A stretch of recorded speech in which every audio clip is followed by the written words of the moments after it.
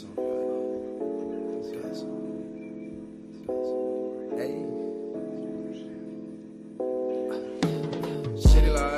light, sipping on some syrup, I feel Canadian. City light, I might specify. City light, swear it's just a city light. She live in such a city life. She just want a silly vibe. She said she just wanna have some fun tonight.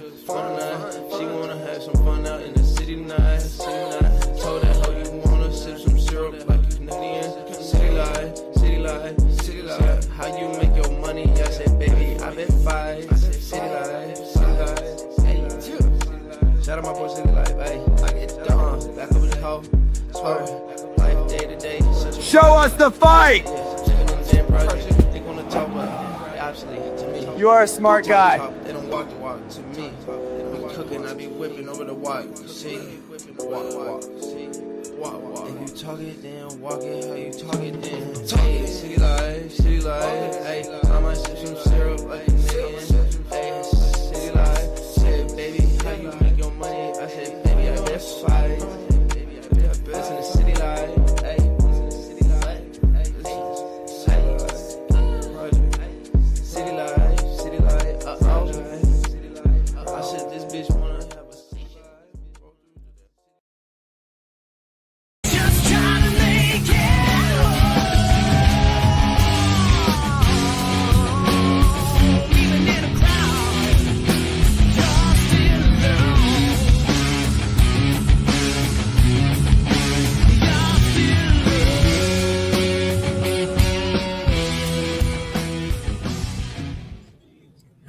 What is up, everybody? Welcome back to the City Life Project YouTube channel for yet another live fight companion. UFC Fight Night, Gamrot versus Salkilld, and we got seats at the Apex. Hey, look at that, the first comment too. We got seats at the Apex, ladies and gentlemen. That is right. What is it, 1,000 people, they said? 1,000 plus people now? That is sick. I haven't looked at too many of the pictures of the renovations yet, but I know the rentals have been going down for a while, so excited for this one. All right, I didn't nap. I'm feeling good.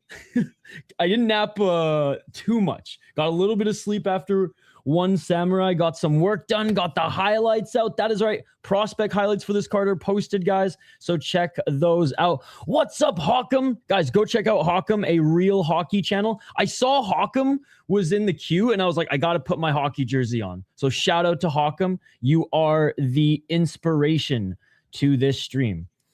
Team is a very smart guy, by the way. Smart guy. The City Life Project, UFC, very similar brand. It's good to see you covering some Jake Paul rivalry promotion. It's 11 p.m. Central in Europe, so don't talk too much. I'm tired. Team, you're a smart guy. Team. Did you see Cornell Beachman, Cage Fury FC? Good highlight. Tag me in it. I haven't caught up on Cage Fury FC. I literally streamed all night, so I caught up on some sleep and some work, brother. I was like maybe going to take another power nap before UFC, but I was like, no, we're just going to grind through these last highlights here. I literally helped set up some shit downtown today for an event that I'm working tomorrow, so it has been a productive day. Yeah, sis, you're heading out pretty soon, eh? Yeah, I was just going to say about an hour. All right, what fights you guys looking forward to the most here tonight? We will tee up Canuto and Foro in just a moment here. I got highlights for both, actually, so maybe I just start right now. Foro, I don't have too many. She actually was the last one I didn't really get to, but honestly, I only have 50 seconds worth of highlights. Her fight with Chanel Diyar was a really good fight, so check that out. The full fight is on YouTube. Yo, what's up, Gary?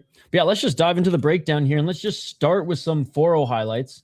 Then we'll get into some Gigi Canuto highlights. What's up, Pocket from Home? We will have our Dana White Contender Series preview show / podcast and highlight packages drop on Monday and Tuesday, guys. All right, so obviously Carol Foro 8-2 now. Sorry, 9-1. Jeez, 9-1. And she won her fight. That's right. She won her fight against Diyar, and they gave her both contracts. That's what it was. But hard hitter. Fought in UAE Warriors as well. What's up, Hockey from Home? 9-1. Yeah, this is from last year. I didn't have time to post her updated ones. This is from the Dana White Contender Series highlight package. 6 KO TKOs, 1 submission, 2 decision. Beat Chanel Dyer in Contender Series. They both received a contract, which was... we don't see that often. I remember I didn't think it was going to happen because they didn't give Mike Aswell a contract after the Bogdan Grad fight. So I didn't think they were going to do it in this one, but it was an awesome fight, especially to try to get more prospects and exciting fighters, women's MMA fighters into the UFC divisions here. Like I said, 6 knockouts, 0-1 in LFA, but looked awesome on Contender Series. Before then, beat a really good opponent in Jungle Fight. And the girl she beat in UAE Wars was pretty good as well. Funny enough, Gigi Canuto loses in the semifinals of Dana White's Contender Series of the Ultimate Fighter, but they sign her anyways. I know some people were like, oh, gone are the days of you have to win the Ultimate Fighter to get a contract. Well, kind of. A lot of the tough cast now, mind you, not while the show's still airing, but the show's not really airing anymore, right? It's kind of it's streaming.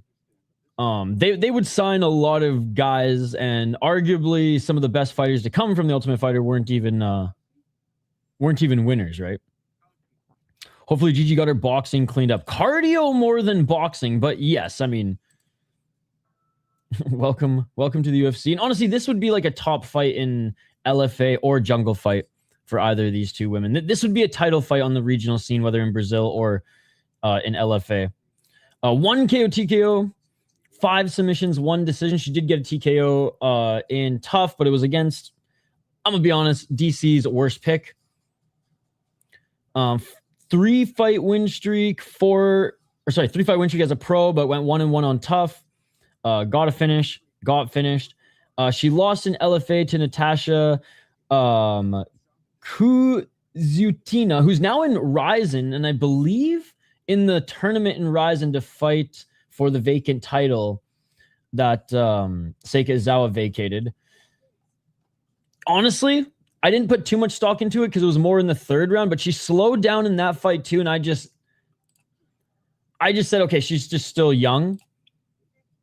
Whereas Natasha was fairly young in mixed martial arts as well, but just seemed a little bit more polished, calm, cool, collected out of the gate. And upon watching the 2nd round in particular, it was kind of like, okay, not panicking at all and continuing to employ her game plan. Not the most exciting fighter, very, very much lay and pray clinch style fighter here, but she out grappled the grappler and basically shut down any of her sweeps, any of her submission attempts. So Gigi Canuto is strong, does have really strong first rounds. 2nd round, again, a little bit of a question mark. And again, the Ultimate Fighter, that's the last thing we really saw of her. So maybe that was a bad day. Maybe that was a bad night, but we'll see. Carl Foro is dangerous, though. Not as well-rounded. I'd say Gigi's more well-rounded, but lacks the boxing still. But she's a very, very good grappler who's wrestling, like MMA offensive wrestling is getting better. Carl Foro, a beast on the feet and defensively sound on the ground to get back up to her feet and look for the finish. I didn't, but should be more. Final walk for Elkins. I've had a lot of fun watching them over the years, so probably the highlight of the night. Yeah, a lot of people are hating on this card. For me, this card has a lot of Dana White Contender Series 2025 alumni, and I don't know why people who claim to be fans of Dana White Contender Series, UFC sheep, absolute plebeians, not fans of the sport, but fans of the brand UFC, claim they like Contender Series, and then when these prospects get to the UFC and we actually can see what they're made of, they just hate on them.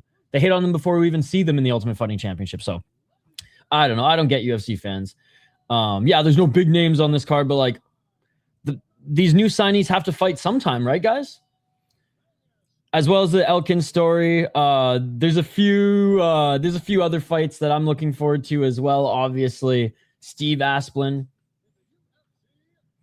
being one of those. Minnesota boy over here, representing with some Minnesota attire.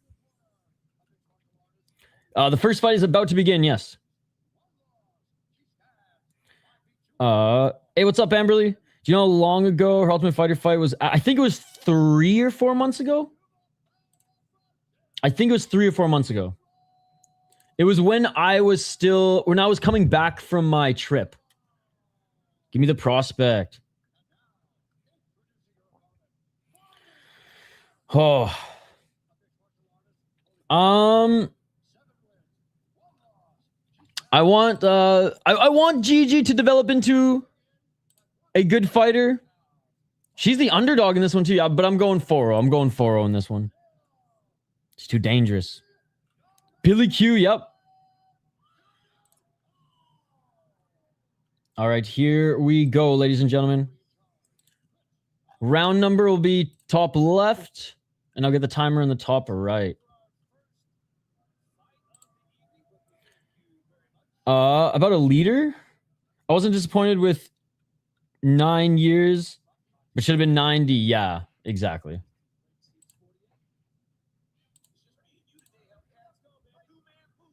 All right, here we go. Round number 1.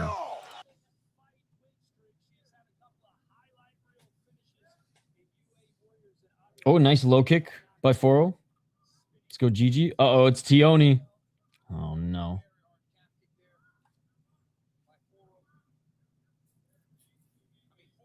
Gigi missing with the right hand. Left hand by Canuto.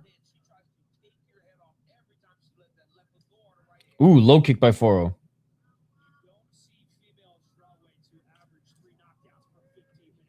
Oh, 100%.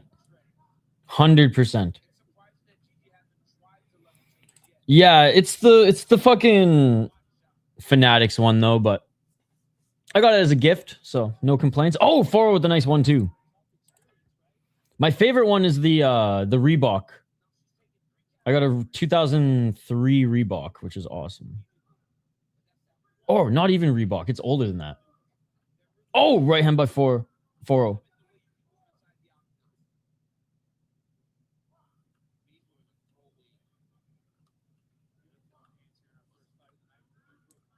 But she's Brazilian. America. You train in America, you gotta rep the flag. Makayev hat matches it. Yep, yeah. Very Minnesota-esque. Still can't believe they missed a whole round of the fight. Dude, I know. Oh, big left hook by 4-0. Low kick by 4-0. 4-0's landing the bigger shots. 4 with the left, 4 with the right. Donald Trump told her if she wins, she's American.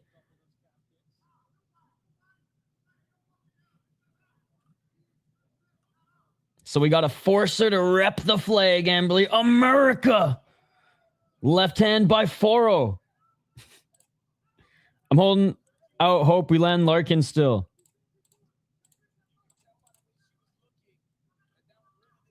Love me some America. 243. Oh, looking for the takedown. Knee to the body by Canuto. She wasn't able to get the takedown.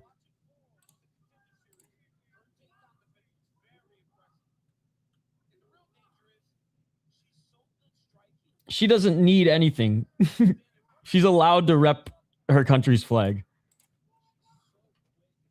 215.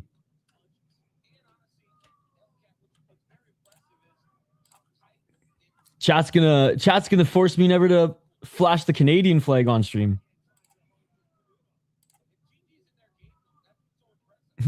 Soon I'm gonna get a text from Flock being like, "We see that camera, or we see that flag, bitch." Left to the body. Oh, 4 with the right hand. Yeah.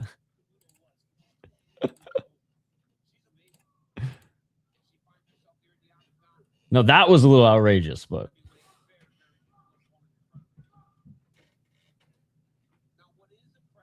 For taking her time, really looking for counters.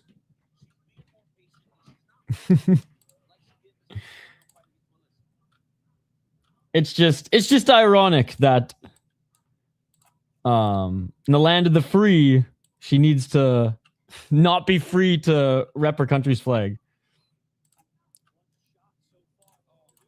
Oh, right hand by Foro.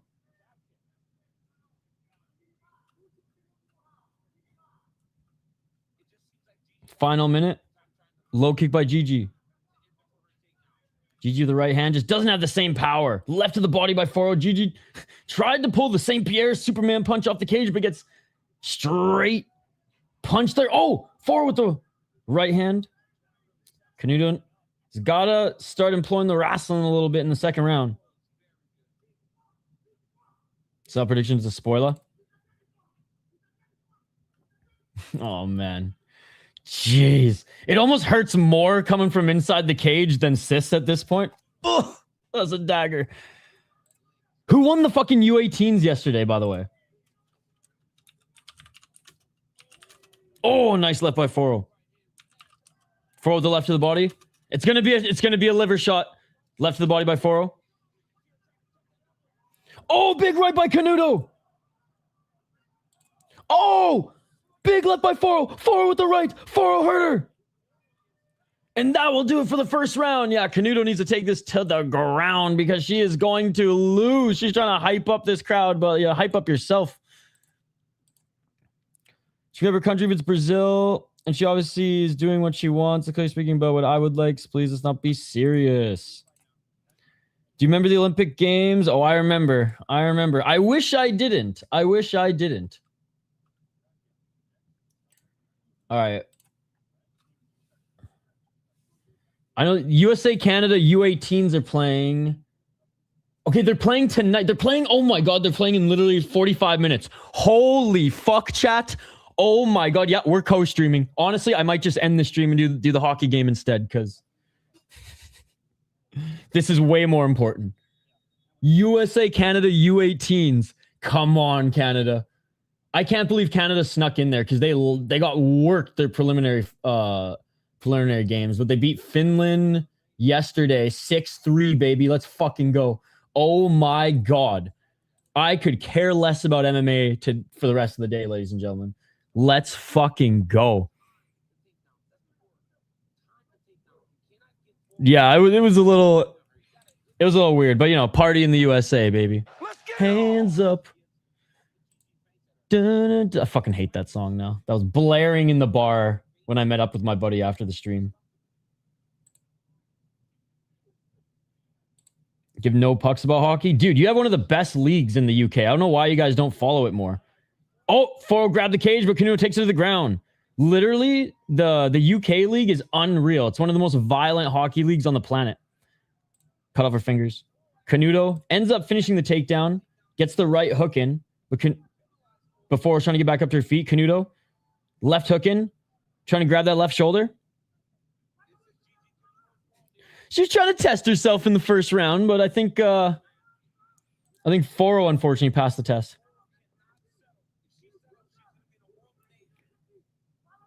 Gigi trying to secure this back take and get that right hook in. She's got the left hook in. She's trying to soften up Foro a little bit.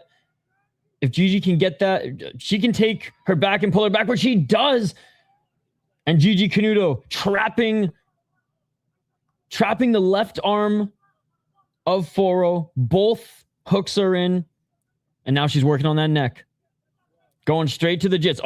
We said at the end of the first round, that's what she needed to do. So responding well.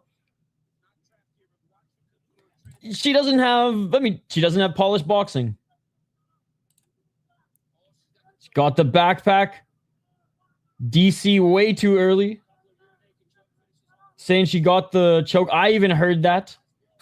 I heard that because the Japanese commentator wasn't even talking, but I heard DC faintly saying she's got the choke when she clearly didn't have the choke. 3 minutes. No, just over 3 minutes. Still on the back, but not flattened out yet. Knees planted before Foro next to the cage.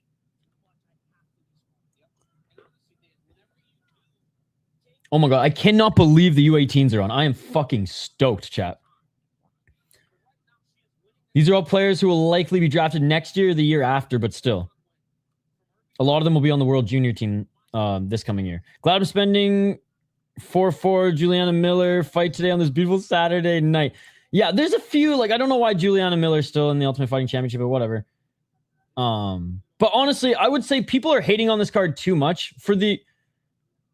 Gigi's still on her back, by the way. For the simple fact of the UFC plebeians, the sheep, they claim they like Dana White Contender Series. Then we get a card like this, which is just full of 2025 Dana White Contender Series alumni who we finally get to see now in the UFC. Right? That's the point of Dana White Contender Series, to earn a contract into the fucking UFC. And yet, sheep UFC fans, not MMA fans, I want to be very clear, sheep UFC fans claim they like Contender Series and then hate on a card that has so many of the guys and gals that's like, okay, let's see what they actually have now. It just makes no sense to me, buddy. It makes no sense to me at all. Gigi's still on the back. Shoulder lock now. Probably looking to just pull her to her left. 1 minute and 36 seconds. Yeah, under 18. So the World Juniors is U20. Halinka Gretzky is what they call this tournament every summer.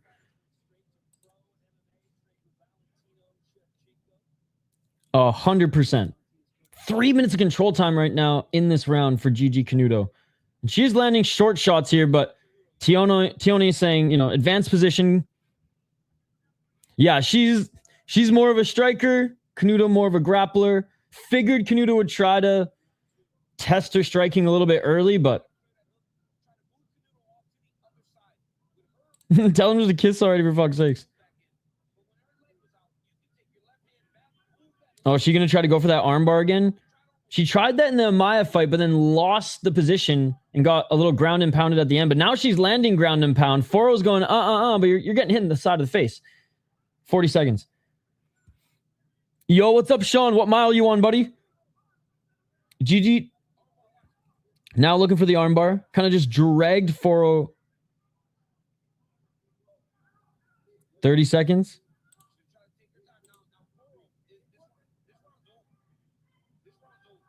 Oh, elbow. Jeez. Nah. You can only watch hockey in the UK if you put your... Wait, what? Gary, do you even know what league I'm talking about? Don't knock it before you watch it, buddy. It's really weird that UK folks who are soccer fans, which again, you're fans of soccer, that's fine, but who are also fans of violence, like hate on hockey when hockey is just as beautiful and just as violent. It's like the best of both worlds. Yes, you do. Yes, you do. I know for a fact, dude, I have friends who play in your league. I watch them. I watch their broadcasts. Again, you guys are combat sports fans or soccer fans, and you can find sports on the internet really easily. Yeah, you don't want to do a Google search to quickly get the actual broadcast of this, and or the Hockey TV broadcast, the Flow broadcast, the On Hockey broadcast. I was in a betting channels live earlier, and it was insufferable. Every sentence was about the odds, and Moneyline are complaining they couldn't cash last minute. Bet on Calcier, Polymarket. They're not mixed martial arts fans, dude. They're addicts. I'm in Robinson, Illinois right now, making up 25 years of lost time with this girl. How long did it take you to walk there, though? I'm doing pretty good. I'm leaning Tina Black. But she is prone to disappointing performances every now and then. Excuse me. But I do think she beats the French girl, unfortunately. Oh, forward with a nice shot. And Gigi going for the takedown. Nice little trip. But she picked the ankle, actually, with her left hand as she went down, but forward back up to her feet. What the fuck, Sean? I asked how many miles you were walking, not humping. 420, smoking if you got him. Oh, right uppercut by Foro. Gigi with the right hand. Foro wearing some damage under the right eye, likely from an elbow. Oh, big right hand by Foro. A lot. She's tiny. Hell yeah. All right, that's not bad. 4 with a low kick. Oh, big left to the body by 4. Canuto with the left hook. Canuto to the left. Canuto just doesn't have the power in the striking, nor the speed right now. She's slowing down and looking for the takedown is Canuto. She gets it with the trip again, but can't stay in the top position as Foro gets back up to her feet. And they separate. Canuto's tired. Canuto's tired. Oh, those shots to the body aren't helping. Front kick by Foro. It's going to come down for this round. Oh, big left by Foro. Canuto might go down here. Knee by Foro. Zoom event so far is very good today. One dude literally got punched off the feet into the corner. It sucks that it wasn't... it sucks it was today. Because I didn't have a chance to check it out.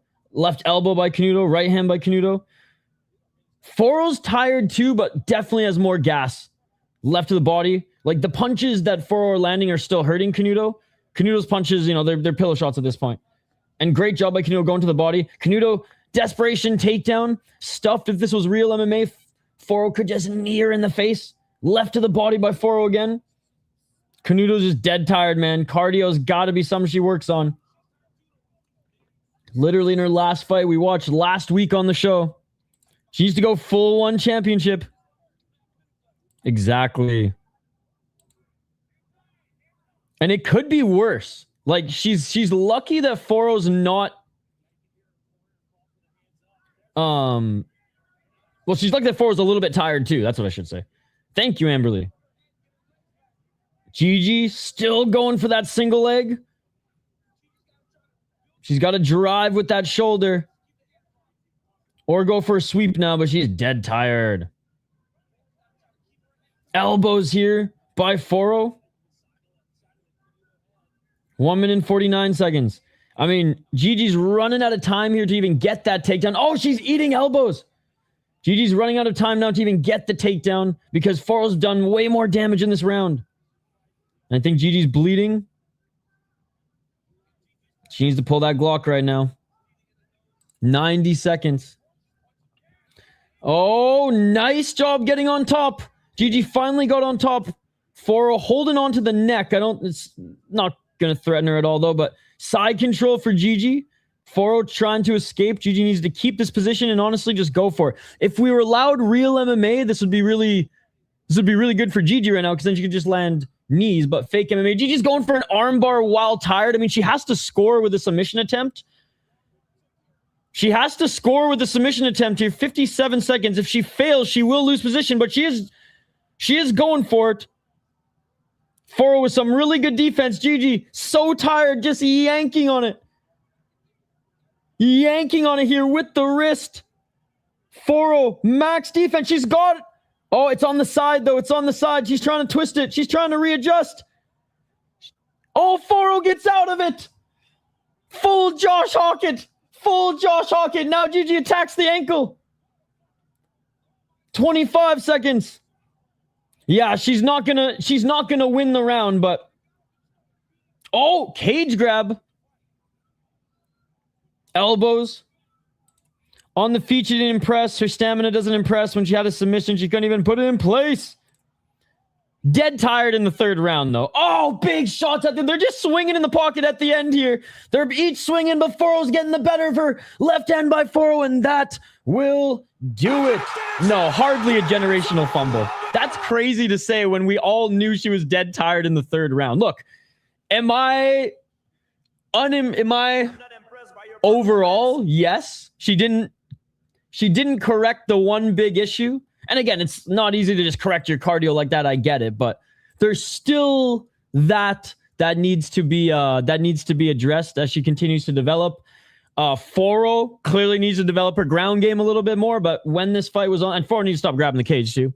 But when this fight was on the feet, I mean, Foro was the better striker. We knew that going in, and we saw it. Fumbling at that point in the fight, you can't call that generational. Now, if it was in the first round or even in the second, absolutely. Last round was awesome. Short notice for both of them too. Fair enough. That is true. That is true. This fight was put together in 2 weeks? Not even. I'm sure they knew before we did, but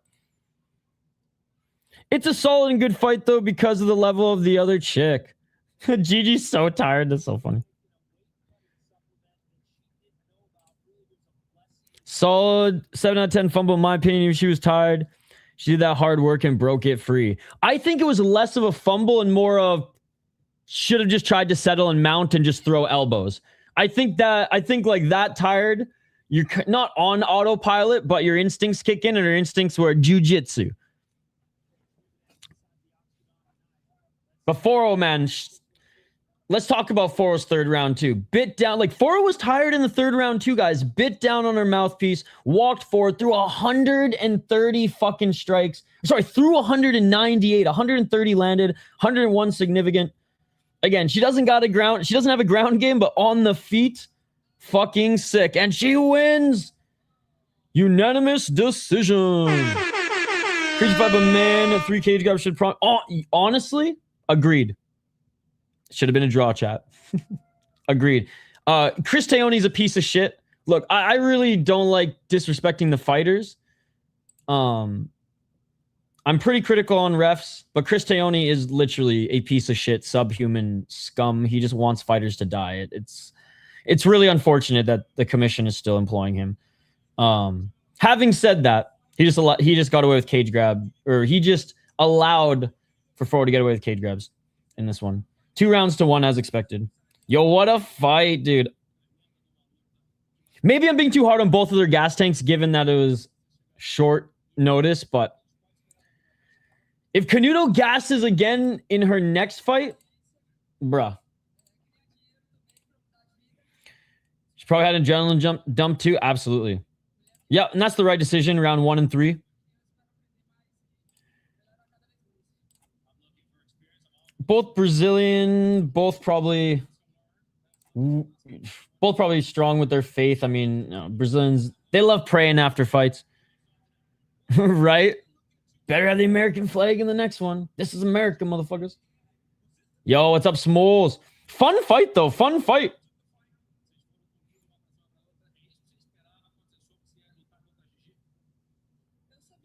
And what? Canuto, she's only 23. 4-0-29. 4-0 now 10-1. 4-0 just kind of, honestly, sneaking her way into the UFC with some solid, and then making her presence known in the Diyar fight, and honestly this one as well. All right, here's some Gigi Canuto highlights if you guys want to watch them. I think they are, where are they?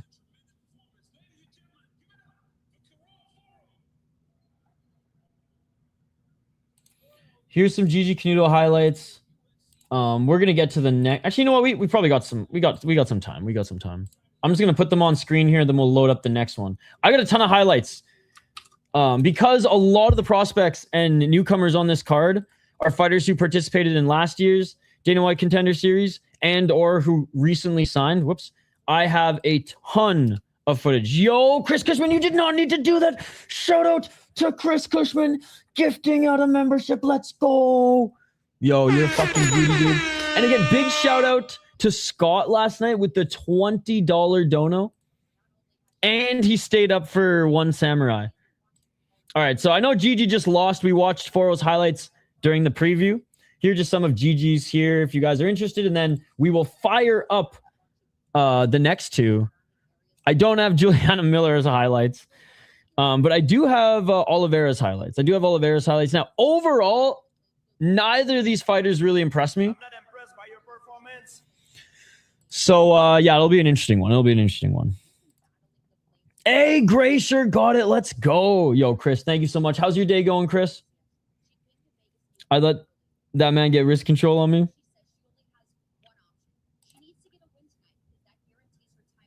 Hey, cheers. What are you up to? What have you been up to today, Chris? How's your summer like just been going overall? I know we hung out like right before the warm weather rolled through. It was a rainy day even when we hung out.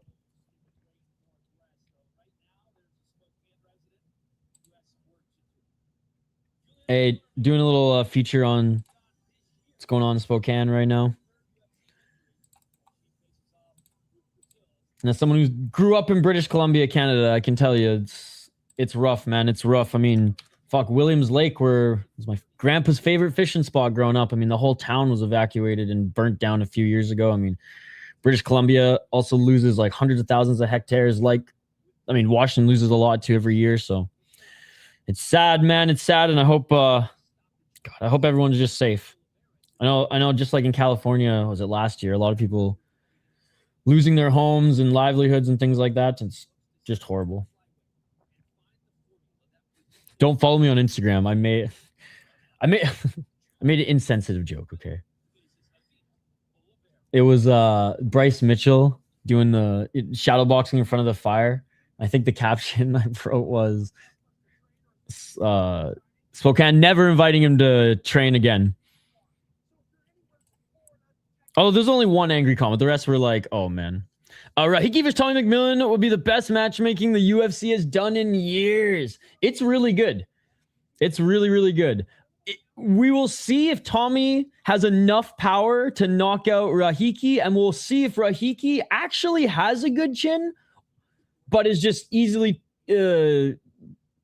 but just gets knocked down easily, or if, he actually is chinny and despite being so young. Because that was like the only concerning thing is he left himself open too much and then he got hit as a result, and he hasn't fought like the hardest hitters just yet. And Tommy McMillan is not that, but like maybe he can prove that he is a stronger hitter than what people perceive him as, which is just a psycho, and in the most endearing way, a psycho volume striker. Working a lot, kids and family shit, watching fights when I can, staying busy. UFC matchmaking has been top tier for 8 months. If he loses, give him Jubilee. If he wins, give him John. Is Jubilee even under contract? Is Jubilee even under contract?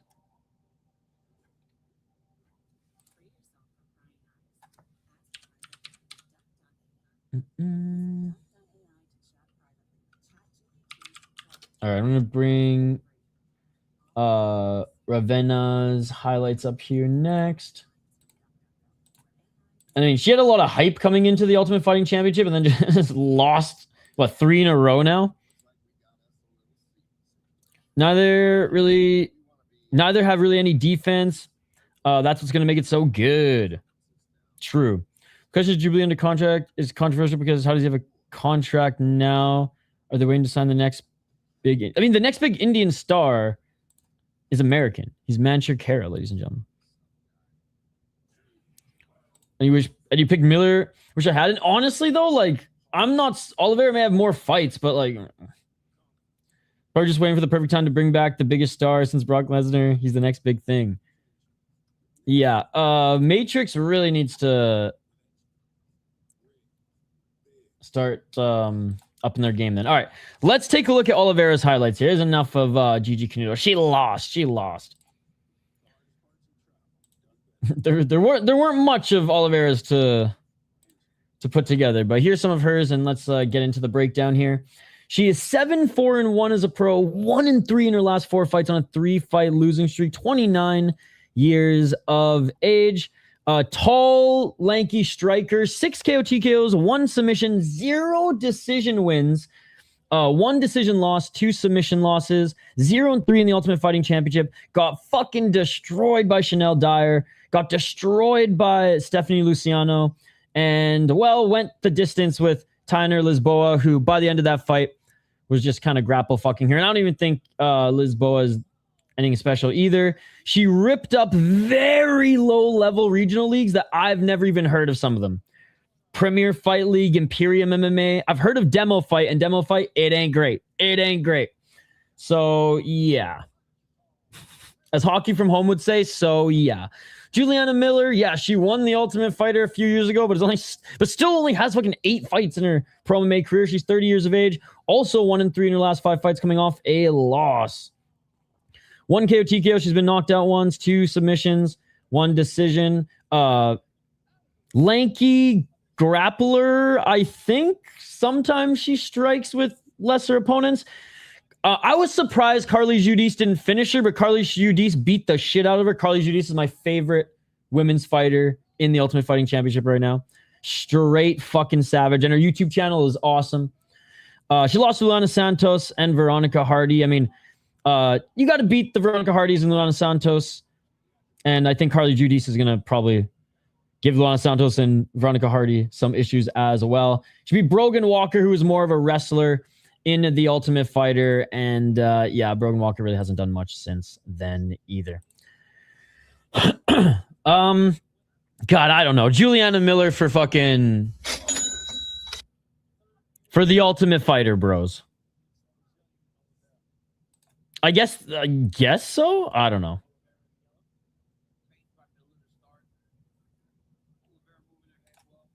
Juliana looking crazy-eyed and ready to go. Bella Mears on week 3 of Contender Series. Could be great for women's 135. Dude, I'm excited. Her fights in Fury were actually pretty good.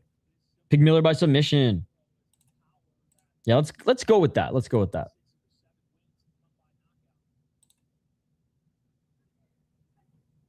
Sorry, I'll bring up the timer at the 3-minute mark.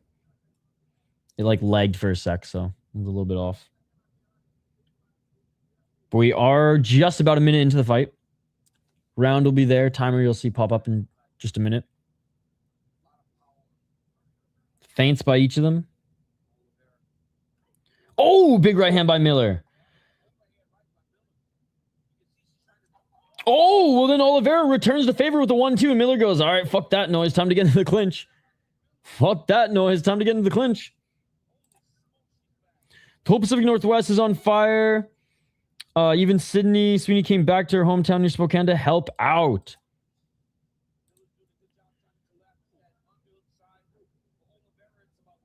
Low kick, or sorry, knee by Miller.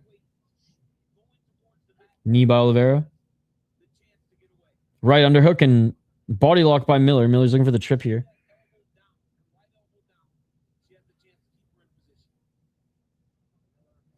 Knee by Oliveira. Knee by Miller. Doing their best Aaron Jeffrey impression. Just needs to throw a little bit more.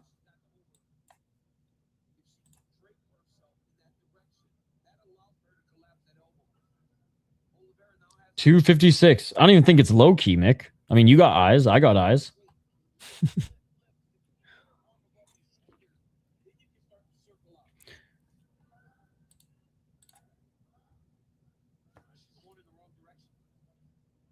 Still clinching.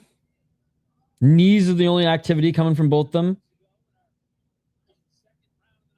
Halfway through the round.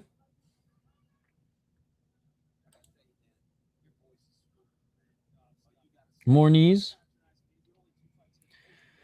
Fight so slow right now that DC's flirting with his co-host. Your voice is so smooth, brother.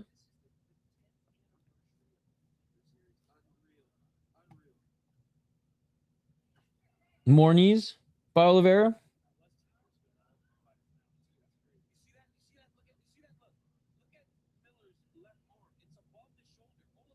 Oh, another knee by Miller.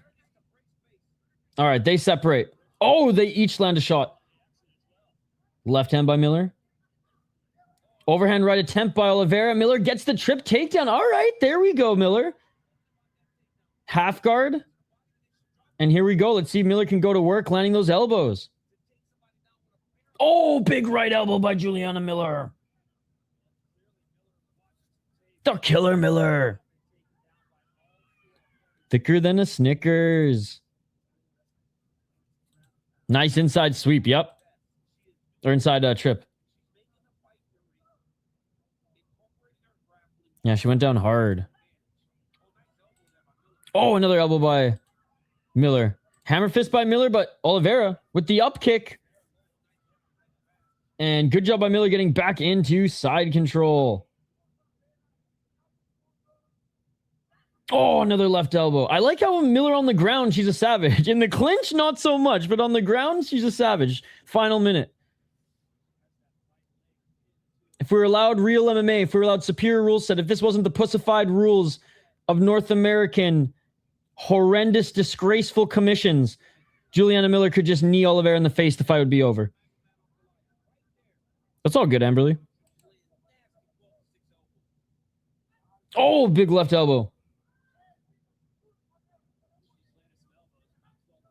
Hammer fist.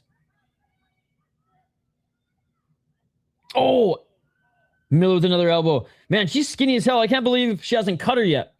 If she just hasn't landed a perfectly clean slicing one on the cheekbone or forehead yet. But oh, trapping the right leg, half guard postured up and just landing some brutal ground and pound here. Got to watch the up kick, back up to her feet as Miller. And that is it for the first round.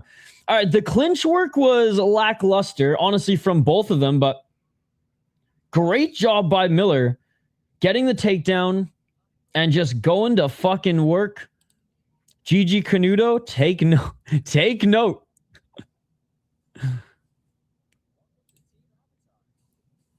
All right, round number 2. Dang, which went to the ground. She didn't hold back. Not at all. Not at all.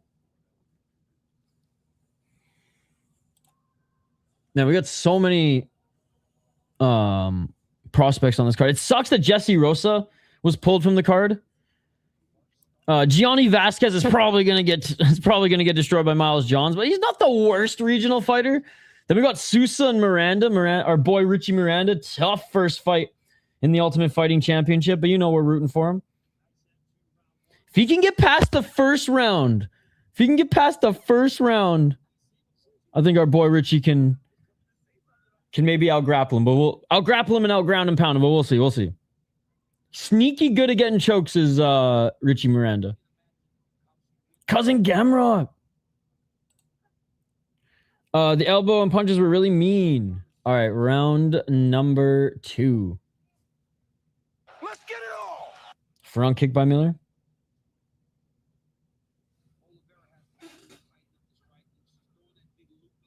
By the way, guys, smash that like button if you haven't already. Vote in the poll question. Oh, high kick by Miller. Miller with the right hand. Miller with the body lock. Good to see you, Emmett. How was your day? Oh, nice takedown by Miller. Doing her best Jasmine Jasdu Vicious impression here is fucking Juliana Miller with these takedowns. That and Oliveira, very, very much a padded record upon the entry. Some nice highlights, some good striking technique, but oh man, if you're not ready for the Juliana Millers of the world in North America, whew, PFL level competition will be a challenge. Let's go, sis. I got to get in your guys' level here soon. After this coffee, after this caffeine kick. Please respect. Oh, go over the rear naked choke. Back take. Only one hooking, but these lanky ass arms. It is all over. Juliana Miller, ladies and gentlemen, is now, I want to make this clear, she is now 5-4. The UFC will tell you she's 6-4. She is 5-4. Let's go. Yo, the Mokaev hat. Let's go. A great win for Juliana Miller. Oliveira, that's 4 in a row. Just not UFC level. Jungle fight. Go win the title in jungle fight. Go win a couple fights in PFL or LFA. And then maybe the UFC will call you again. But Juliana Miller absolutely dominated that fight. Yep. Other than like the clinch work, which was a little lackadaisical in the first round, once she got the takedown, man. Hey, shout out to the women, by the way. Shout out to the women. Delivering here early on this card. Again, the UFC plebeians, the sheep who claim to be to MMA fans, but they're just plebeian UFC fans who claim to love Dana White Contender Series, who claim to love watching these prospects get sick highlights on the regional scene. But then once they come into the UFC, before they even watch them, hating on the card, ladies and gentlemen, hating on the card. Honestly, I think these two fights will be better than the Thainara and Lemos fight, unless Lemos finds the finish. I'm not sold on Thainara either. She's strong, don't get me wrong, but I'm just not convinced. And I know Lemos is Auntie Lemos at this point. Didn't look the greatest against Julian Robertson. I mean, she looked okay against Suarez, but like, you know, her last great performance was Mackenzie Dern, and that was what, 2 years ago? At 37 then. Yeah, her career depended on it. That one was nice. Bro, who the fuck is screaming so loud for Juliana Miller? I mean, her family. Her family's probably screaming. They're probably, I mean, this is the first show with the renovations, so I'm sure they're still getting like the audio and mics all set up right. Oh, she's got a Maya in her corner. No way. Hey, she's got a Maya in her corner. That's the girl who's going to be in the finals of the Ultimate Fighter, who beat Gigi Canuto and Miliciano. Hey, dude, that's legit. That's, if she's training with her, that's legit.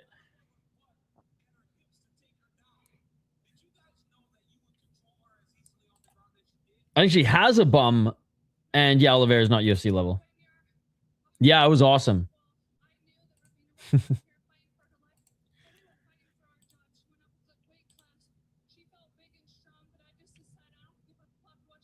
Hell yeah. She's like, hey, let's go, Miller.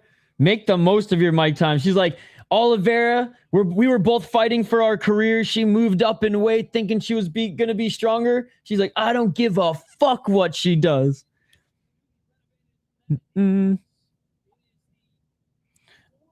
Yeah, that one's a big question mark for me.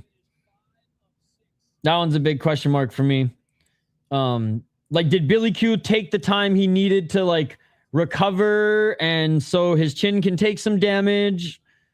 Or is it the opposite?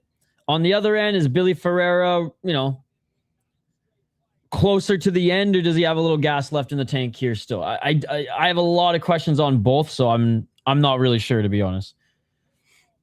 Amaya is great. I forgot Juliana was on the Ultimate Fighter show too, helping them.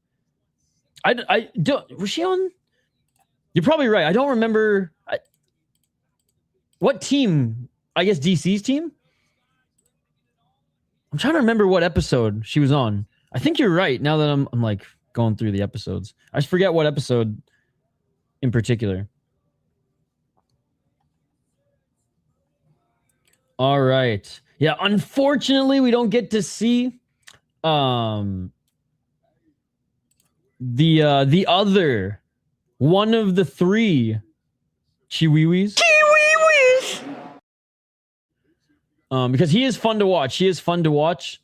As you guys know, Miles John's opponent, Rosas, Jesse Rosas, who's 8-1 coming into this one. UWC champ, was on Uriah Faber's A1 Combat, Fury FC. Like, he's fought on all the Fight Pass shows.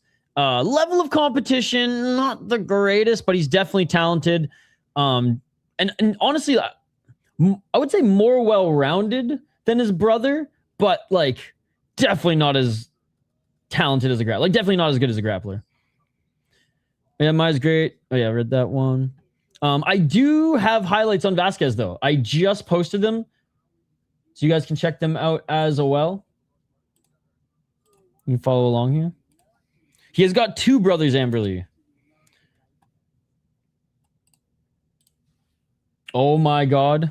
5 minutes, ladies and gentlemen. 5 minutes until the U18s. Canada, USA. Canada really fucking needs this win.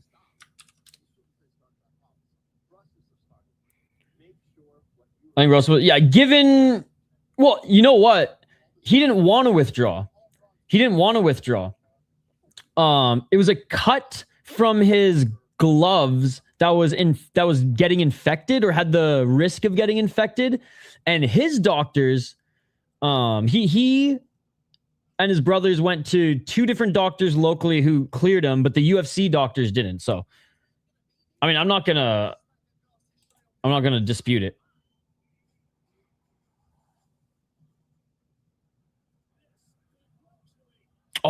yeah, Connor Ben and Garcia fighting on Zuffa. I might have to watch that. I might have to watch that. Yeah, I'm really, yeah. All right, so here's some of Gianni Vasquez's highlights, ladies and gentlemen. I added basically 2 more to MMA Falcons, so go check out MMA Falcon as well. He's the OG.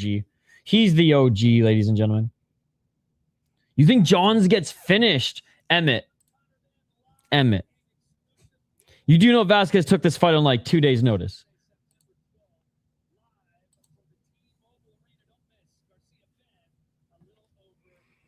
Look, I like Gianni as well. I like Gianni as well, but it's a tough one. It's a tough one. I mean, it was a close fight with Matsumoto. It was a competitive fight with Lima. And Daniel Marcos gets a finish, and then the UFC doesn't re-sign him, which is hilarious. Vasquez is good. I'm worrying about the size. He used to be a flyweight. Yo, and he took this fight on literally, I think less than 48 hours notice. Oh, okay. Fair enough. He is fun to watch. I had a great time going through and watching his fights and clipping some of his highlights. He would rip it up in Luke's. And I know some people maybe laugh or scoff at that, but Luke's is an awesome league, and he would rip it up in Luke's.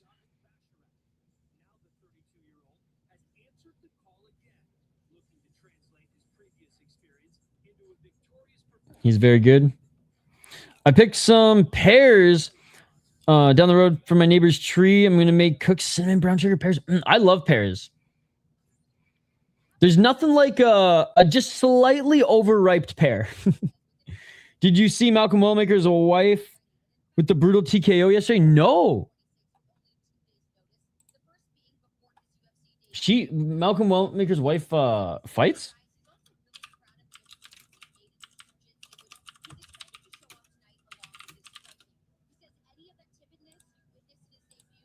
What league?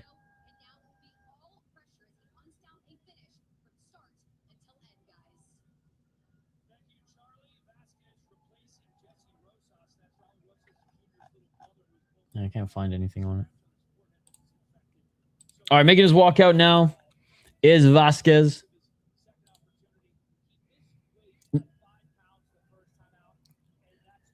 Jeez, he missed weight by 5 pounds in his first fight in the UFC with Bashrat. Holy shit.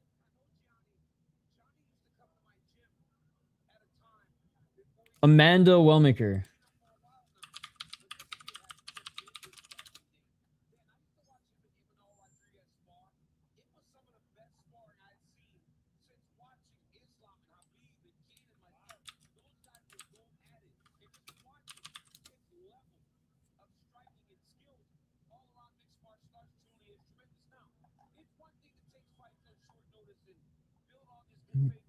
Oh shit. She's at an MMA Masters? I found a Muay Thai fighter, Amanda Wellmaker. She fought in NFC a couple days ago.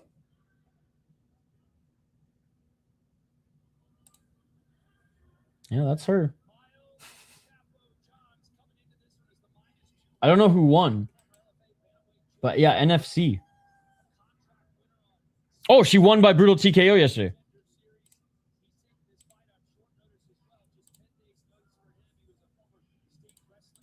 No, I didn't see the knockout. Tag me in it on Twitter. I just did a quick YouTube search. And I'm not surprised no one posted on YouTube, or YouTube searching ain't pushing it. All right, this is even a short notice fight for Miles Johns. This card was really slapped together last minute.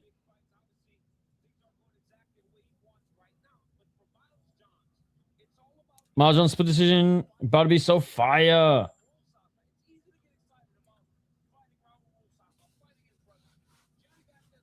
Best Fight Picks has it on Twitter. Okay.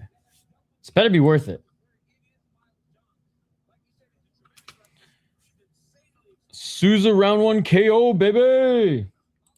Of course, that would be Mr. Showtime's comment. Very Hank the Tank of you, sir. Very Hank the Tank of you. Also, why are we supposed to be hyped? The UFC was poorly organized. Yeah, Amanda is Malcolm's wife. I'm just stoked on this card because we get to see a lot of the Dana White Contender Series alumni from 2025 actually perform, you know? Like I said earlier, it's like people claim to be fans of Dana White Contender Series, and then when the fighters make the UFC, they hate on the cards the fighters are on because, yeah, they're entry-level fighters. We're not going to put them on numbered cards. Like, it makes no sense. It makes no sense.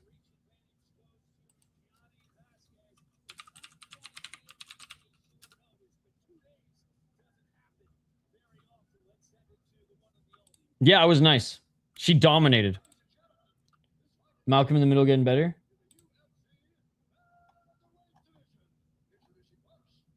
Oh, fuck yeah. Okay, this is 100% worth it, and I cannot wait to share it after this. Thank you.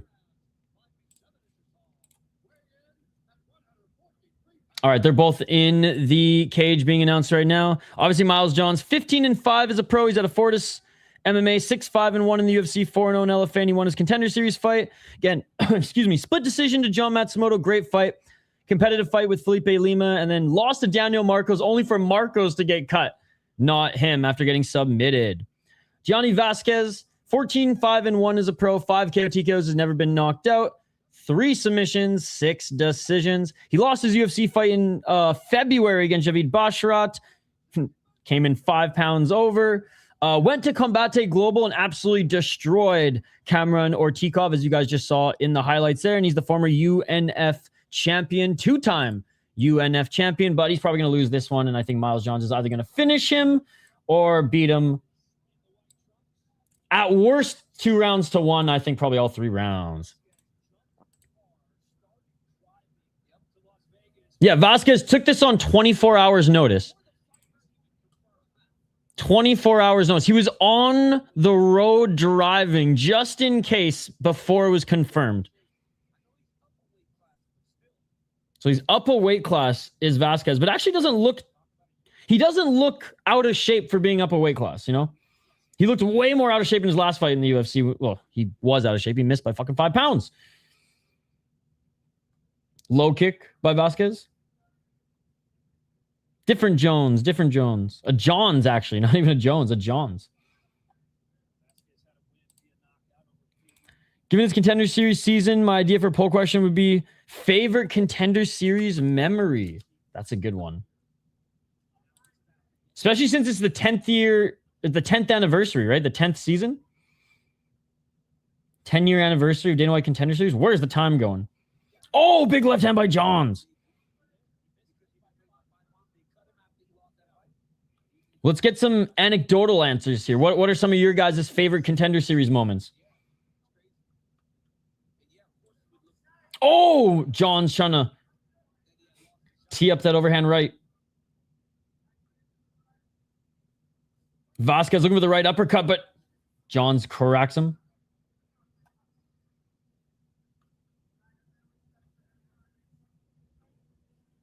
The left hand by Johns. Johns doesn't pull the trigger on the right. Good to hear, Amberly. Oh, that was a fucking awesome fight. That was an awesome fight. Oh, Johns with a big right. Bro, Vasquez got a Mexican chin, bro. It's going to be hard to knock this motherfucker out.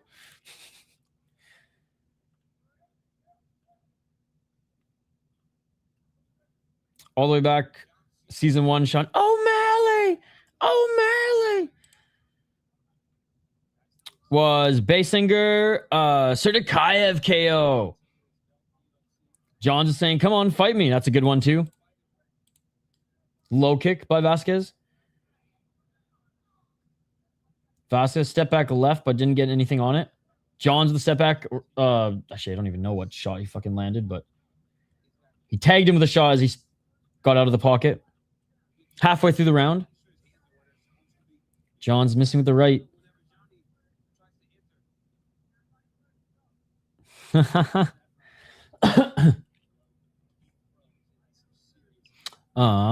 have his highlights too. Obviously, his first fight in the UFC after Contender Series, a little controversial, but I don't think his fault. Oh, left by Vasquez, right by Jones. Oh, Vasquez cracked Jones. No way. Jones is wobbly. Jones is wobbly. Emmett, you're a genius. Emmett, you're a genius. Jones not out of it, but he was wobbly there. Oh, never mind, Emmett. Never mind, Emmett. I take it back. Oh, it is all over. John said, fuck that. Fuck that. Oh, my God. Vasquez wobbles Johns, and Johns goes, fuck you. Straight up, fuck you. I'm going to knock you down and out and just completely rip the right side of your eye. I take it back, Emmett. I take it back. Vasquez got no instinct. Hey, this is the first time Vasquez was ever knocked out. Rock'em sock'em type fight. Beautiful. Miles hasn't finished a fight in like 5 years. Dude, and he gave Vasquez his first ever knockout loss. Dude, so this is wrong. NDT, you're so quick to conclusions. You're so quick to like black and white conclusions. This is the second one on this stream. Oh, beautiful, beautiful. I mean, he's in contention so far. Well, goddamn, yeah, at least it wasn't a split decision.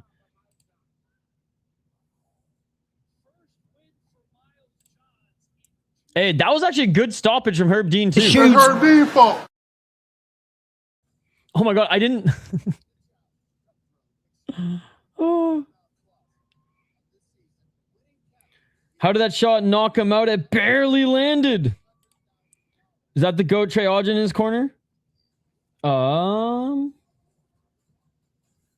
Bro, Mo vs. Kato still the best KO of the weekend. Holy fuck, dude. Shout out to Cicerani. This is finally actually UFC, bros. Yo, what's up, Janelle? Ita hey. Oh, we know, Emmett. We know.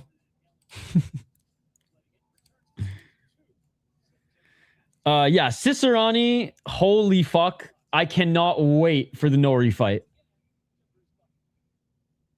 Murat didn't look amazing, Skate. Definitely won the fight in my opinion, but didn't look amazing. Miles Jones. It's early in the night. Maybe Herb Dean gets time between matches and starts to space out later in the night. Amberly, that wouldn't surprise me. Naba Murat versus Lou's gonna be sick. I hope Murat, like, you know, he's getting older. I hope that he's in tip-top shape for that one. All right, here is Malcolm Wellmaker's wife. Power couple here. Former Muay Thai fighter fighting in an amateur MMA fight last night. And she fucking kicked ass, bro. Boom.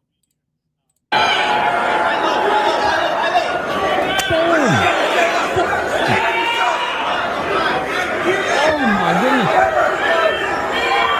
Muay Thai needle. What is that? What 17 more? Oh! Hell yeah, dude. I'm not going to stop him. I just pray we don't get nervous from that because then one of them will fight Super Braun again. I don't want to see that rematch again. Super Braun will just win a close decision again over either of them. I think we're seeing a new Nori.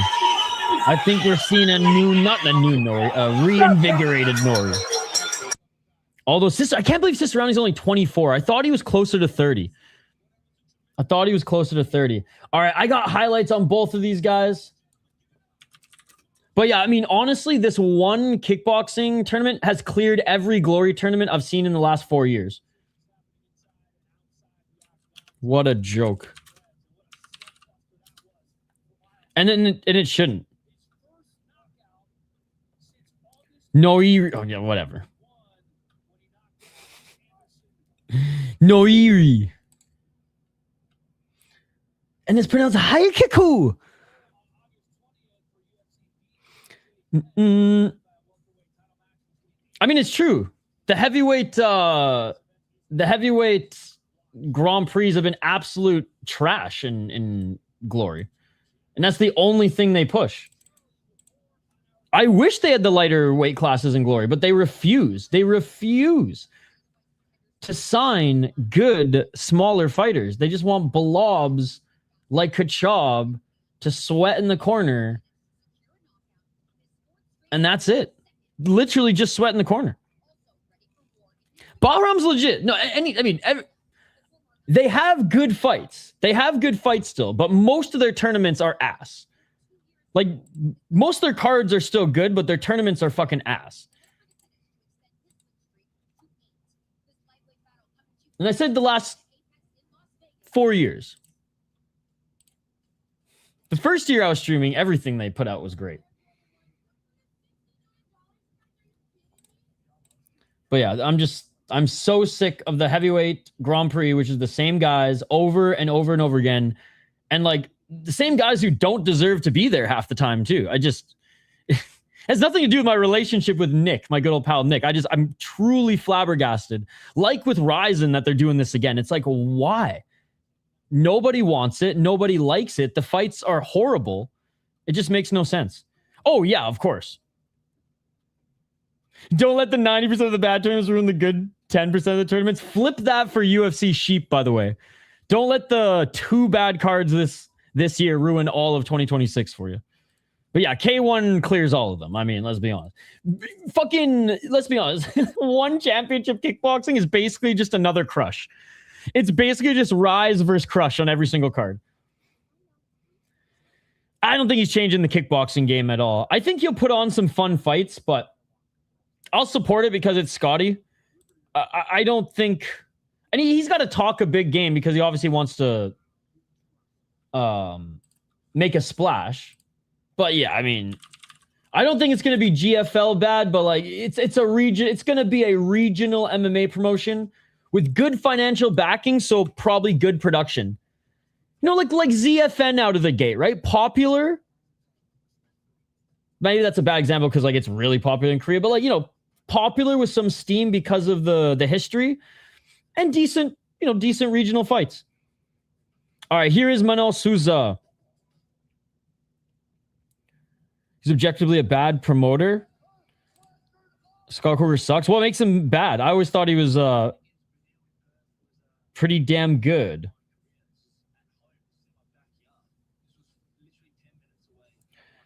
And if you're just going off Bellator, then I would say that's not the best argument. I would say rip apart Strikeforce, which he did better at.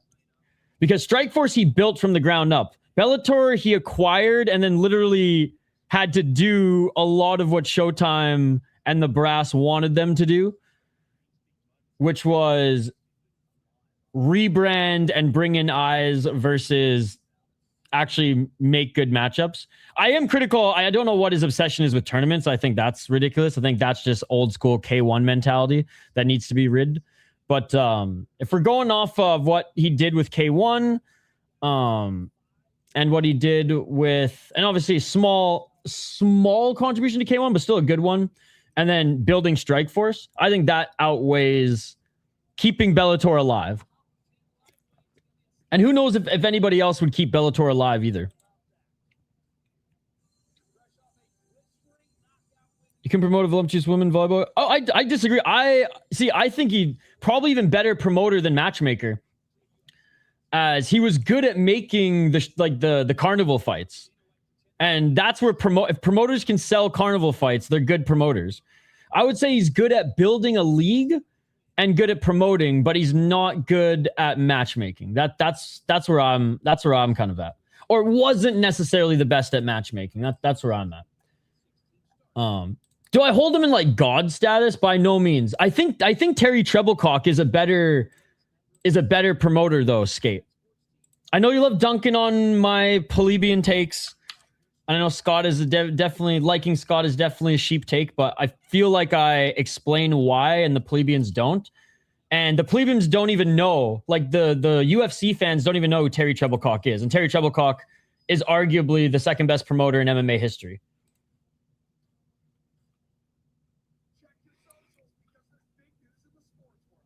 dude, like, I don't think any other promoter other than Sakaki Bar, not even Sakaki Bar, like no promoter other than Dana White and those who run fucking Shamrock FC have kept the promotion alive as long as Terry Treblecock.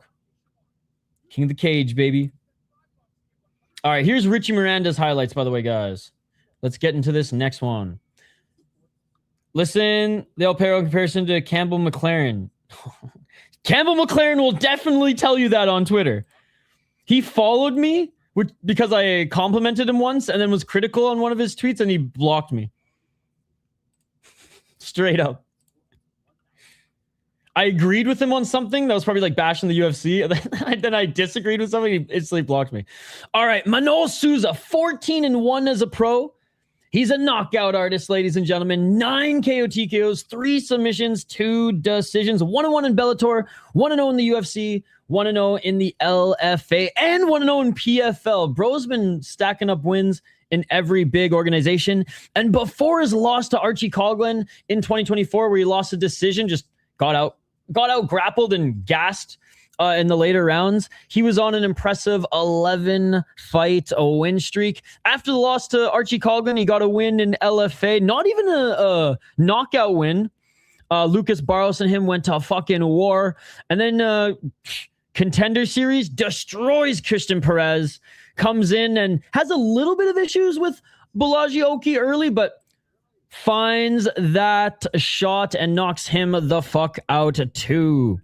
He actually fought pretty good opponents. Even in SFT, which is a very low-level organization, he fought the best that they had. 17-4, 10-3, 6-1, and a 5-0 Mauricio Rufy, who he knocked out back in 2019. Dangerous fighter who, honestly, ground game, good, not great. Striking, great. Cardio, questionable. All right? Questionable. Richie Miranda, on the other hand, way more of a, I would say he's a very good 5-round fighter, which, look, when you're coming right into the UFC, you got to be a good 3-round fighter first. Richie Miranda, a little bit of a slow starter. But having said that, tough as nails, good striking, not the quickest striking, but his boxing combos are great. His kickboxing is good. He is part of that Bloodline crew. So he's training with Cub Swanson, Larry and Douglas, like just all those fucking killers over at Bloodline. Who's all at Bloodline right now? Juan Archuleta, Rafa Garcia, Larry and Douglas. I mean, Danny Silva, Chris Makate, Dan Argueta, Elijah Waters, who's a sick fucking amateur coming up. Like, these guys are absolute killers. So he does have really good training partners, and he's part of a really good gym. He defended the LFA title not once, but twice. His last few wins have been against an 8-1 guy, 7-0, 6-0, 8-3, 6-1. And his last loss was back in 2023, a split decision, very razor close split decision loss against Keegan Genrich. He has 5 KO TKOs, never been knocked out, can get clipped and get wobbly. 3 submissions, good at locking up back take or front chokes, and 5 decisions. Looking forward to this one. King of the Cage promoter, and he's definitely, like, if there was an MMA Hall of Fame, he would get a Pioneers entry for sure. Yes, Sis gave me the update today. Hey, what's up, MJ? Would you rather be able to rewatch finishes or never be able to rewatch Fight of the Nights? That's a good question, actually. Probably Fight of the Nights. All right, ladies and gentlemen, if you want to see more of these guys' highlights, just check them out on the channel. They're all there. If I didn't post Sousa's today, it means I posted a few weeks ago already. All right, round 1, ladies and gentlemen. We're rooting for our boy Richie Miranda. Please don't get knocked out.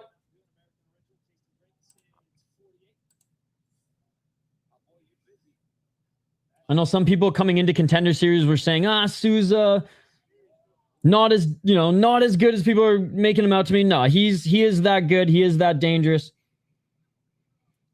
I was watching some breakdown videos and people are saying that Richie Miranda didn't fight the best competition. I think he fought really good regional competition, but didn't fight a lot of dangerous strikers, knockout power guys like Sousa. And Sousa lands a right hand. Richie felt that early. Low kick by Sousa. Left hand by Miranda. In the clinch here. Oh, shot to the body by Sousa. Right to the body by Richie Miranda. Miranda with the right uppercut. Pick Sousa KO, TKO round 2. Emmett, just watch the fights, man. Just watch the fights.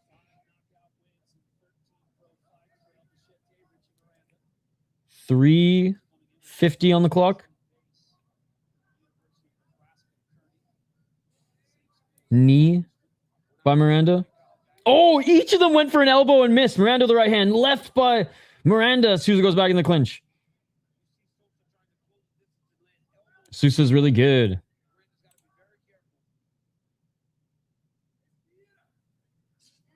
Sousa missing with the right elbow again. Whew, one of them is gonna land with one. Each of them are throwing it. Knee by Sousa. Hey, what's up, Barter?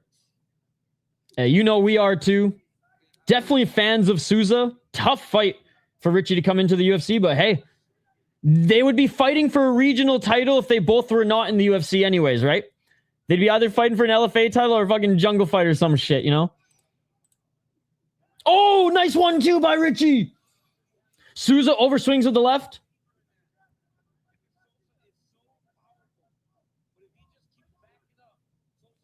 $247.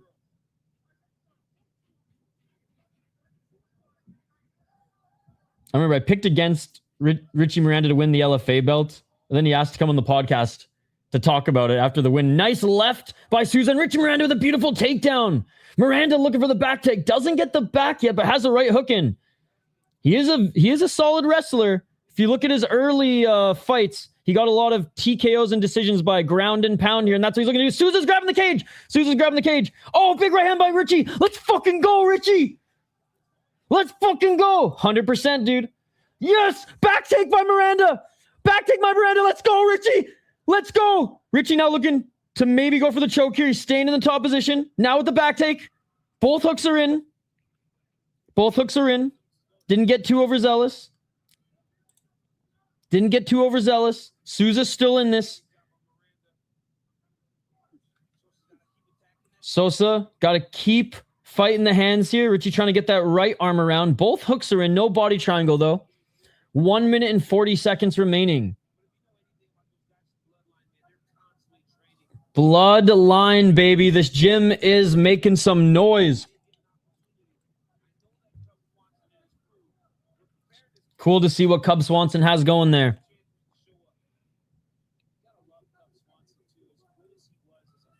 One minute and 17 seconds. Sousa still fighting that right arm from Richie Miranda. Again, body triangle's not secured, but both hooks are in. Miranda might be trying to get that body triangle going here. Final minute. I mean, pushing him up against the cage, just landing shots to the side of the head here. I mean, solidifying the round at the very least. These elbows aren't landing, but forcing Sousa to block, and he tried to sneak that right arm under, but couldn't get it under the neck. 40 seconds remaining in this first round. Richie, is he going to go back into mount? Oh, Sousa's trying to get him off, but Richie Miranda now settles in mount. 30 seconds. Can he finish him here? Sousa trying to roll out of it. Miranda throwing elbows. Machete, bro. Violence. Left elbows by Miranda. 20 seconds. 10 seconds remaining. Miranda with the underhooks. Sousa back up to his feet. Knee. And that will do it for round number 1. Hey, great round. Our boy Richie Miranda takes that one. Good debut round for Richie. He definitely has cardio too, so it's going to be interesting to see what Sousa does. If Sousa goes for it quickly out of the gate.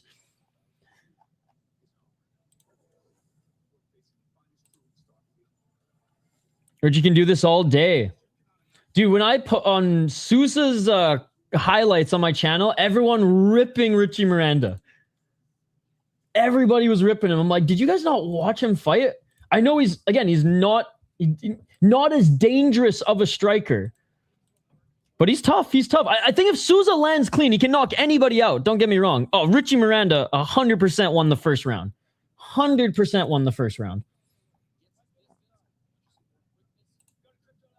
He still has to be careful on the feet, though, because Sousa will knock you the fuck out if he lands clean.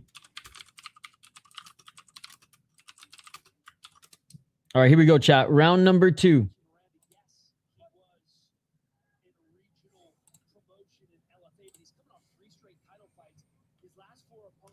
Low kick by Sousa. He's got nasty low kicks too, bro. Richie does keep his lead leg out.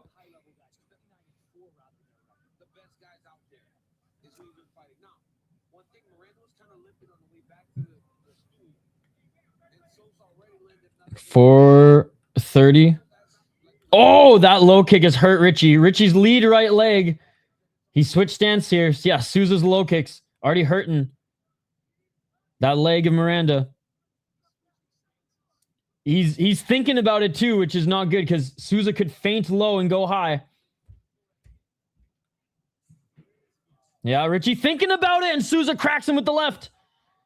Yep, that great work by Sousa going for the leg because that's distracted Richie Miranda.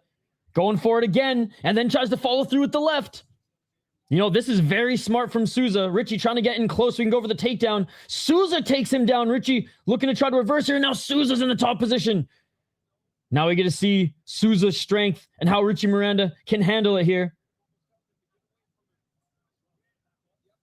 Miranda's lead leg is cooked. Yup. Body lock here for Sousa. Miranda won the first round, but Sousa came out and attacked his lead leg and really compromised him and then got the takedown, but Miranda's back up to his feet. Body lock by Sousa, and he's holding him up against the cage. Oh, big left by Sousa. Miranda with the right. Oh, shot to the body. Miranda didn't like that. Miranda does have some good dirty boxing, though, if he can keep this in close, but at range, Sousa's finding him. Low kick. Dom, please come over to our YouTube channel. We don't give a shit about our Twitch account at all. Sousa's looking for... Oh, he's...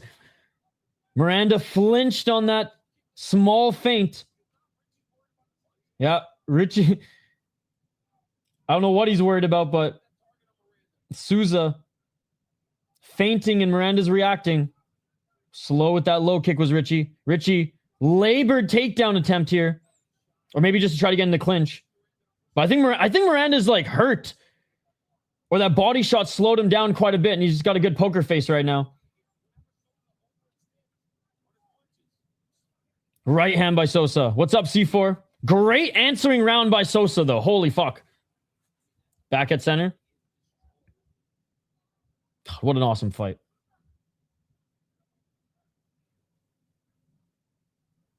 Two minutes and 10 seconds. Oh, another nasty low kick by Sousa. Richie throws one back. But yeah, Richie Miranda, oh, that leg is so fucked, man. He can't plant. Great adjustments by Sousa this round. Sousa lands that big right. Right to the body. Richie's hurt and he goes down. That's body shot number 6. Oh, Richie's still alive. Somehow, someway, Richie Miranda. I thought he went out with that, but he's back up to his feet. And he's looking for a takedown of his own. Dude, this guy's tough as nails. I literally was about to say that's the 6th body shot KO we've seen this week, but he's not out yet. Likely gonna lose this round, but he's not out yet. I don't know how he fucking recovered from that. Holy shit. Miranda was able to grab his leg. He's so lucky he was able to do so. Now he's trying to rip Sousa to the ground. Oh! Getting out of it was Sousa. Miranda still compromised. There's 1 minute left. He's got heart, baby. High kick, swing and a miss by Sousa. Miranda with a double right hand. Dude, Sousa's such a fucking beast, bro. My God. Low kick by Sousa. Sousa doesn't land clean on that left. Dude, it's so crazy. The striking numbers are completely flipped. 26-8 Miranda in round 1. 26-8 Sousa round 2. Oh, yeah. Right uppercut by Sousa.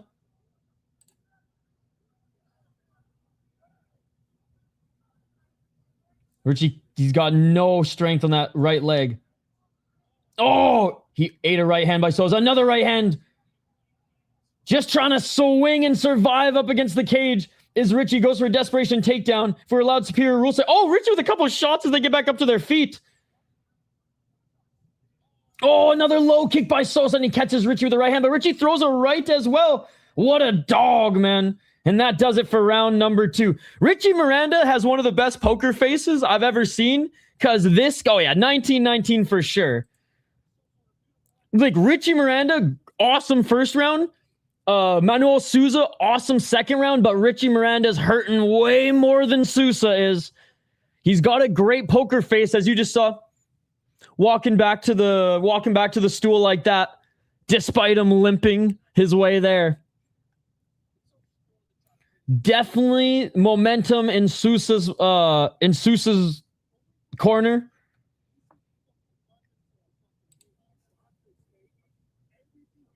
Now this is pod racing. But I hope that the UFC plebeians, I hope the UFC sheep, you know, not MMA fans, but just UFC fans, I hope they appreciate our boy Richie Miranda and how he fights. Because this literally, his fights are straight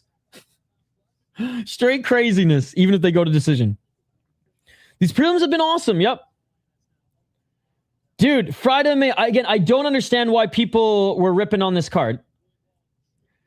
Again, UFC sheep, they claim to be fans of Contender Series. Then when we have a ton of Contender Series alumni on a card, they just rip on the card because, oh, now we don't want to see them now that they're in the UFC. It makes absolutely no sense, Friday. It makes absolutely no sense. Third and final round. Don't get me wrong, the Miller fight turned out way better than I thought it'd be, but yeah, so far, fun stuff, man. No complaints. How are you doing?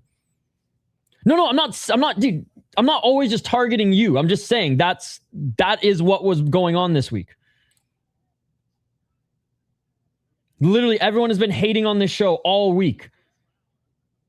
They all hate Contender Series. They're all lying. They all hate Contender Series. They hate the sport of mixed martial arts. They just love the UFC. It's so fucked, dude. It's so fucked. 4 minutes and 10 seconds. I never said you did. I said people online. That has been the narrative.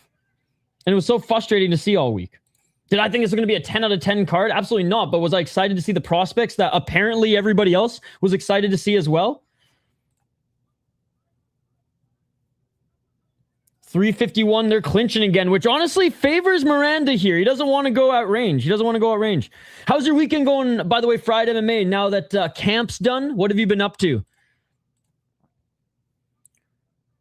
And what do you got coming up in the fall? Yeah, I know. Friday MMA is one of the real ones. Guys, go check out Friday MMA's YouTube channel.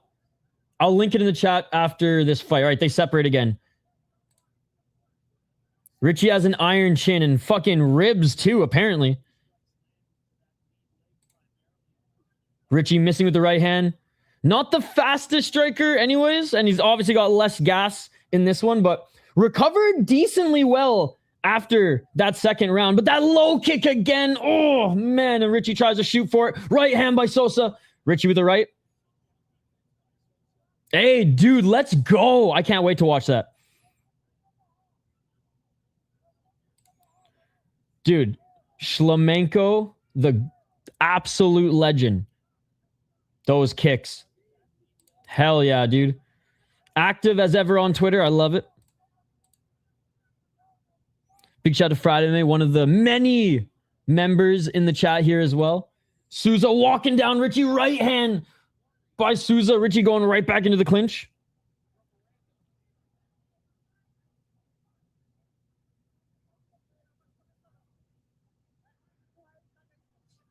Ah, okay. You should just make a video on that. I know No Chill MMA did one similar. I think it was like 5 hours long though. He did every prospect from every country, or every top prospect from every country, I think, or every heavyweight prospect from every country. And it was like a 5-hour video or something like that. I think that was the one. 1-2 by Miranda. Left by Miranda. 1 minute and 45 seconds. It's still a Sousa round, don't get me wrong, but there's time for Richie to land something big here. Richie with the left hand. Sousa with the right. Richie still throwing that right hook. I didn't recognize Foro and Canuto, but I recognize everyone else on the card. Canuto was literally on Contender Series, or not Contender Series, Tough this year. And Foro was on Contender Series last year. They each landed right hand. Knee to the body by Sousa. And Jose Montanha. 105. Right by Richie. Again, Sousa's landed the better shots this round, but Richie was at least able to land. Spinning. Oh! Slipping was Sousa. Richie misses with the right uppercut. Final minute. Final minute, chat. Richie with the right hand. Sousa with the right hand. Low kick by Sousa. Sousa missing with the body shot. Miranda looking for one last takedown. Can he get it? Can he get it? 25 seconds. Great defense there by Sousa. Hey, sounds good, man. Dude, competitive third round given how much momentum Sousa had going into it. Oh, nice little elbow by Sousa. Sousa missing with the left hand. And that will do it. Fucking awesome fight. Fucking rights, Richie. Win or lose. Fucking awesome fight. With two very good prospects in the Ultimate Fighting Championship. Both of these guys, man. Both of these guys are fucking legit prospects. This fight delivered. I thought if there was a round Richie would be knocked out in, it would be round 1. If he wasn't knocked out in round 1, and he won that round, funny enough in this one. If it wasn't, again, that was if. If he was knocked out, I said it would probably be early. Because if Sousa couldn't do it early, Richie's tough enough to take the shots late, which we saw. What I didn't think was Sousa was going to adjust early in the second round and just go for low kick, low kick, low kick, low kick, low kick, low kick. Landed 18 for 26. Woo! Richie landed more strikes because there was a lot of those just left hooks for range. But Sousa, the 18 leg kicks. I mean, yeah, he did get a knockdown. Just, Richie cracked him in the first round too, so like, you know, pretty even there, but that boy El Machete. Bernie Chance Miranda won that with his third round performance. I don't think so, but the third round was competitive at least. I mean, he's a heavyweight. He had more KO power when he was on the sauce. All right, yeah, I think Sousa won this one.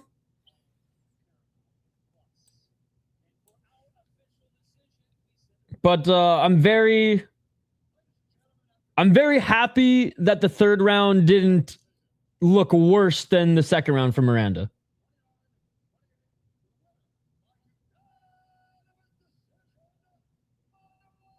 Yeah, Manoel Sousa. Hey, we love our boy Richie Miranda. It was the right decision. It was a sick fucking fight. And I'm excited to see both of these guys continue to fucking flourish in their UFC careers. Fucking love you, Richie. You'll get him next time, brother. You'll get him next time. Hey, I may cheer. Some people are like, oh, you're biased towards the fighters you interview or talk to. Look, I cheer for them because I know them. Richie's good shit. But I'm going to call it how I see it. He's going to be, I don't know if he's going to be pissed, but he's definitely going to DM me and be like, what the fuck, bro? Well, you don't think I won the third round? whether it's cheeky or not. But yeah, I'm gonna call it how I see it, brother. 29-28 is fair. Round 2 and 3 went to Sousa, in my opinion. Round 2 was like dominant for Sousa. Round 1 dominant for Richie. And round 3 was competitive, but Sousa landed more in those low kicks, brother. Those low kicks. God damn. God damn. I root for them because I know them. I have a rooting interest. But, like, I'm not going to pretend they won a fight when they lost a fight. I'm not going to do that. Asplund should win. Asplund should win. Guilherme Pat has, like, he has the physicality, right? He's got the physicality to be a very talented. He's got the framework to be a very, very scary mixed martial artist, but he's not, you know? I don't know. He's not super quick. He's not super menacing. I know he has 4 KO TKOs. He's not the quickest.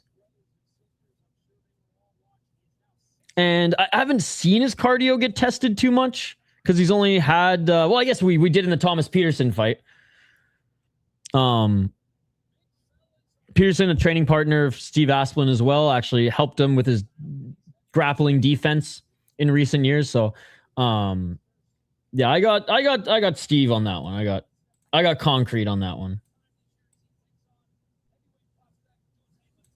Funny enough, I think a little bit quicker in his striking. Maybe not just general like movements, but definitely in his striking. If he can keep it on the feet, he will fucking find the chin whether he knocks him out clean or not. Because I mean, Asplund even knocked down Petrino, right? Yeah, he knocked him down in I think it was the first or second round. At least Richie finally got his foot in the door. UFC been holding out on him so long. Foot in the door. Fought a top knockout artist that he won a round against and had a really good fight against. So I think both of their stocks went up in that one personally. Louie decision. I'm so excited for this fight. Steve's really good. 18 brothers and sisters. Holy shit. I really enjoy the fights. I'll say that. Yo, what's up, Danny? Good to see you. Yo, I'm hyped for McMillan and Rahiki. Who do you got? I have no idea, dude. I'm not a fortune teller. I am not a fortune teller. It should be a sick fight, though. There's too many, like, when people ask me that, like, guys, there's so many questions that need to be answered for those two prospects. How the fuck am I supposed to know who's going to win that fight? Honestly, though, how the fuck am I supposed to know who's going to win that fight? My questions with Rahiki is he chinny or does he just get popped and have good recovery time? Because, you know, a lot of fighters throughout their career won't get knocked out, but can get knocked down in fights multiple times, but recover and come back.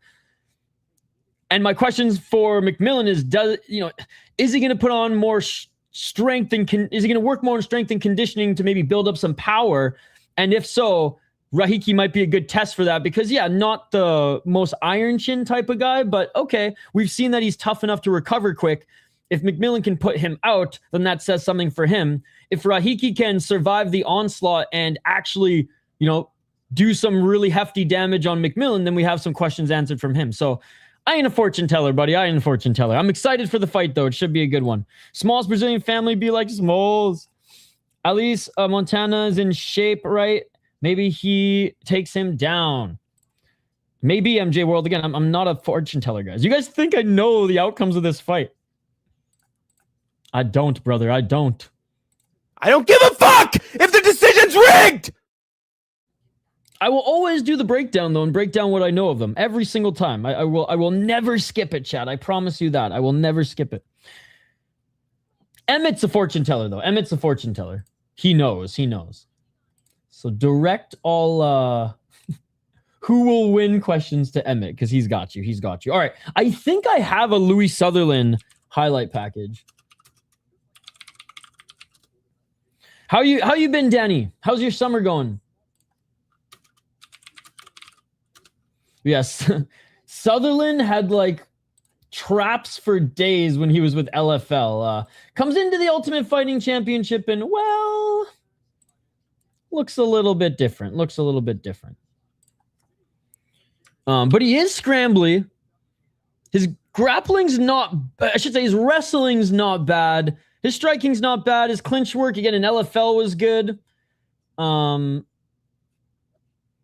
Yeah, interesting one. Interesting fight here. I guess I totally forgot to make highlights on Jose Montanha, so I'm sorry about that, chat. That is on me. I totally missed that one. Probably because, despite them being heavyweights, this wasn't one of the fights on the card that I circled. But here's some Louie Sutherland. Again, I posted this a few months ago, so. Let me see if I can find some of Montanha's highlights here.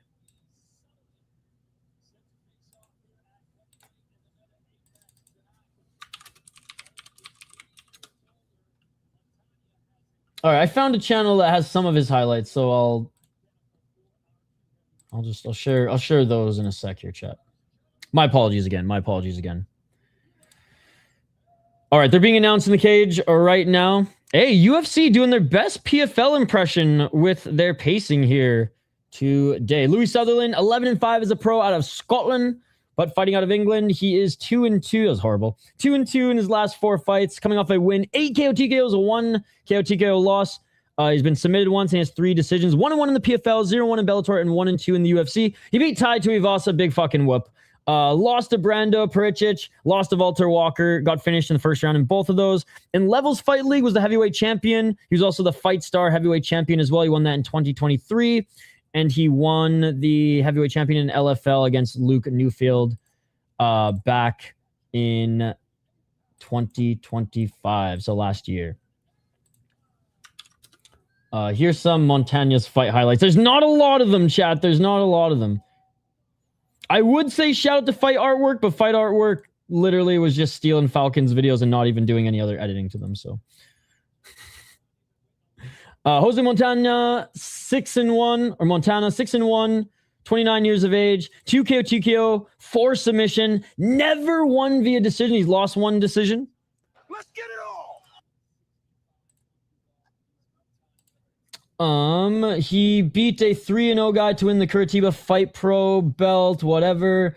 Lost to a 3-0 guy in 2022. Just hasn't been super active throughout his career as well, but he is taller. He is taller and he hits hard. So, I'll go with Sutherland just because I don't know anything about Montanha. He's got the and 1 shorts too, thinking he's fighting an ACA or something. But, I mean, I'm not really high on either of these guys. I'm not going to lie, chat. Low kick by Sutherland. Sutherland with a nice 1-2. Oh, nice left by Montanha. 420. Smoke him if you got him. I mean, in shape's a stretch, but he's a little slimmer. He's got less of a belly. But a belly nonetheless. He's got some love handles. We ain't judging. It's heavyweight. Oh, nice takedown by Montanha. This is what I figured he'd have the edge in. Oh, and he's going for that fucking straight arm bar. Oh, doesn't get it.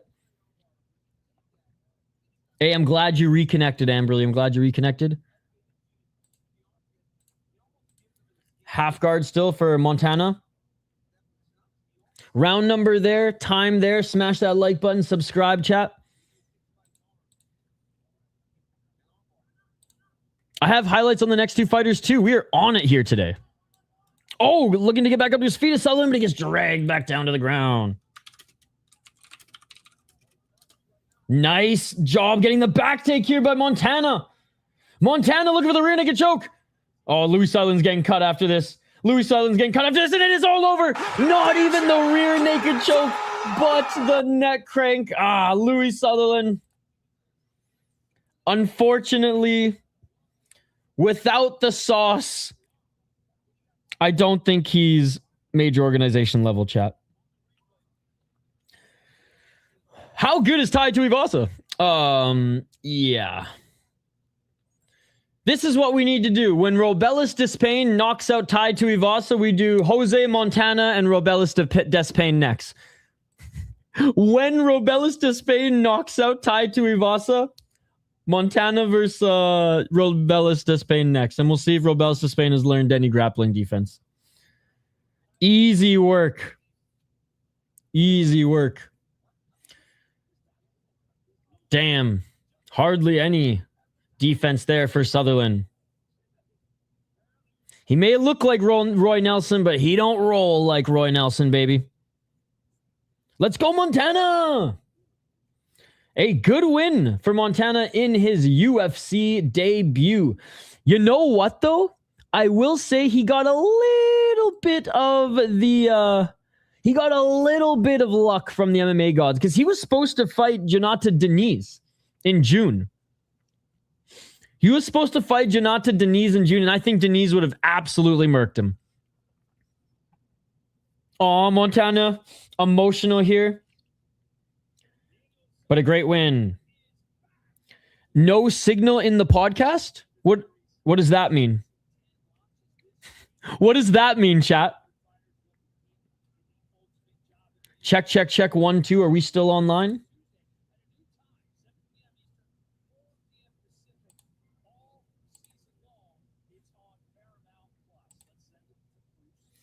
What does that mean, brother? No signal in the podcast. No, we're still live. I just checked. We're still live on YouTube. Yeah, no, we're still good. What you talking about, Willis? Check, check. 1, 2. Yeah, no, we're good. I see you guys. Aw. Yeah, no, I don't know what this guy's saying. This guy, he smoked him because he had them. Let's just say that. He smoked him because he had them. All right, Montana's asking, how are you feeling right now? All right. Bruno Lopes against Diyar Nurgozhay. I actually really like Bruno Lopes. He's fun to watch. Just because I said that, now MMA YouTube is going to think that I dubbed him a champion because they're UFC sheep, not MMA fans. I'm not saying he's going to be a champion. I'm saying he's fun to watch, ladies. You are allowed to watch fighters who you think are fun, who you also think aren't going to be champions. That is allowed as an MMA fan. I just want to make that very clear, chat. I want to make that very clear. I know some people think you can't, but you can. Diyar, he's the one who has he's got that tick and he spits water at his coach, or his coach spits water at him pre-fight. I know there was some weird ass shit with him. Surprisingly pretty active since Contender Series. Imagine being Scottish. What's the issue with being Scottish? Is there like some Scottish American history that I wasn't taught in Canada? Some beef? I had like a family friend there from Scotland. One of my sisters was like a high-level Highland dance competitor. Bro, she made more money than I did at my day job in high school, fucking ripping up competitions. Louie Sutherland is Scottish? Yeah, and he's probably going to get cut too. I don't think he's major organization level. Please rise and don't sign him. I'm Scottish, Irish, Italian.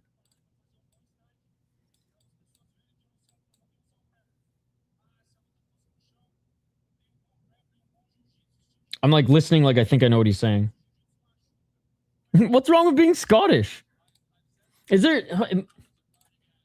I know I'm not the brightest tool in the shed. USA, Scotland. What did Scotland do to the USA that pissed off Skate so much?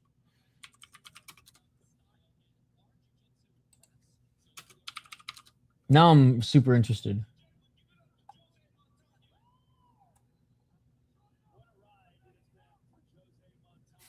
I can't find anything. If anything, there's an overabundance of articles why the two nations love each other. Even Scottish fans can't get enough of the meat trays in Texas. That's hilarious. Americans praising Scotland tourism for helping them film a documentary there without jumping through a lot of hoops. It's the only beef is a few farming unions in Scotland have been critical about the US-Iran war due to just probably The good old straight not being open. But yeah, that's the only thing that I've found. I know, but like, why? I know. I'm still confused though.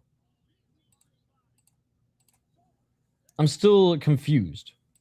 All right, let's get to this next one.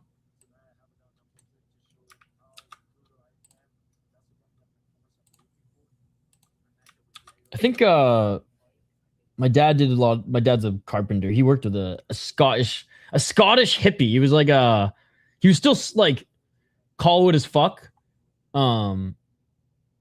But like he had his own farm and shit like that. All right, let me see. I know I have Diyar highlights. Oh, maybe I don't though. I thought I did check. Give me one sec. That's the problem. So if a fighter who loses is from a nation, we have to hate the nation? That's some UFC sheep ass fucking crap there, my friend. Man, the UFC sheep are fucking bawing today, man.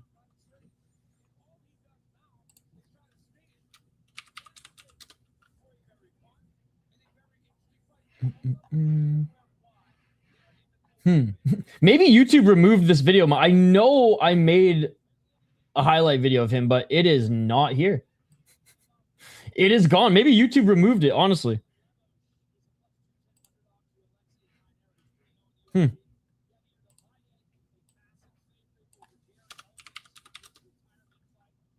gonna try one more time. I'm looking in my actual like YouTube studio here, but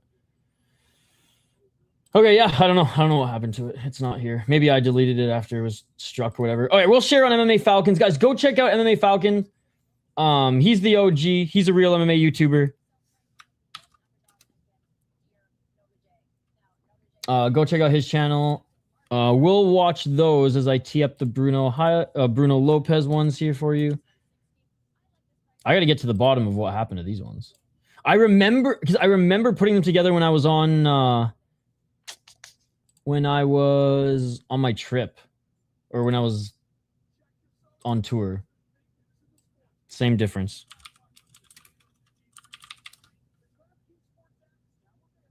All right. Literally, the fight artwork guy literally ripped the entire video that I posted to. That's hilarious.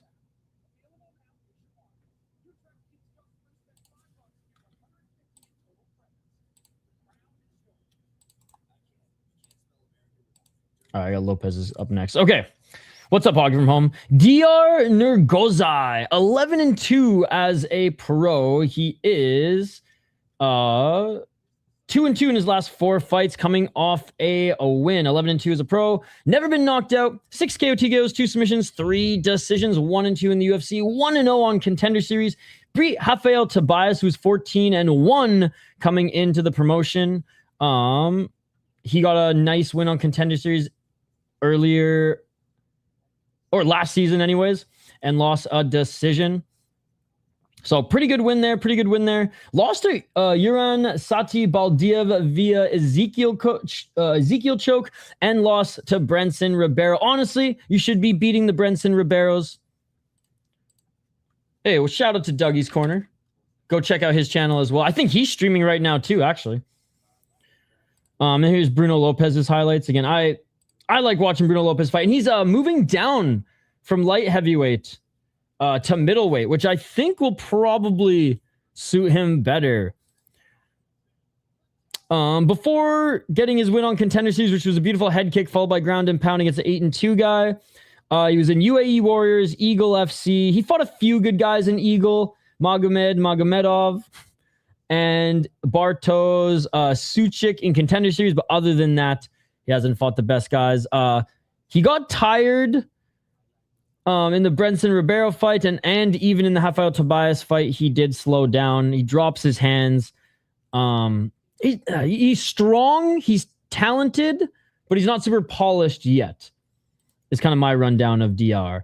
Bruno Lopes, the Brazilian cowboy, 33 years of age, 14-3 as a pro, 2-2 in his last 4 fights. Yes, he's on a 2-fight losing streak. 6 KO TKOs, 5 submissions, 3 decisions. All 3 of his losses have been via knockout. Love the new Apex, by the way. I like how 1,000 people. I would have liked it if it was 2,500-ish, because that's closer to like, that's closer to what the casino theaters are like. But hey, I'll definitely try to go there someday in my life. 1-2 in the UFC, like I said, 3-0 in LFA, 1-1 in Contender Series. And he lost from Navajo Sterling in the second round, but actually looked pretty good in round 1. Lost against Dustin Jacoby. Oh, that one was tough too, but whatever. That was Dustin Jacoby's last swan song. Beat Magomed Gadzisulov, who is 8-0. And a guy coming off 4 TKO wins in his, or 4 TKO victories in his 8 pro fights. And before then, he lost to Bredson Ribeiro on Contender Series. And again, I said you don't want to lose to Bredson Ribeiro on Contenders, or you don't want to lose to Bredson Ribeiro in the UFC. A little bit of leeway on Contender Series because, they both were a little bit green coming in. They both were prospects. Bredson Ribeiro marinated a little bit more and was losing. It was almost like he was regressing. Shouldn't even say marinating. He was regressing a little bit more. And I think the expectation was Diyar was supposed to be him. He goes back to LFA, defends his title against an okay opponent. Michele was really good, and he was able to finish him in the second round of Contender Series and obviously looked good in his debut. Probably should have beaten Dustin Jacoby, let's be honest, given how Dustin Jacoby looked in his last fight. Navajo Sterling, both of them prospects. Navajo Sterling obviously a little bit more of the prospect. That one really hurt me because I'm just not a Navajo Sterling fan. I'm just not. I should be drinking the Kool-Aid now, but I'm just not. Mostly because, and again, I am 100% being overly critical here, but it's just like people talked him up so much only for him not to have, other than his last fight, which I can't even critique him in his last fight. In most of his UFC fights, he would have like a bad round or bad moments, and then kind of like, oh yeah, I'm here to dominate, and then dominates. Whereas those are growing pains. I just don't like how the public aren't being open and honest about his growing pains. He got cracked by some like Latu on Contender Series too. So do like how Navajo Sterling is developing. Bruno Lopes dropping in weight. Let's hope he's not even more chinny at 185.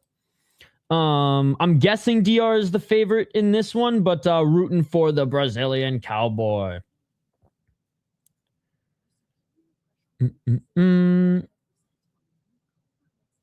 Definitely improved. When we get rich from being YouTubers, we'll go together. Let's fucking go. I don't think I'm ever getting rich from YouTube.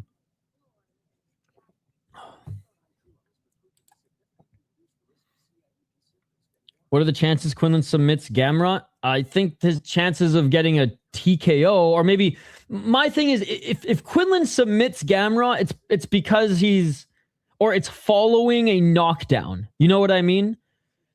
I think it's very naive of MMA fans and UFC fans because they are different. UFC fans are sheep. MMA fans are actually fans of the sport.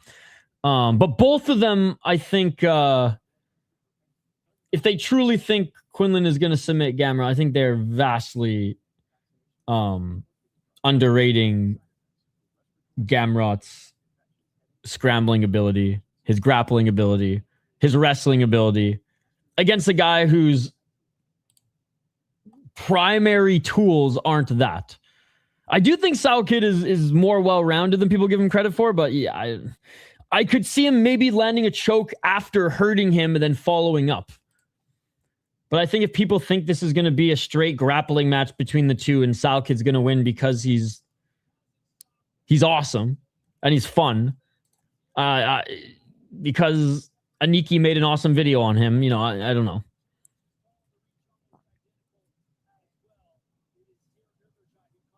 Just because, like, I don't think Gamrot's washed. You know what I mean? I don't think he's in his prime anymore, but I don't think he's like on a vast decline either.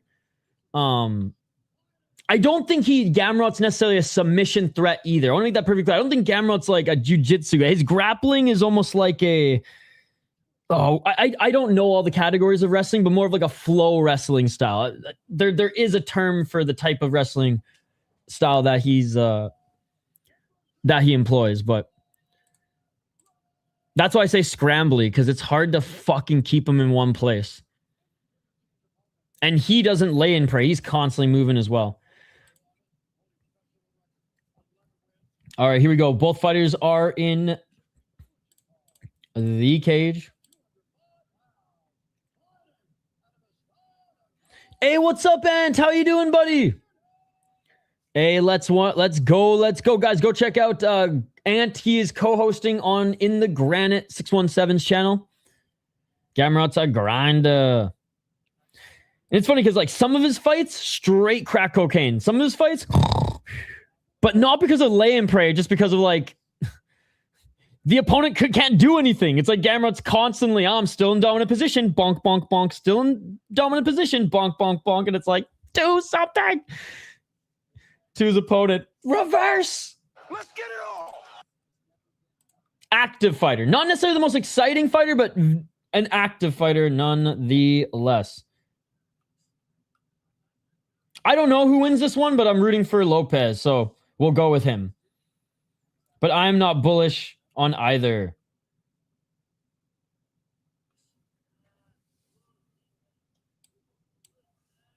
Low kick by Lopes. Low kick by Diyar. See you later, Hogger from home.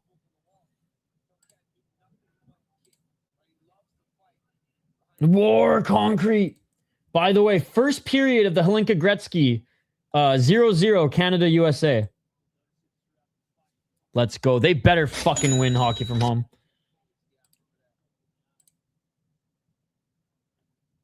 Lopes with the low kick.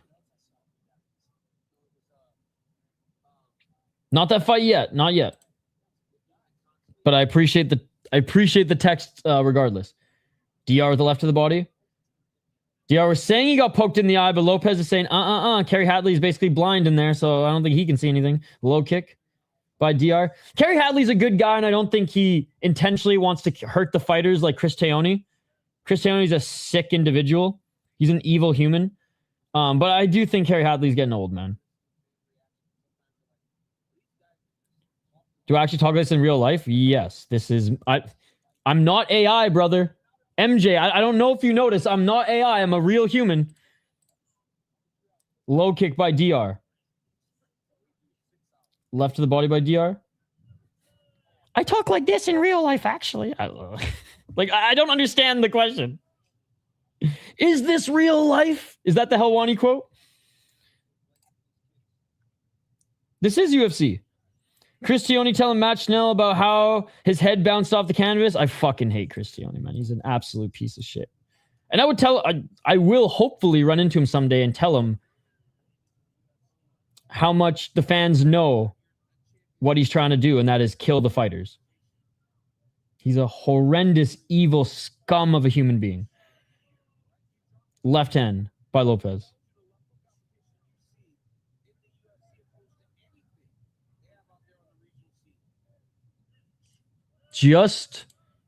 Sorry, the time clock didn't come on screen. We'll put it for the second round, but we are 2 minutes on the clock.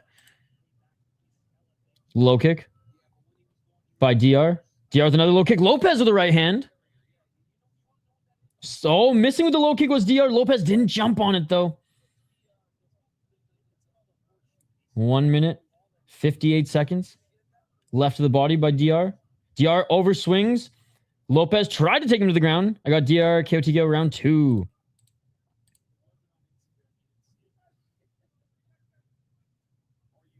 Low kick by Lopes, but not a lot on it. Diyar's outstriking him right now. Neither of them has landed anything menacing. Really anything of note, but a lot of jabs, a lot of low kicks, and Diyar is just outstriking. Oh, body shot. by Lopes. There is no spoon. This is just the Matrix. Oh, Diyar saying he got poked in the eye there again. Lopes denies, but Kerry Hadley pauses. Let's see. Where's the replay? Little Burmese jab action. Oh, yeah, fingers out. Ooh, thumb in the eye. Yep. Thumb right in the eye. Yep. Hands out there. Oof. It was more like the knuckle of the thumb hit, but still, hand was out. This we're gonna have a worse tick now. Oh my goodness. Is it that side too? Doesn't look like there's damage or anything, so, which is good. No bruising or a gash or anything. All right, final minute. I didn't make any more coffee. I don't know if that's a good thing or bad thing. Low kick by Diyar. Body kick by Lopes, but Diyar caught it and threw a low kick of his own. What is this, Friday fights? No need to apologize. If you're asking, like, am I this critical of combat sports to my homies in real life? Yes. We're sports fans, brother. Oh, Diyar caught him. Diyar caught him. Diyar caught him. Yup. He's hurt. He's hurt. He's seen the Tweety Birds just trying to survive, though. Lopes trying to survive with 24 seconds. He's back up to his feet. But he is seeing the Tweety Birds. They're circling his head. Oh my God, that was the worst takedown. The worst, best takedown I've ever seen. Back up to his feet is Diyar. I don't know how Lopes got that. He just fell on him. 10 seconds. Lopes trying to survive the round.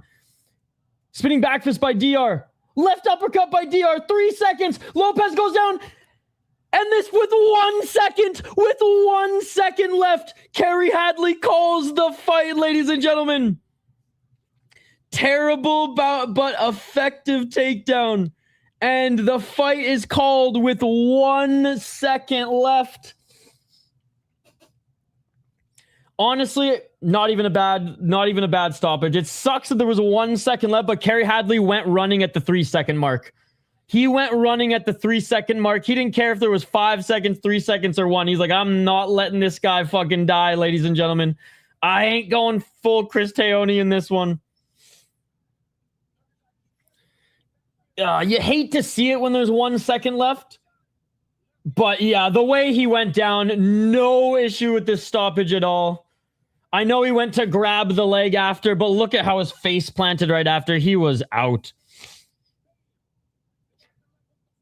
His goats will be proud. Goats and wives. Oh, it's unfortunate Lopes slipped. He slipped, and thus his head was wide open and got clipped as he slipped. So he was going down anyways, but he went down hard. Yeah, he was out of here. No, not goat wives. Come on, we're not being disrespectful here. Dude, I don't know if you've heard, but I've been talking to Zumagulov on Instagram. Guy's got multiple wives, and each of his wives' family provided him with gifts when they married. So he has he got goats he had multiple goats and livestock from one of his father-in-laws.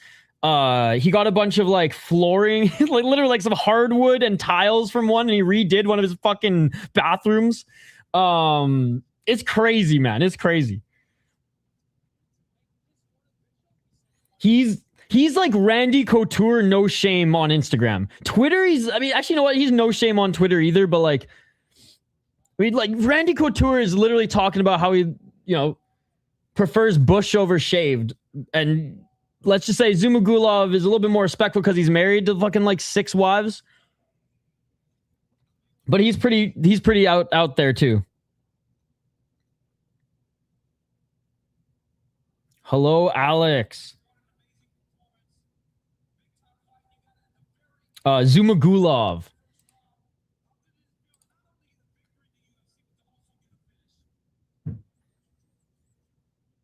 Oh, man. I don't know how much longer Bruno Lopes is going to be in the Ultimate Fighting Championship. I think they give him one more fight. Oh, 3 in a row is tough, man. 3 in a row is tough. He might be cut. He honestly might be cut. Oh, man. He's going back to Thunder fights. Goddamn. Now, LFA will bring him back. LFA will bring him back. Who the fuck is Alex?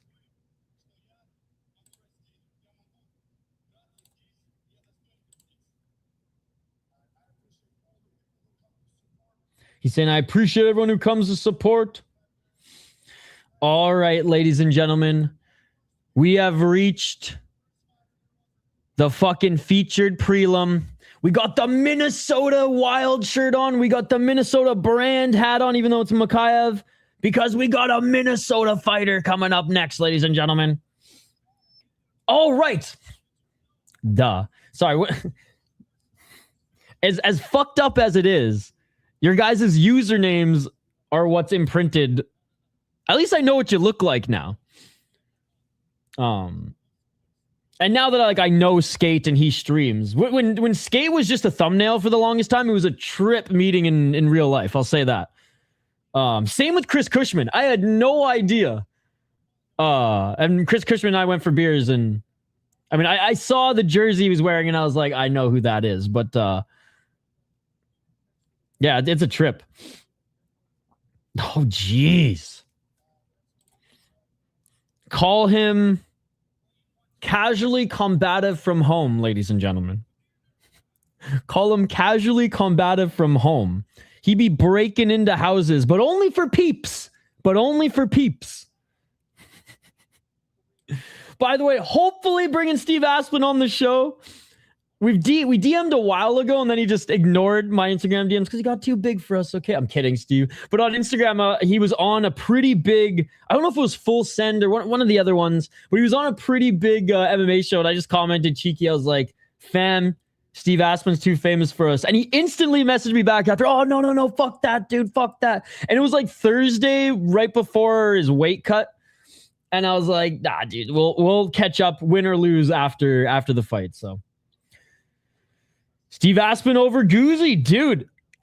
In LFA, I would say you were crazy if you told me that. But development-wise, obviously some hurdles for Guzzi.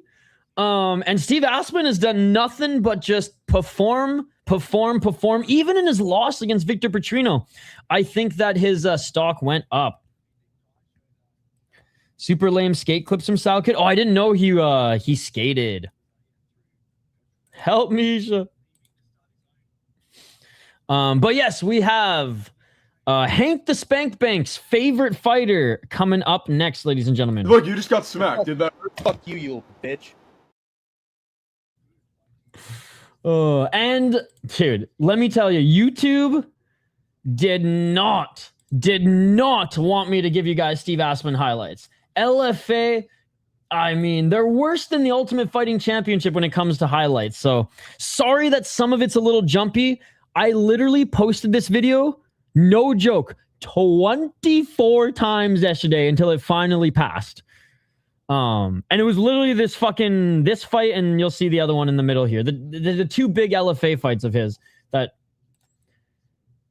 even less than 7 seconds. It was like, anyways, we finally got it up. They showed on the broadcast. That shit was weak. Oh, shit. Next right now, it's just showing Yushin Okami on the panel. What a beauty. Talking about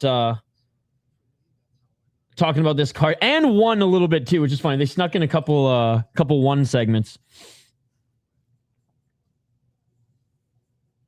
They masked it as a commercial for Unix, then quickly talked about on the panel before going back to the UFC, which I don't think is allowed, but I don't think Dana's watching the Unix product right now. All right, let's get into this next one, ladies and gentlemen. Steve Concrete Asplund from Minneapolis, Minnesota. 7-2 as a pro. 4-1 in his last, or 3-1 in his last 4 fights. 6 KO TKOs, never been knocked out. He's tough as nails. 0 submissions. He's been submitted once by Denzel Freeman, who's now in the UFC. His first ever loss was Denzel Freeman, and that's back when Steve was still developing his grappling 2 years ago. Got a lot of reps with Peterson in the room, as well as some of his other great training partners. Good win against Sean Sharaf. Sean Sharaf, not the best guy, 4-1, but whatever. And then on Contender Series, beat a 3-0, very cocky striker. I'll say this: Hammer Morton, not the best fighter, but tough as nails. And Steve was eventually able to break him down. Billy Ray Valdez was pretty good. Larry Gonzalez, actually a very good fighter. He's 8-5, but don't let his record fool you. He's a very good regional heavyweight. He's got cardio for a big boy, and I honestly thought Larry Gonzalez was going to come back in that fight. At one point, it got bad in the third, and Steve was able to ride the wave, weather the storm. And in the Victor Petrino fight, very close to finishing him. Very close to finishing him. I think you'll see it here in a moment. But that was a huge step up in competition, and no shame. Here it is. Yeah, here's some of the highlights from that last fight. Boom! When that left hook lands, bro. When that left hook lands, Steve is next. They're gonna rag the puck a little bit here because they're gonna do main card at the top of the alley. I couldn't finish Petrino here, unfortunately, but what a fun fight that was. What a fun fight that was. And just a really good human also is Steve Asplund. Met him a couple times in person, and obviously has a huge fan base locally here. No filter. His dad was a fighter who fought a lot in Poland, and yeah, his story is pretty cool with how much weight he lost, man. It was crazy. He, in interviews, he said he used to play basketball and actually have better cardio than half of the guys he was playing with when he was 500 pounds. So he's like, I've always just been an athlete trapped in a fat guy's body. Oh, all right. Guilherme Pat, honestly, grappling, I will say his grappling is a little bit better than Asplund's as far as his offensive grappling is better. Defensively, Steve Asplund's, his defense has come a long way. He's able to get back up to his fucking feet now. He doesn't just get controlled on the ground Robelis Despain style anymore. And Guilherme Pat, again, overall, probably a little bit more well-rounded in the sense that, like, he has a grappling game, but he's not explosive. He's not that quick. He really doesn't hit as hard as Steve Asplund does. And he's one of those who is like a perfect frame for an athletic heavyweight, but it's just like, it leaves a lot to be desired. There is some talent there. He's kind of good, but not great anywhere. Maybe even meh, but not great, but not good anywhere. And just not explosive enough with, again, how fit he is as a heavyweight athlete, in my opinion. Here are his highlights, though. Karate background, too, funny enough. I think karate and judo. Here are his highlights, and then I'm going to take a quick pee break. We're going to drain the main vein before these fighters make their walk up. But yo, I fucking love this card also because, like, I have so much more to share with you guys. Like, I don't know how, look, everybody and their dog's doing a fight companion, and look, I may not have the best camera, I may not have the best gadgets or whatnot, but, like, these cards are fun for me because at least we get to, like, provide more than just betting odds and record and yapping, ragging the puck. At least there's something to show here, so I don't know. From a streamer's point of view, it's fun for me. I hope you guys are digging it. Let's fucking go, bitch! Let's fucking go, bitch! Let's fucking go. Who scored? Holy fuck. Was it on the power play? Hell yeah! They haven't updated on the website just yet, Hockey from Home. Do you know who scored? Holy shit, let's go. This means a lot. Canada's been getting worked by the United States in 2026. 2025, we own the States, baby. 2025, we fucking own the States. 2020, actually, except in the World Juniors. But 2026 has been bad. It's been bad. I didn't realize there was so much fucking judo and shit here. How long is this one? I'm watching a streamer. How long is this highlight? Oh, only 3 minutes. It's not that bad.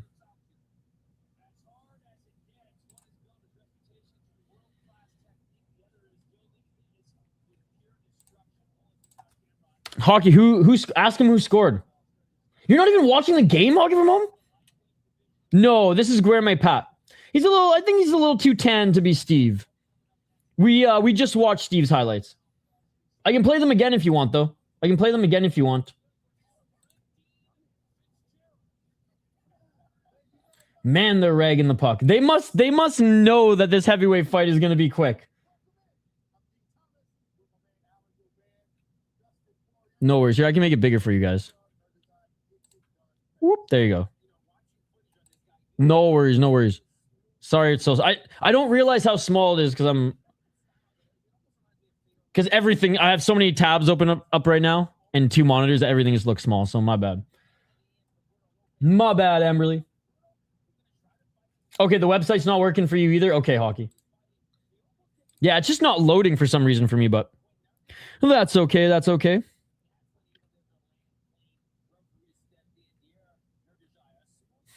I can't believe I found more fucking karate and judo highlights than I did actual MMA highlights for him here.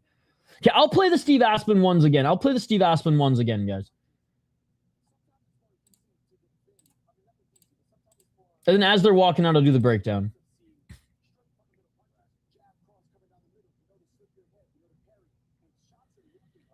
Schultz in England. Let's go. Thank you, Hog from home. Let's go. Yeah, like, look at all the highlights in this. Great highlights in this. Just a plata. Yep. Let's go.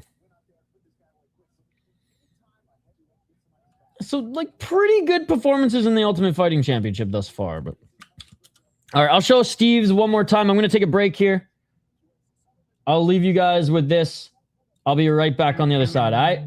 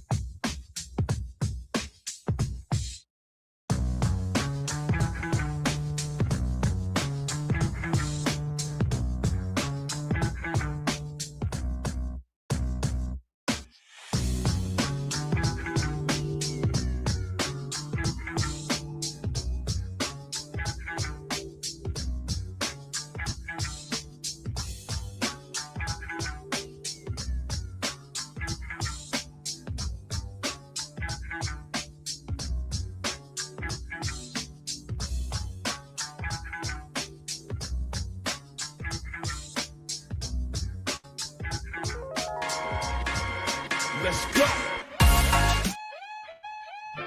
I can send it up, I can send it up, I can send it. Let's go. I can send it up, I can send it up. Check, we broadcasting. Ain't nobody ask, we splash.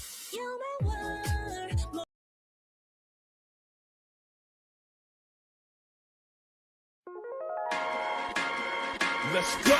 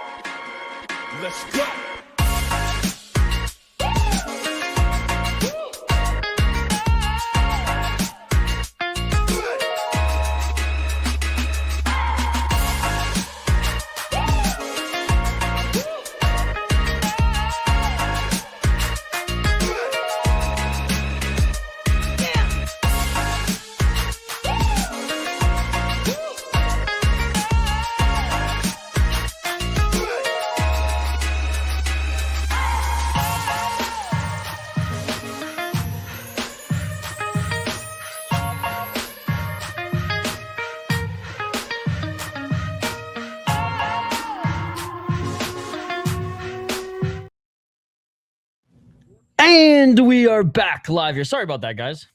My like little break video wasn't loading quickly. It wasn't loading on my side, but it was loading on YouTube, so it kept going in and out. But we are back here. We are back, and the fighters are making their walkouts now. Hope you guys enjoyed those little highlights that you saw there. Hey, what's up, Wyatt? I'll be back in America, Midwest next month, God willing. Woo-hoo! Just in time for it to cool off a little bit. You'll get that nice September breeze. Good to see you as always, Wyatt. Good to see you as always. All right, Bruno Lopes lost to the Diyar. We are now on the featured prelim, and here comes our boy Steve Asplund, ladies and gentlemen, out of Minneapolis, Minnesota. Let's go. 6-1, like I said, for Guilherme. Pat. We did our breakdown before the break there, but 4 KO TKOs, 2 decisions, 1-1 in the UFC, 1-0 in LFA. Lost to Tommy Peterson, who's a crafty wrestler, tough, crafty wrestler. Honestly, Steve Asplund refers to him as Big Brother. That's his wrestling partner, and he's taught him a lot in the grappling defense department. Beat Alan Fry Jr., who's pretty good. Like, this was not a bad matchup for his first UFC fight. Tommy Peterson showed to be a little bit too much. And then, yeah, the guys he beat leading up to this, I mean, we saw. He had more highlights in his fucking karate career than he did in MMA. Steve Asplund, 7-2. Lost his last fight, but honestly, I think his stock went up in his last fight where he was able to go the distance and actually hurt Petrino. Great fight. Like, one of the best fights of the year. One of the most fun fights of the year. Good win on Contender Series against a guy who was talking mad smack. He knocked him out early. Rating Kovac's tough. Not the best opponent, but tough. Morton, again, not the most talented, but tough. Freeman, he learned a lot in this fight.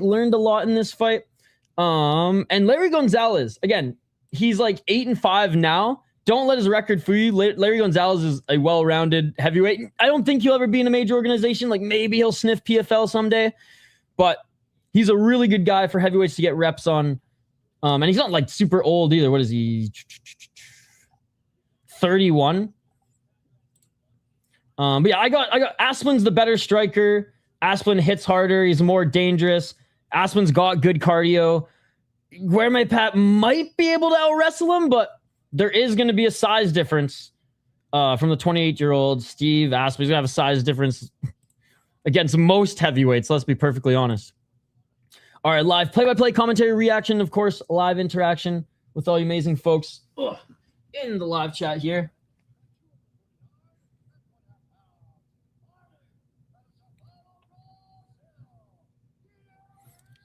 I just reminded my buddy who lives in Arizona, but who supports all the Minnesota boys. I'm like, Asplund's on right now. Let's go. Another power play for Canada. For those who are watching the Hlinka Gretzky gold medal game right now, Canada versus USA. I mean, USA has been trouncing us all fucking year, so Canada needs in everything. So Canada needs one here.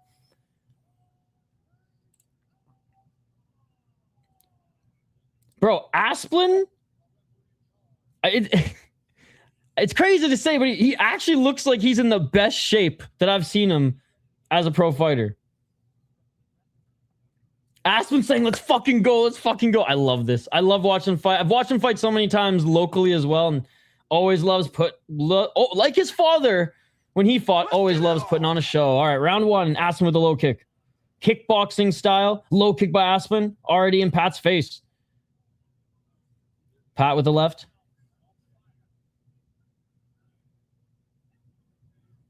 Again, Pat, tall, lanky, but just... I don't think he's going to have the same strength. Well, we'll see. We'll see how strong Pat is here in the clinch, as they're in the clinch right now. And if he goes for the grappling, but a striking background, I think this is going to be a glorified kickboxing match.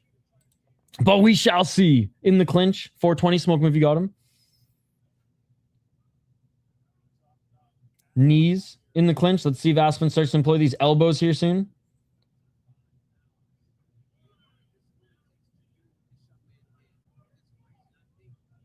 Asplund's still only 27, which is crazy. Knee by Asplund. Guilherme Pat with a shoulder strike. Asplund just nah.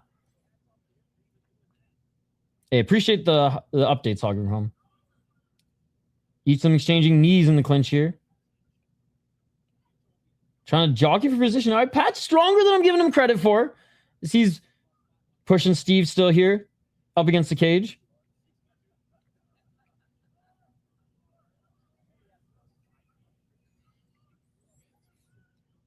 I didn't expect it to be a high-scoring game, even though they're young, Hockey from Home. Maybe like a 4-2, 4-3. Ooh, nice knees by Pat, dude. I'll say this. Pat's fighting smart right now. He's like, I don't want any distance with concrete right now.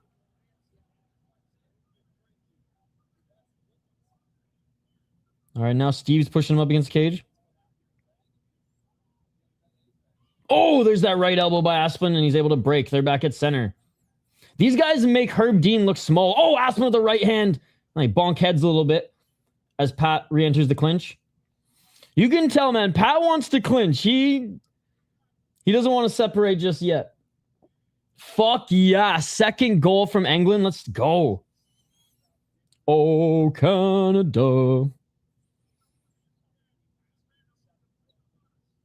Only the real hockey nerds watch the fucking Hlinka Gretzky. I know my buddy Z's watching it right now.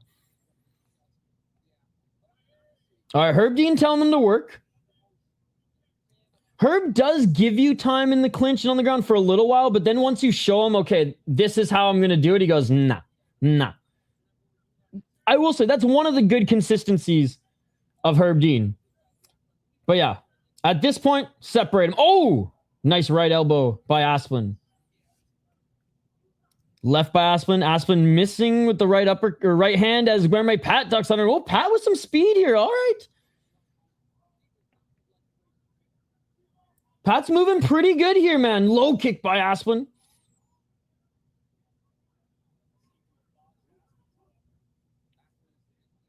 I mean, fair enough. Talking from they're young, talented guys, but two really good teams, I think, are going to play solid defense. Asplund with the right. Pat with some decent head movement, but he's got to keep his hands up. Low kick by Pat. Oh! Pat with a straight right. And Asplund throws it right back at him. Asplund wearing a little damage under his right eye. Pasty Asplund, though, is going to wear all the damage, baby. He's like fucking Jake Hadley. Oh, nice left by Pat. Hey, I did not give Pat enough credit for his striking speed in the pocket here. Oh, but Asplund lands the left hook. And if Asplund lands the left hook, you go down. If Asplund lands the left hook, you go down. Asplund in side control. Elbows. Asplund now trying to get into mount. That left elbow, dude. That left hook. He swings it like he's the fucking God. What's the character? The big fucking beast titan from Attack on Titan. He loads up that left fucking throw. Asplund just loads up that left fucking hook, and you go down every time. That's what cracked Petrino. That's what cracked Sharaf. 27 seconds. But like Petrino, Asplund hasn't finished him yet here, and Pat is likely going to survive. But hey, they're heavyweights. Oh, no. 17 seconds left. Elbows. More elbows by Asplund. Pat putting his toes in the cage. Herb Dean on him. Pat looks like he's going to survive the round. I finally, it took me 10 years to finish the show. And I will say the last season, great payoff. I read some reviews, and that's it for the first round. I read some reviews, and a lot of like the fucking weeboos were like, the fucking last season was bad. I thought it was the most fucking intense, crazy shit. I think the animators did a really good job. I was pleasantly surprised because the only like weeboo show that I like put up as one of the best stories is Death Note. I even read the books when I was in high school.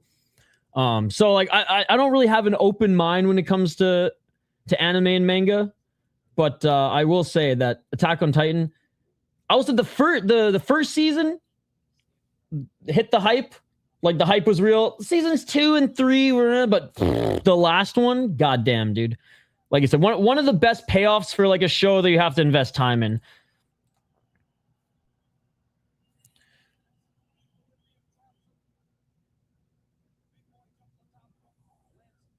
Mm-mm. Yo, I want the hockey highlights. All right, round 2. Or not the hockey highlights, the hockey updates. As much as I love Asplund, I care about Canada beating the States more. Oh, Pat with a huge right hand. Asplund took it. Oh, another left by Pat. And already that cut Asplund open under his right eye. Redemption for Minnesota coming. Low kick by Pat. I did not give Pat enough credit with his speed. Oh, Pat loading up that left. Power play. Good job by Pat early. Steve still in his face. Oh, Pat falling down.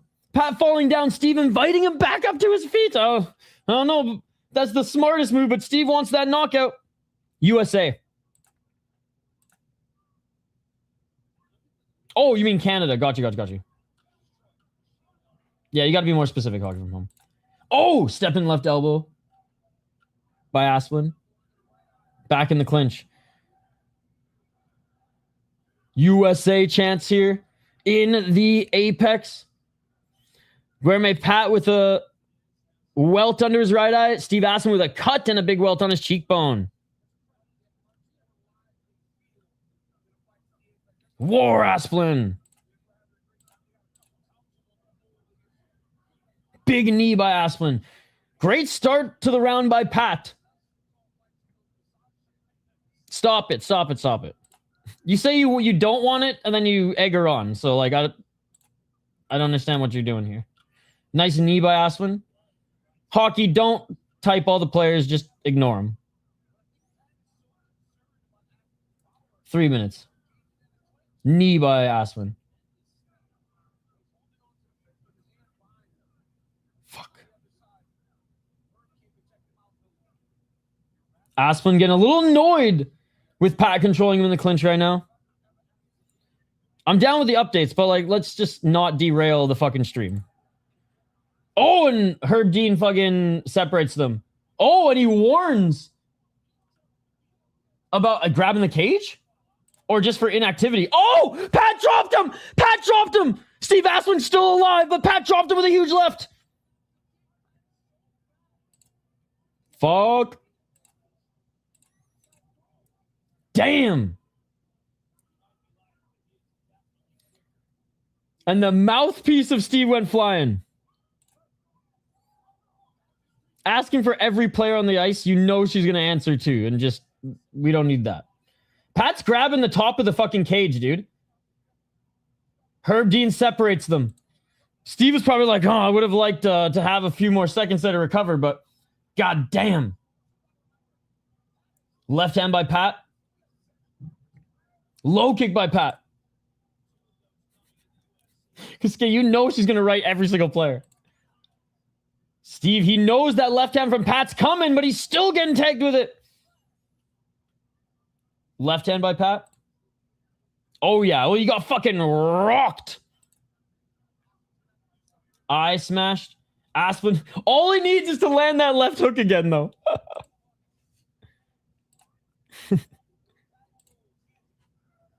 Oh, and Asplund almost landed it. Knee by Steve. Never a dull fight with Asplund. Pat with a right to the body. One of Pat's best fights, too. I love how he actually showed up for this one. Oh, that's a sick arena, actually. I thought they were in Europe for some reason. I forgot they were in Canada. Clinching now with Steve. Steve with the right elbow. Steve with the right hand. That I am interested in. Or I was interested in. Oh, nice left by Pat. Steve missing with the left again. They're back to the clinch. Steve. Oh, Amberly, he's listening to you. He was looking for the trip takedown.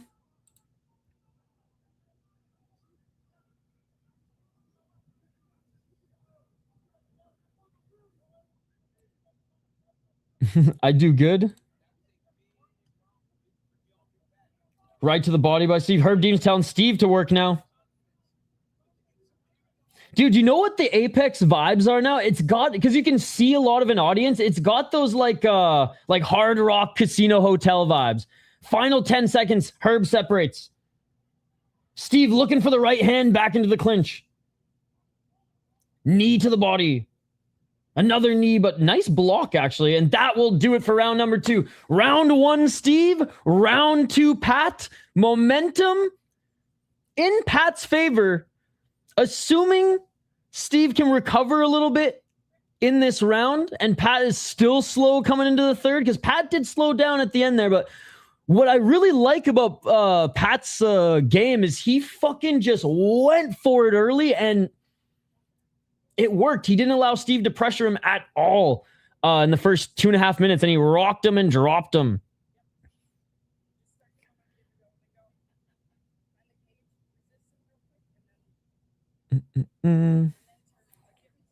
No, you deserve it now for poking the bear. You could have just ignored it and watched the fight, but no, you had to ask for every single player, the arena, who has the puck.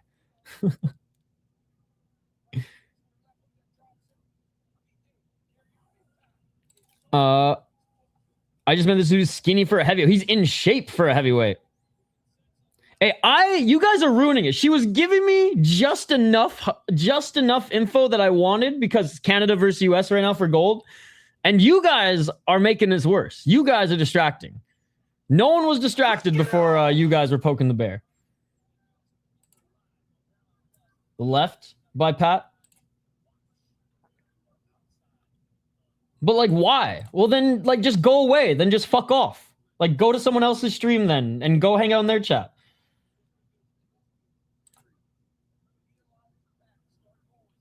$4.30.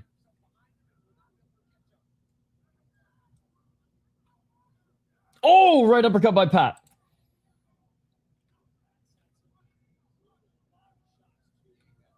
It was fine before you guys were throwing gas on the fire. Back to center.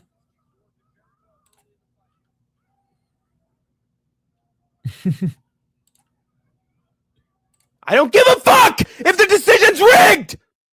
I don't give a fuck if the decision's rigged! I always forget when it's stuck on loop, but it makes it even funnier. Asplund doing a good job pressuring here in the third round. Pat did not come out swinging. Pat with the left hand, Asplund missing with his right.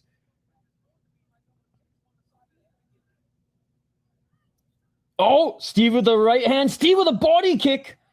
Steve with some knees. Oh, Pat's a little hurt. Pat's hurt. Steve with another knee. Oh, Steve looking for a guillotine. No fucking way. Please. Please. Please. Take his head off. Take his head off. He's going to gas out his arms if he doesn't get it, but blood is dripping from the face of Pat. Come on. Oh, his arms are going to be so gassed if he doesn't get this. But it doesn't look like he's getting it. Oh, he lets it go. Right elbow. Oh, no. His arms are going to be dead tired now. Holy fuck. They're both dead tired now. Fuck. 3 minutes left. Dude, Steve has fucking USA updates in his ear right now. Sounds good, Hoggy. 2:45. Well, he's got a submission attempt this round. His arms are so tired that he's using elbows. Back in the clinch. Pat's dead tired as well. Hey, love my boy Steve. I'm going to say this right now, though. Fucking Josh Hockett. Ooh. That's going to be a tough one if and when they fight. 2:22. Although I will say, Guilherme Pat better than even I thought he was, and I had to suffer through a lot of his highlights. England has scored the most goals so far.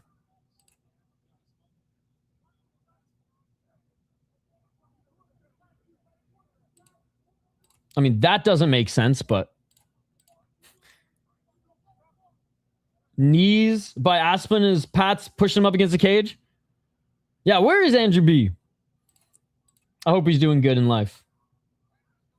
Oh, right. He's probably having a great summer. Traveling with the fam. Right elbow by... Steve's winning this third round, by the way. He's going to win this fight. Assuming Pat doesn't knock him down with a big shot here. Yo, thank you, David. Thank you, David, for the 650 jewels, brother. You're the man. Shout out to David Perez. Ducking under that right hand from Asplund was Guilherme Pat. Yo, big shout out to David. Hitting us up with the jewels. Steve Asplund won round 1. Pat won round 2. And Steve Asplund's winning round 3. Who win? Asplund in the clinch, pushing Pat up against the cage. 1 minute remaining. This was best case Ontario for round 3. If Pat wasn't as tired as he was. Oh, third time the mouthpiece falling out of Steve's mouth. He's got to bite down. Oh, fuck. I didn't even have... Okay, no, I do have fights in that. Knee by Asplund in the clinch here. Right elbow by Concrete. He's... Unless the judges fuck up, he should win this third round, brother.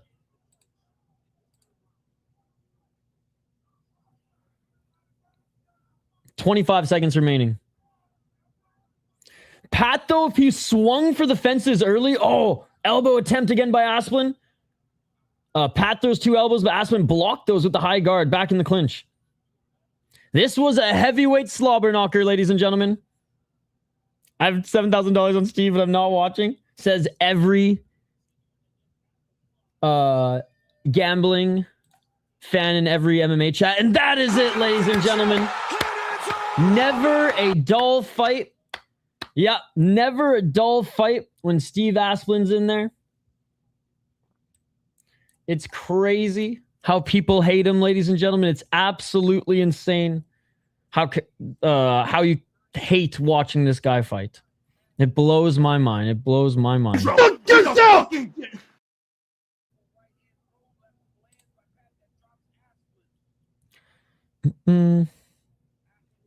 Godspeed, David. I watch fights, not numbers.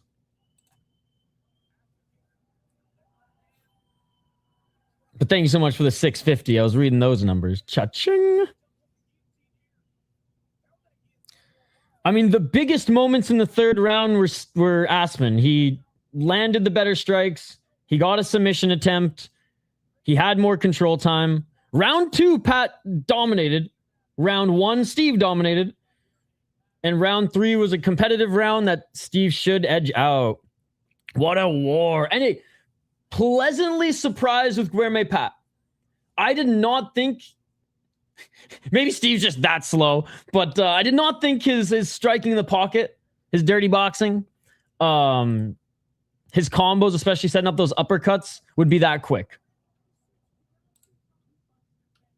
He's very entertaining. So both of their stock went up in this one. Again, if you ask me.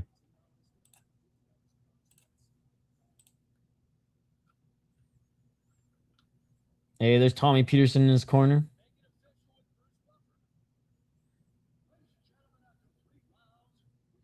All right. Hope they give it to Steve in the third. I think he deserved it.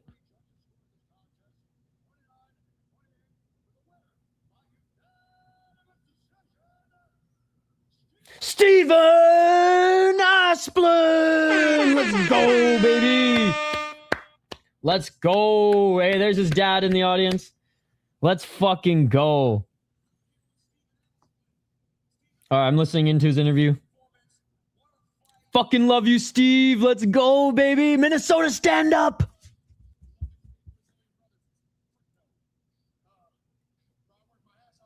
He said, I worked my ass off for this fight. Swearing like a Minnesotan. I love it.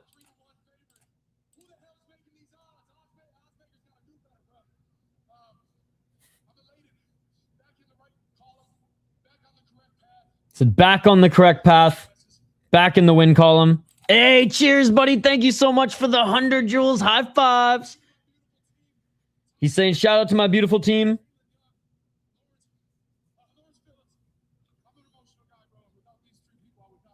He said without these 3 people, I would not be here. They're giving him a towel because he's got blood all over his mouth. He's fucking spitting all over DC. He's like, I thought you got that suit at Walmart. All right, they're looking at some footage from the third round. God, I'm so happy for him. Fucking rights, Minnesota. Stand up.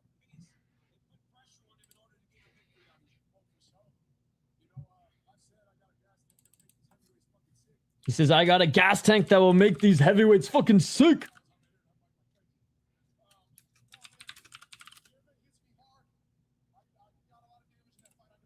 He said, I actually took a lot of damage in that fight I didn't want to take. Gamrot hit me hard.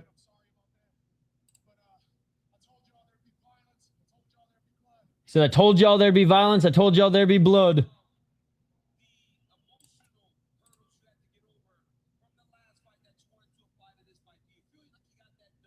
They're giving him a lot of interview time here, even though we're 1 minute to the top of the hour.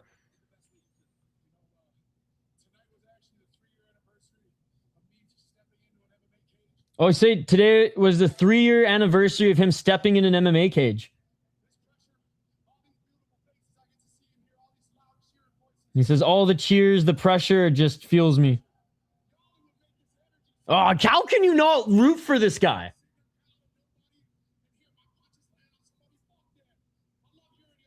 Oh, he's like, Apex, hearing my punches land and nobody to cheer. Fuck that. I love hearing the people. Let's go. He said, I want whatever fat fuck you put in front of me. Let's go, Steve. DC loved it. DC with a little good job, man. Let's fucking go, dude. Let's fucking go. Let's fucking go. Proud of him, guys. Proud of him. It's cool seeing the guys that you know locally and who you've seen develop on the regional scene to actually find success, right? All right. Well, we are now moving on to the main card. And honestly, we are opening up with one of my favorite prospects right now in the UFC. Now, he ain't no fucking Steve Asplund. And he ain't no Mike Aswell, all right? But, yeah, fun fight too. But he's a wicked boxer. He is a wicked boxer. And Ty Miller is always fireworks, ladies and gentlemen. Billy Ray Goff returns. I believe Billy Ray Goff took some time off as well. When was his last fight? Oh, I guess, yeah, last year. He hasn't fought in a year. He was supposed to fight Suk Hyung Ko back in May of 2025. Lost to Ramiz Brahimaj. Lost to Trey Waters. But before then was on a crazy win streak. 1, 2, 3, 4, 5, 6, 7 fight win streak. He beat my boy, Yusaku Kinoshita. Sent him back to the regionals. Now Buddy's fucking losing in Lamino Shuto, for fuck's sakes. But yeah, hasn't fought since getting choked out by Ramiz Brahimaj back in 25. He's 1-2 in the UFC, 2-0 in Bellator, 1-0 on Contender Series, 7 knockouts, 0 submissions, 2 decisions for Billy Ray Goff.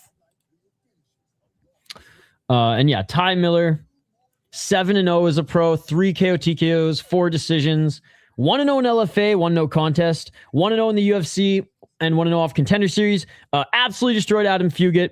Looked really good against Jimmy Drago on Contender Series. And Jimmy Drago's actually got a win since losing to Ty Miller. Mind you, it was against a 10-17 guy, but still got his tune-up fight, got his confidence back. Ty Miller had no contest in LFA against a decent guy, 4-1. Beat a 4-2 guy before then.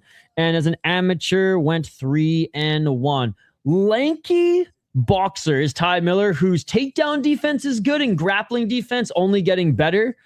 Yeah, fights in LFA, Cage Fury FC, Contender Series, and the UFC now. I really love watching his striking, so he's fun to watch. He's fun to watch. Suk Young Ho is what I used to tell him in the back seat back in high school. Oh. All right, main card is about to begin now, ladies and gentlemen. It is only a 1, 2, 3, 4, 5 fight main card here. I said say only. I know 5 is like the norm, but I'm just on like regional MMA time where sometimes main cards are like 8 fights. Sometimes the whole card is 8 fights, which one championship at 3 a.m. I was so happy that it was only a 3-hour card. All right, let's tee up some Ty Miller highlights for you guys. I guess I only have like a minute 30. I don't have many. I got none for Billy Ray Goff, so my bad. I think Ty might be the last. No, I have time. No, I got some Yadir de Valle and Thainara highlights for you guys as well. I think I even have Quillan Salkilld. Dude, what a card. What a card. Might switch to BKFC soon. I'm just stoked because this card, like, we're all Dana White Contender Series fans, and this card in particular has a lot of 2025 alumni. And, you know, I've been saying this all stream, but, like, people pretend to be fans of Dana White Contender Series, and then when the fighters are in the UFC, they just complain about the cards that they're on instead of being stoked to watch them fight. So I'm stoked to watch them fight. What a night is coming. Later tonight we have Pancrase. And I'm probably going to stream Pancrase. I might have to go help set up like late night for this event tomorrow. But I might just do it tomorrow morning. We'll see. I'm undecided. All right, so they're going back to the panel here. We'll bring up Ty Miller's highlights. Actually, I'll bring up Ty Miller's highlights right now, and then I'm going to... I left my fucking water bottle upstairs, so I'm going to go grab my water bottle. Last break, I fucking dumped my coffee, and I was going to get more water. And then I just ended up cleaning my fucking French press instead. Goddamn. All right, here are Ty Miller's highlights. Oops. One sec. Fuck, I'm stoked to Steve won, dude. I'm sad that Richie lost, but he had such a good fight that I'm still like wicked proud of him. And you know, in Asplund, tough fight, but fucking proud of that win too.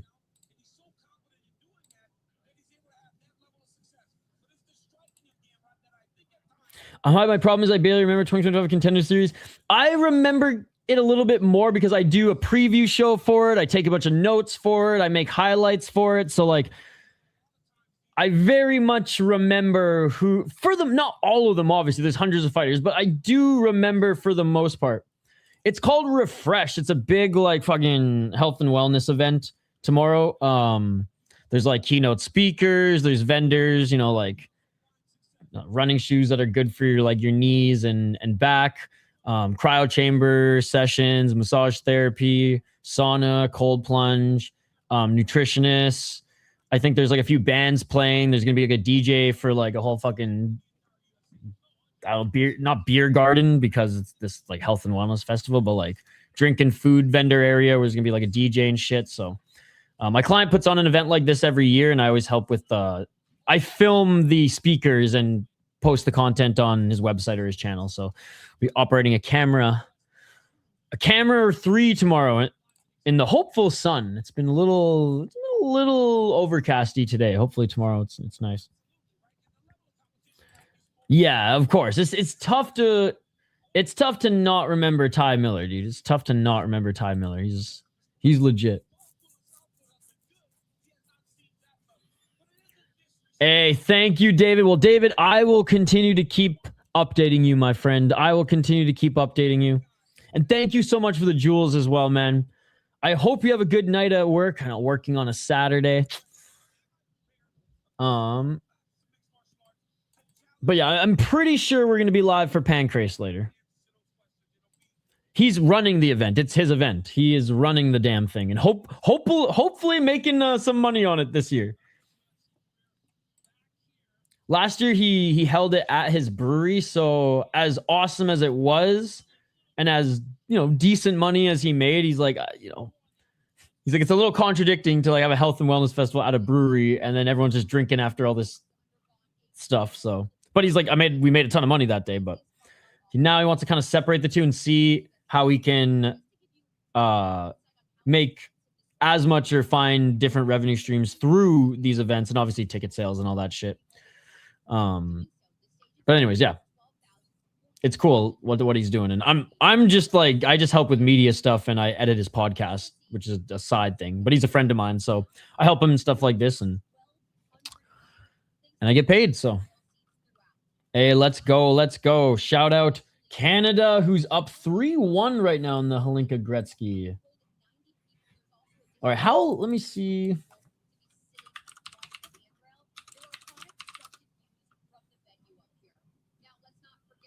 I do have Quillan Salkilld highlights too.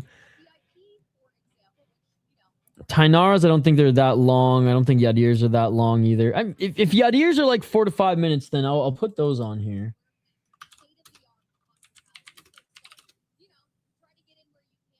They're all super short. Whatever. I'll just wait for the breakdowns. It wasn't loading for me earlier, Hockey. It wasn't loading for me earlier. That's why I just closed it. Because it was just like, it was buffering forever. Yeah, it took so long to buffer. Guys, smash that like button if you haven't already. Vote in the poll question. We did get some donations, so I have a fun video to end the stream off with. But anyways, you guys like prospect heavy UFC cards? Yes, love seeing Dana White Contender Series go. No, I watch UFC for big names only. 12%, 56% for yes. Indifferent, I love the sport. 12%, do they train the UFC, bro? 20%. Shout out to you guys who voted for that one. Yeah, okay, well, it wasn't working for a while. That's why I closed it. It wasn't working for a while. That's why I closed it. All right. I'm gonna grab my water quick here, and then we won't take any more breaks for probably the home stretch. Probably the home stretch. Maybe before the main event, we twist one up and get a little uplifted and excited for that one. But yeah, I'm gonna grab some water. You guys do the same, and we'll be right back. Literally 2 minutes. Right back as Ty Miller takes on Billy Ray Goff. We already did the breakdown. I got Ty Miller in this one. We'll watch his highlights one more time. Before they actually fight, because they're pretty short. I can sneak it in. One more time here. One more time. All right. Back on the other side. Do not go anywhere. Let me know your prediction in the live chat. There you go. While I'm grabbing my water, let me know your prediction for this one, and we will be right back. Let's go.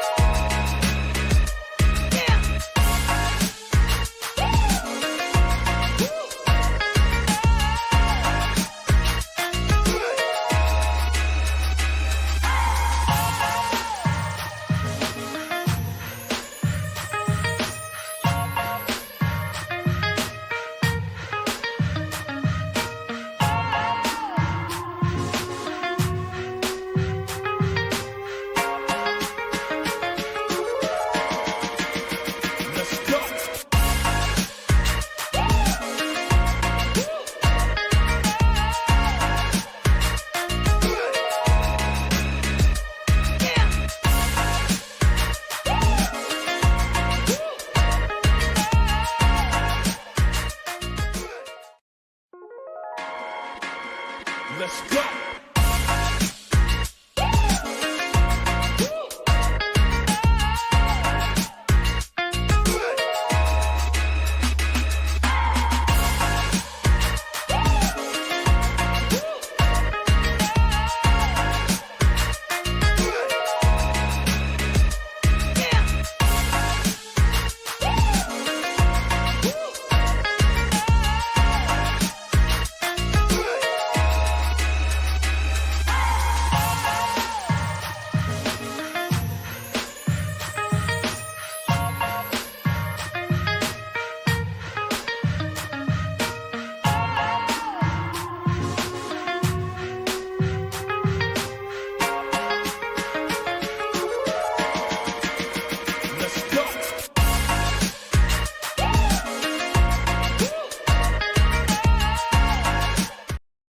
And we are back live here on the City Life Project YouTube channel for UFC Fight Night. Gamrot vs. Salkilld. We crushed. We're entertained. We're yelling. We're cheering. We're gasping at all the amazing fights in the prelims, guys. Here, let's quickly go over Ty Miller's footage here again. Show the fire at the brother. Do I look like a UFC channel? I'm not even an MMA channel, brother.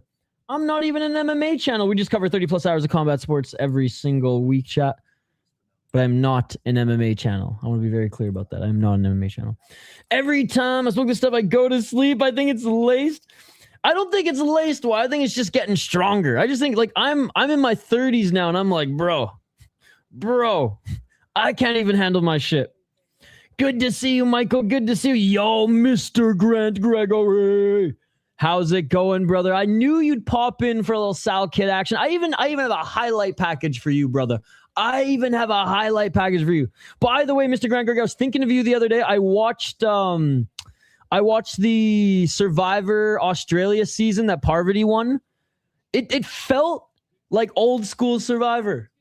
It didn't feel like this stupid new era shit, which, you know, I'm still going to watch because I'm a junkie. I'm still going to apply to. I'm actually finishing up my application video as we speak. If you got any suggestions, let me know. I'm going to get tuned. If I ever make it, which, you know, it's fucking 10 years running now. I've only gotten 2 calls. I've only made it to the second round of auditions twice. Maybe I should just apply to the Survivor one or the Australian one while we're at it. Yeah, it was good. I've watched a few of the Australian seasons. Even though the new era sucks over here, the production of the American one is just still so much better, even if it's quirky, as far as like the storytelling goes. Where the Australian one's just fucking long, bro.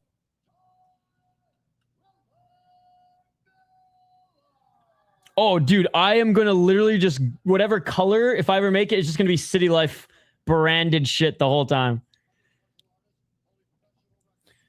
My buddies who's in the States, he always applies to. They're in the cage right now, guys. We'll get to the play-by-play here in a moment once they start fighting. He always applies to, and our goal is that like we both make it and just, if anything, be like a little overly competitive until the merge, and then just take everyone out fucking Fishburne and JT style. But again, puzzles will kill me because I ain't the brightest. I'm not the sharpest tool. I'm a sharp tool in the shed, but I ain't the brightest bulb. There you go.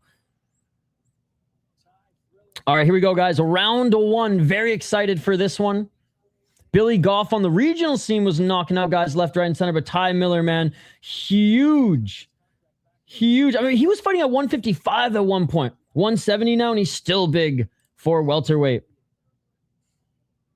I mean, I'd be way better at challenges than Fishback. I'd probably play more of a social game, though. I don't want to say I'm JT, because like JT is fucking awesome. But like, I don't know. I'd probably a hybrid, to be honest. Because we'd both be like, we're both decently athletic. We're both pretty social. I have more patience, and he has more of a fuse, but he's a little bit more athletic. Like, he was really good at hockey and lacrosse and shit, and I'm just athletic. He tried in the second season he was in. He tried. It was a good move, but you know, Russell's a bad man. Body lock here by Billy Goff as he's pushing Miller up against the cage. He's looking for that takedown. Amberley picks Goff. Oh, Goff looking for the takedown. Miller back up to his feet. Goff smothering him right now. Oh, left hand by Goff. Hey, good pressure by Goff. Goff hasn't fought in 2 years, by the way, chat. Or 1 year, sorry, 1 year. 1 year and a few months.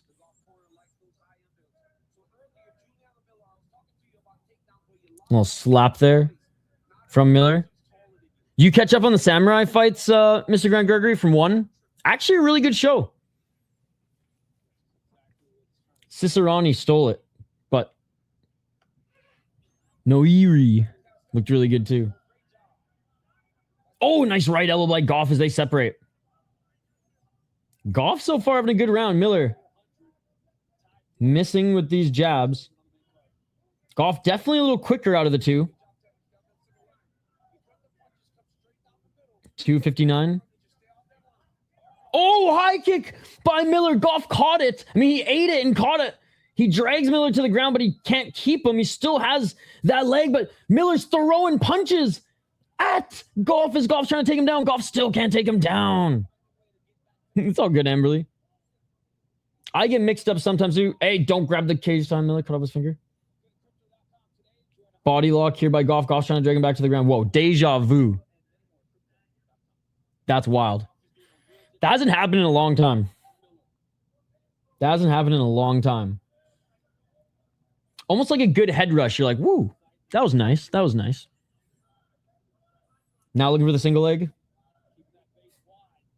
I just think of that scene from Friends. Phoebe stands up. Ooh, head rush. Sits back down, does it again. All right. Underhooks by Goff.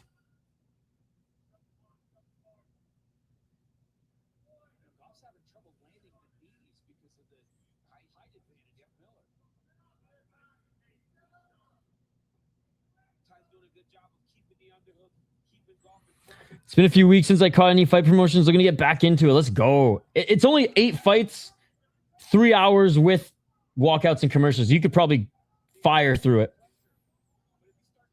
Oh, tie with the left hand. They separate. 90 seconds remaining. I took tie. Let's go.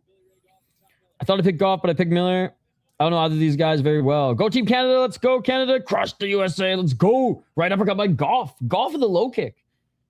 Dude, Goff's a dog, man. Looking for the takedown again. Double leg.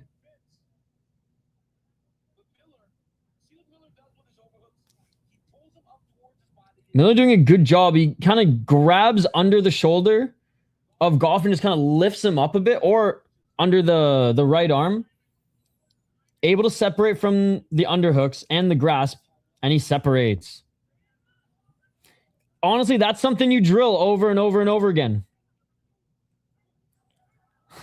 What's up, Scott? Oh, nice left by Miller. Dude, Miller's so fucking fun to watch, man. I fucking love this prospect. Oh, nice right uppercut by Miller. Goff with the right to the body. What a sick fight so far. Goff, gamer, man. Deja vu's fun. How you doing, Scott? Left by Miller. Those high kicks are dangerous by Miller as well. I always think of him as, like, you know, boxer, but he's mixing in that kickboxing now as well. Let's go, hockey. Left hand by Goff. Oh, Goff with a nice overhand right, but Miller with the left hand. Goff trying to go high. Goff missing with the low kick. Goff labored spinning heel kick, but various places, John. If you're in Canada, you can watch it on Sportsnet. If you're in the United States, you can watch it on Paramount Plus. If you're in the UK, I think it's on TNT Sport. Where is it in the UK, Gary? It might be on Fight Pass in the UK. I don't know where it's on in the UK. And in Japan, it's on Unext. I'm watching it on Unext right now. I have a Unext account. I fired up my Japanese VPN set to Japan, and I watch most of my combat sports on Unext. Let's go. Goff is entertaining too so far. Hey, I'm glad you're doing good.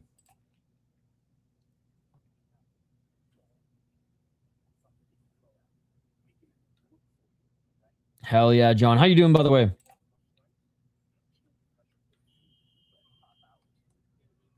Yeah, it's not a numbered card or anything, so it should be on Sportsnet. I don't think it's like exclusive to Sportsnet Plus or any of that bullshit.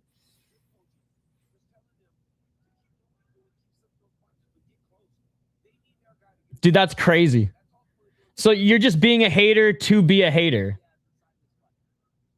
I wholeheartedly disagree. Couldn't disagree more, and I'm not even the UFC guy. Every stream I have to make the same fucking argument, chat. And it's weird because, like, C4 watches more UFC than me. Yet people who watch all the UFC cards can't accept that the UFC in 2026 has been not good, not great, but excellent. Absolutely excellent. And I hate how people claim that they love Dana White Contender Series, and then, oh, these guys who make the fucking UFC have to fight on... They have to fight on the card, right, C4? Like, these guys who make Contender Series, they're not going to go back to the regional scenes. They got a UFC contract. They have to fight in the promotion. But yet, UFC fans bitch and complain about how cards like this suck because, oh, there's prospects on it. Where the fuck are they supposed to fight? This is the league in which they got a contract for. And this card has been amazing.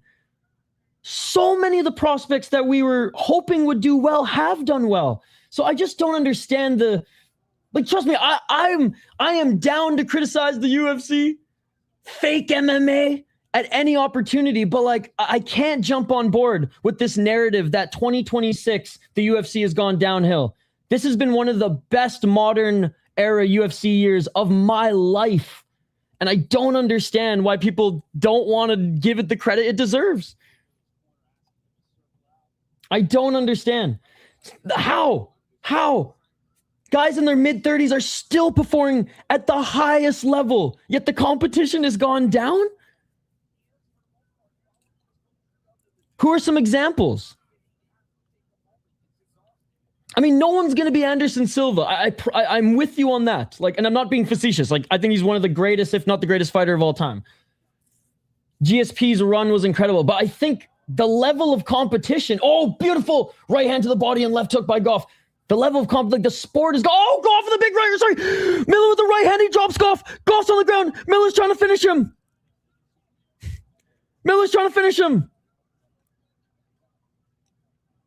Miller, hammer fist. He's holding the wrist control of Goff. Why are my hands up like this? He's still trying. Goff surviving, and he's doing the best job he can of surviving. Oh, those elbows, top of the head. He's got to be careful of those. I know 12-6 are allowed, but I mean, Goff is holding on for dear life. Elbows to the side of the head. It is so crazy that those elbows are allowed now. I love it.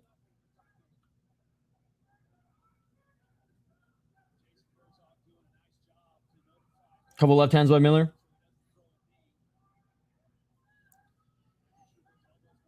Oh, big knees by Miller. Oh, big right elbow by Miller. Goff back up to his feet, and Miller with an elbow and a 1-2. 151.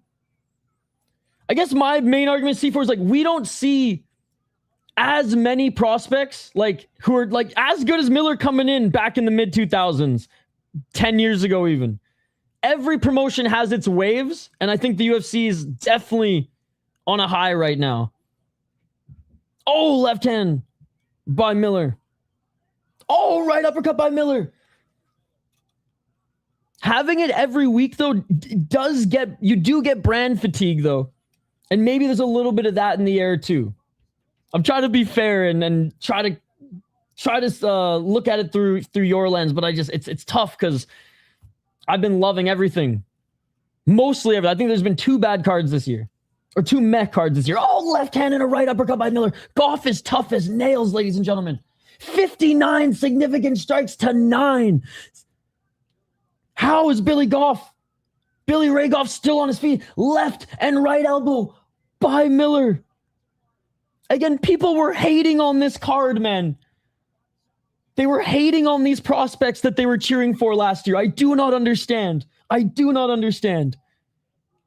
35 seconds. Left hand by Miller. Right to the body. Knee by Miller. Left elbow by Miller. Left by Miller. Miller fucking stalked and slaps him as he's going with the combos here. Right uppercut. This is the boxing that got Miller here. He's employing kickboxing in this fight too. Takedown defense. Right uppercut. Left elbow. Left hand by Miller. Billy Goff, tough as nails. Billy Goff on the ropes, but he's on the cage. Body shots. Miller going for the body. Right uppercut. Right hand. And he survives the round. Billy Ray Goff survives the round, ladies and gentlemen. He can barely sit. A shout out to Canada. Finally, we're going to beat the US in 2026.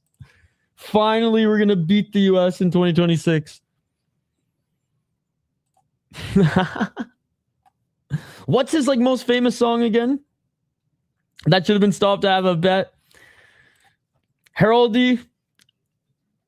I don't know how much longer Billy Ray Goff's going to last in the third if Ty Miller goes right back at him with that pressure.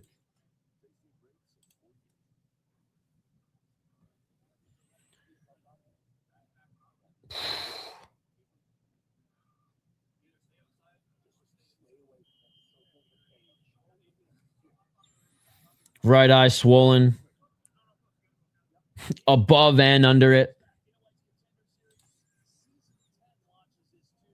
Yeah, and I'm not like no hate towards you at all. Just it's fired me up because everybody's complaining about the UFC this year when like I just don't understand. I don't understand.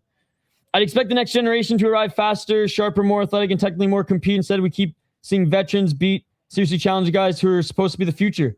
Dude, and so you're just not giving any credit to veterans now who in North America have longevity because that's how good the sport has become.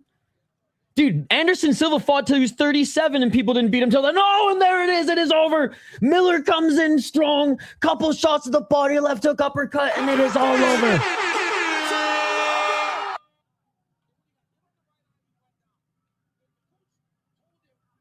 It was easier for top level guys to come in, tear through a weaker and less deep roster back in the glory days, and they felt like Supermen. The sport has evolved so much that there's a reason why there's not long-time champions anymore. There's a reason why guys can continue to fight at high levels, especially with the recovery science being what it is. Like nobody back in the day was doing cryo chamber. People were using sauna, not for recovery and cold plunge. They were using it just to cut weight. Nutritionists, okay. You can barely afford to pay your coaches, right? Some still, but at least there's a UFC PI for those in the Ultimate Fighting Championship. If we were having this conversation literally in 24, 25, I would have put the gloves on and we wouldn't be sparring each other. We'd be sparring everybody else. But I think definitely the pendulum is swinging upward. I kind of see MMA leagues like sports teams. You know, the roster's not always going to be good, but on every sports team, there's veterans that last way longer and continue to put up point per game in hockey. I mean, look at Pavelski, man. Look at Joe Pavelski. He retired, at 39 or 40? He was still putting up 60 to 70 points per game. He could have kept playing. He was as fast, as strong, as talented as the young guys coming in, and this is the National Hockey League of 2026, right? I completely disagree. The evolution of skill is night and day, brother. Night and day. There were a lot of really good standouts. And don't get me wrong, like around 2015, 2016 was a very big high for the promotion as well.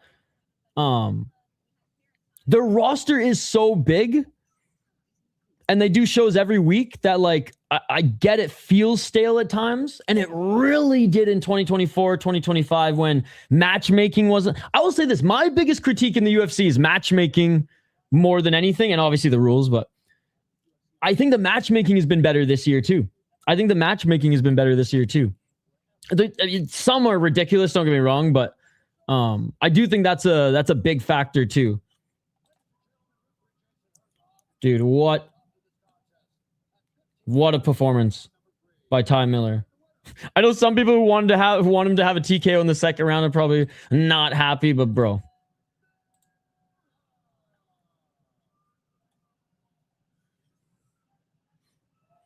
Who's the longest reigning UFC champion right now as it stands? Is it Tom Asplund? I mean, as far as days, I guess, but that's a gray area answer. That is a good comment.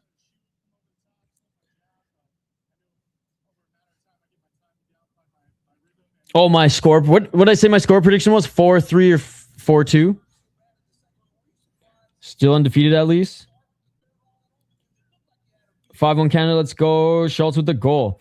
Another example, C4s. Look how good the Ultimate Fighter has been the last 2 years. Not the show, but the fights, right? Like, the fights are actually like major, or like they're like top regional title fight level fights. Road to UFC, you were 100% in the right if you want to criticize Road to UFC for maybe botching the scouting of the Asian talent. I would agree with you that has been disappointing over in Asia. But as far as like their overall international scouting, I got no issue with it, especially since Contender Series is basically an open cheat code door to it. But I was even saying like this year and last year, like this doesn't feel like old tough where guys were really like raw. It's like people are getting signed and the show's not even done, right? And the fights have been excellent. The fights have been excellent last year and this year. But again, even Dana White Contender Series, it's matchup. Sometimes like I don't know why they didn't just sign Bilal Hassan, but like they really want to showcase Bilal Hassan, and they did not give him, that tough of an opponent. God, but I hope Bilal Hassan pans out, man. USA is not coming back. 5-1. No, I appreciate back and forth because we're sports fans. We're not always going to agree, but like I am open to people explaining why they think something that I don't agree with is true, and I will try to defend my point of view the best I can. But I mean, at times you guys sway me and you give me enough facts. You're like, no, usually this is why X, Y, and Z, and I go, you know what? Good argument. I can't not concede or change my stance, but but trust me, like give me any reason to critique the Ultimate Fighting Championship and I will, but I can't agree with you on this one. And I can't agree with those who said this card was going to be bad or that they had zero interest. Because this card, it very well could have stunk if none of the prospects looked as good as we hoped they would look, and they're prospects for a reason. Okay. Yeah, it turned out to be a high scoring game. I just see crap footwork still, terrible head movement, fighters using athleticism, not skill. Plan A doesn't work, then it's over. I mean, like what, 1 or 2 fights on every... The thing is, okay, you're going to see fights like that on every single fight card, on every single organization. But you're telling me that you see that as the majority these days? I mean, if we're talking heavyweight, sure. There was an era where heavyweight was actually amazing. Like, actually skilled, right? But, like, hopefully we see that again. That was unique to that era. But I think every other fucking division, man. Maybe 205, not as much. But even if you go back and watch, like the Chuck era, basically right even before the Silva era and in the Silva era, man. Like, it was... I mean, Silva's the closest thing to God I think I can ever believe in. But I can't. It's just like the sport has evolved so much. Now, don't get me wrong. There's some specialized strikers out there whose footwork and head movement have translated so good, and they can just do everything perfect. But 10 years ago, 5 years ago, 20 years ago, it's MMA. They're even though they're well-rounded athletes, like striking, always a little brawling or super polished. And the brawlers tend to be able to set up takedowns and clinch work and stuff. Also, and this is a factor I think that's important today as well, you want to win for that money. Back in the day, it was like, I'm getting paid regardless, and Dana's probably giving me a decent cash bonus anyways in the back room. For the time anyways. And so I fight to be exciting. Like I will say, gone are the days of like just straight Clay Guidas, but like Clay Guida wasn't a polished fighter. Diego Sanchez wasn't a polished fighter. Hey, shout out to the Kingston Frontenacs. The UFC and MMA has evolved so much. When you get one good gym in a country, there's a massive boom. Look at New Zealand, Thailand will be big with prospects in a few years. North Americans are going to Thailand. Their gyms are, the Hickman Brothers gym, I hear, is unreal. Come on, Bella, let's go. The issue is if you are a heavyweight, you can just throw a punch and go into boxing, or if you're athletic, literally any other sport. may actually help explain why the older generation hangs around. Timing, composure, distance management, fight IQ, age better than explosiveness. Well, and that's why I gave that hockey example too. Like Blake Wheeler and Joe Pavelski, man. Like, go watch some of their footage playing at 40 years of age in the National Hockey League. They look like the 20-year-olds out there. And the NHL is the fastest it's ever been, which is why I still like watching the rough and tough fighting heavy hockey leagues personally, because I'm a fucking savage. But again, if we were having this conversation even 2 years ago, the pendulum has swung in the last 14 months. That I'm really excited, because I was getting I'm never gonna say it was a chore by any means, but UFC for a while was the major organization that I cared the least amount, and I was like, man, it's kind of sad that it's like this, because like mid 2000s I was. As much as I watched Strike Force fights, WEC, and Pride, like UFC Ultimate Fighter back then, like that was the shit, right? Tito Ortiz, Randy Couture, Anderson Silva, Rampage, Vanderlei, Forrest Griffin, Shogun. Like, fuck, bro, PJ Penn. Those were the fucking sick days. But yeah, I wasn't getting that feeling anymore. And this year, that the spark is like, I'm excited. Like this card, no big names. No, fucking Quillan Salkilld is in the main event. I was looking forward to this card probably more than I've looked forward to a card in the last like month for UFC. And my expectation bar is starting to rise a little bit too, which it hasn't for a while. I know I'm talking both, dude. I'm talking both. A 36-year-old veteran who understands positioning can still dismantle a 27-year-old who is faster but technically shallow. And it all depends. A big thing on like how much damage have you taken throughout your career as well. Like we can't set a bar and expectation for humans getting hurt. Some humans are going to get more hurt than others, right? Like there's no way where we can actually study and predict a graph of humans getting hurt.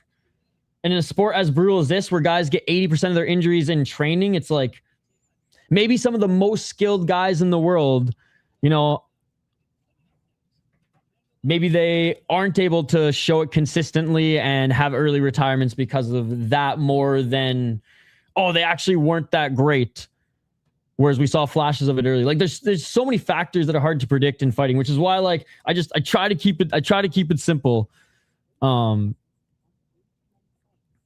my in how I break it down too, because I think you can get a little too, not you in particular, but I think you can get a little too over analysis when it comes to, at the end of the day, a fucking brutal sport. Because there's even a there's what's crazy about it too is there's even technique to like madness, right? Like there's certain things you still have to do when you're rocked, when you're dragging someone into a brawl. Like there's still tendencies that like us as MMA fans know what they should and shouldn't do, even in crazy non-technical fights. And again, that's going back to like we weren't describing the sport that way at all 10, 15 years ago. All right, here's Thainara, by the way. She's very strong. She's very strong. I don't think as well-rounded as people make her out to be. Decent distance striker. Good grappler, as you can see here, but I don't know. I'm not super sold on Alexia Thainara just yet, but she does have a good record. No knockouts, 8 submissions, 6 decisions. She's only lost once via submission. 3-0 in the UFC. I keep saying like I'm not sold on her, but she keeps winning in the UFC. Beat Bruno Brazil, who really is just a kickboxer. Has had some good fights though. That fight against Molly McCann was actually straight crack cocaine, and her first fight getting into the UFC where she head kicked that girl was awesome too. She out grappled Luma Lukbumi. Hurt my soul. And speaking of Molly McCann, sent her packing. Great win on Contender Series. She got the contract even though it was a decision. She fought some decent girls. 3-1 girl in SFT. 5-1 gal in jungle fights. 7-4 girl or gal when she was only 3-1 and won the Arena Global title and got that win or got that loss back. So her only loss was to Bruno Brazil in Thunder Fight 20 back in 2019. Maybe I'm being too harsh. I don't know why. Maybe it's just because like I feel like there's striking ability there that there's like flashes of it, but just too comfortable going for the back. And I think she's gonna be burned eventually when there's a solid grappler who's as strong as her.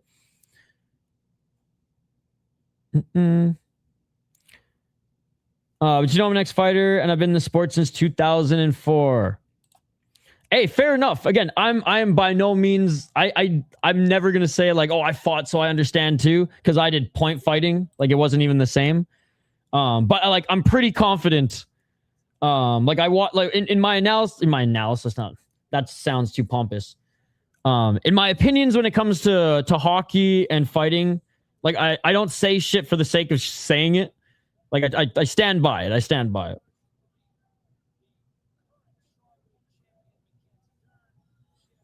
And I'm not saying that what you're saying is completely false, because we're still relatively new into, you know, like I said, like we're 9 to 14 months into this upswing, in my opinion.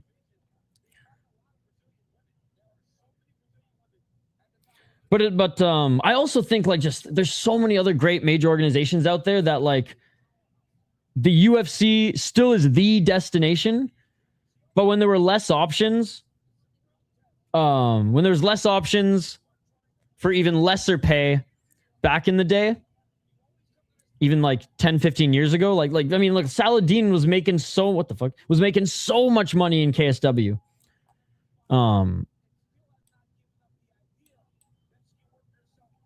If this was the UFC we grew up on, they would have snatched him early. They would have snatched him early. Fedor was the one that got away, though. Fedor was the one that got away. Man, I wish you could have seen that walkout. Yeah, it would be nice to broadcast at least the main card walkouts. The fuck? Oh, yeah. I at least get to see the walkouts. I'm watching on Unext, so I have a little corner view of Yushin Okami's on the panel, which is pretty cool. Yushin Okami, who never wears a suit. Sometimes a blazer, but never wears a suit. Anyway, so we just did the little breakdown on Thainara. She's going up against Amanda Lemos. 15-6-1 as a pro. Look, Auntie Lemos doesn't look the same as she looked in her prime. She was a fucking savage in her prime.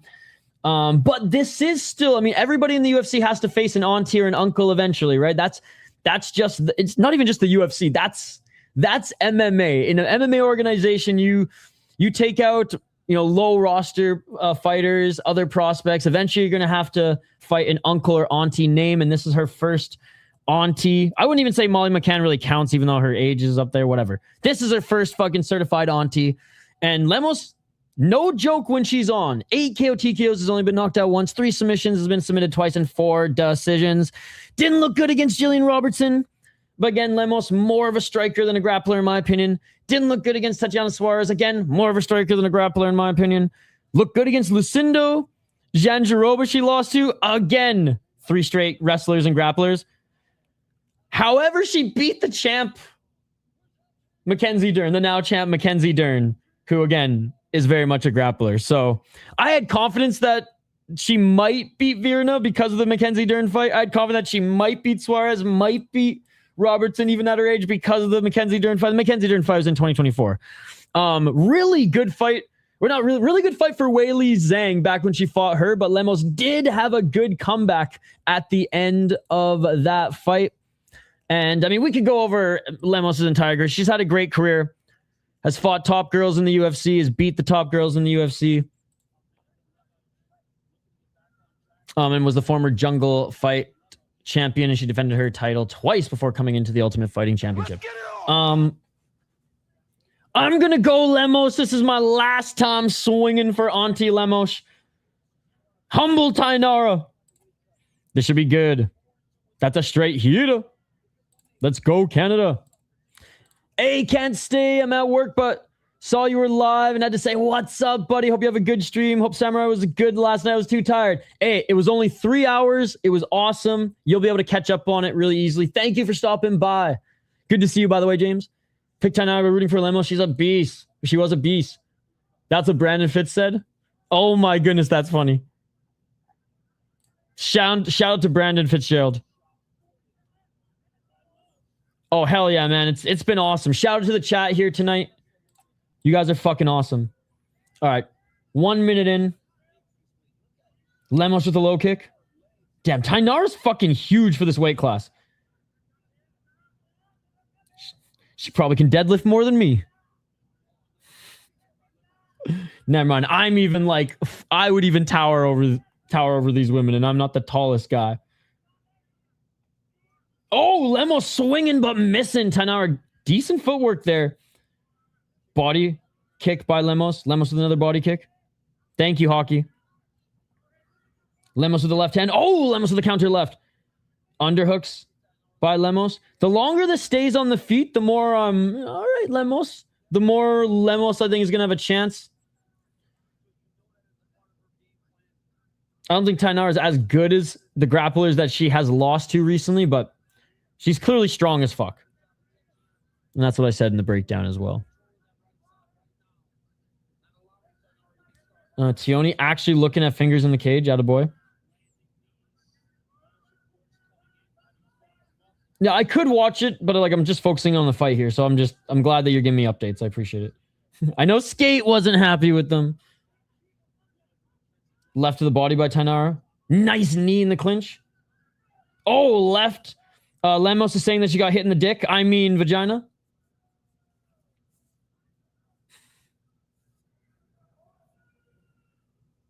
MMA Guru's probably loving this one.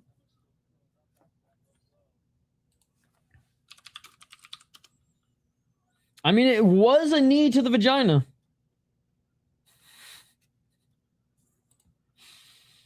Oh my goodness.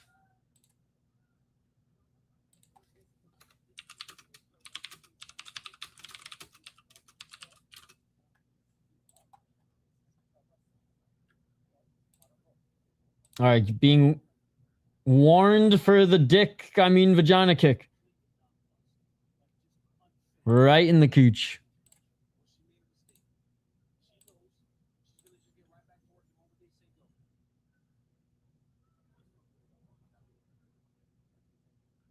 No, I'm not saying it. I'm not saying it doesn't hurt. I'm just saying it hurts more for us. But you all have to bear children, so you still win. You still win in the pain competition.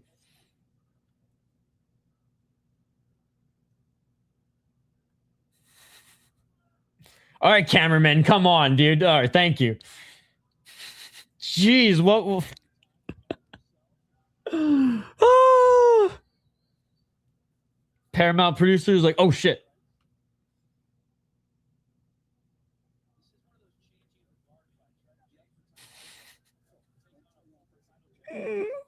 The Japanese commentary, they're so funny. I don't know what they're saying, but they are breaking this down.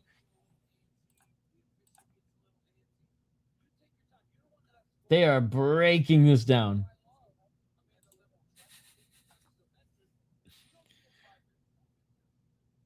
Taking her sweet ass time, but again, I'm not saying it doesn't hurt. But like, get a fucking steel cup, all right? Get a fucking, like, Joe Rogan is just like the DiCaprio meme. Steel cup, steel cup.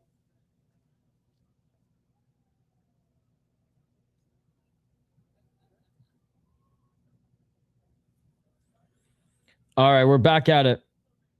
Right.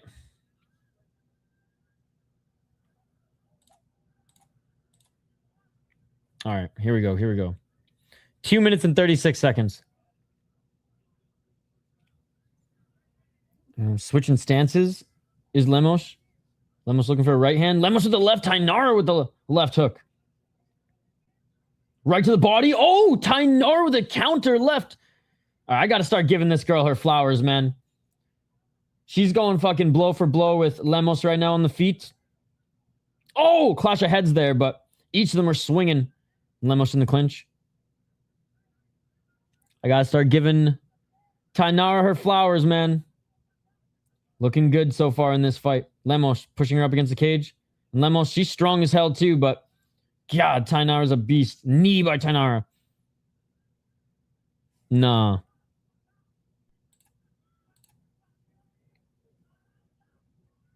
Thainara with some knees, some cage control here. Hey, Pons and Nibio are doing commentaries, you guys can see.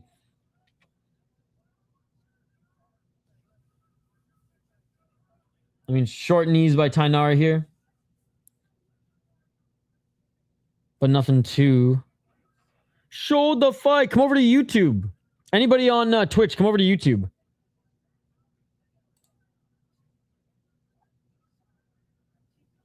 Still clinching. 1 minute, 12 seconds.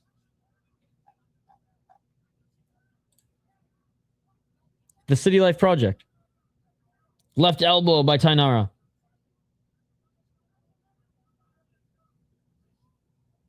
Knee to the body, left underhooks. Yeah, not... It was exciting a little bit ago when they were fucking throwing, but Thainara definitely solidifying the round here.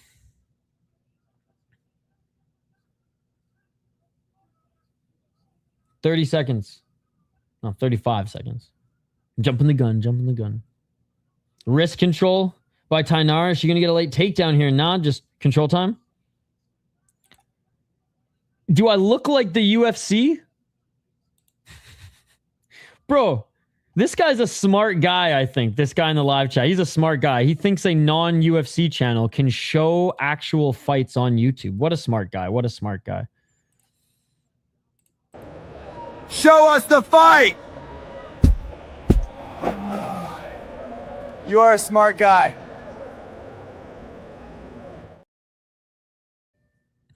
And that is it for the round. They just end in the clinch. Mr. Grant Gregory, by the way, sent me that.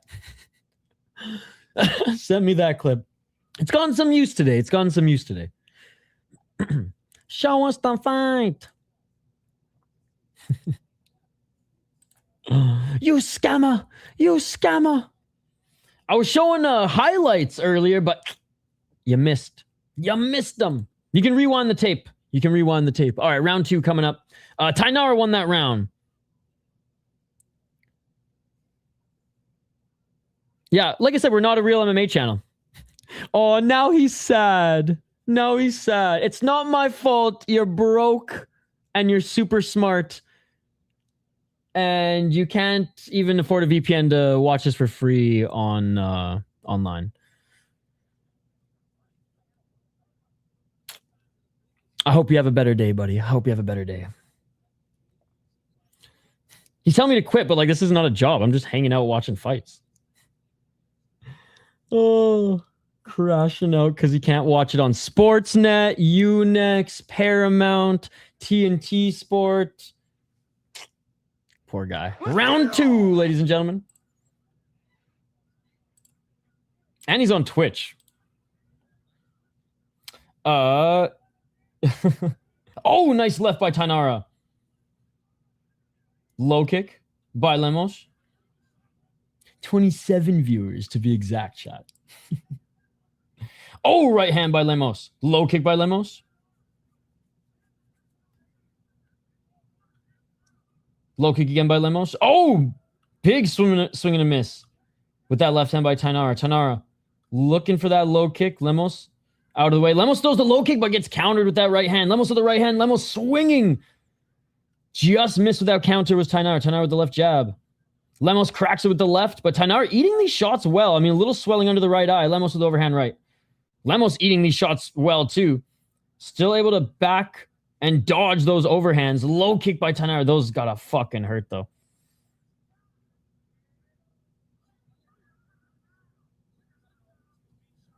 Low kick by Lemos. You gotta watch those fingers.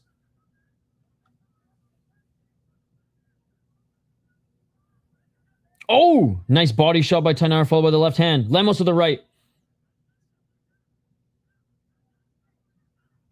Clinching. Knee by Thainara.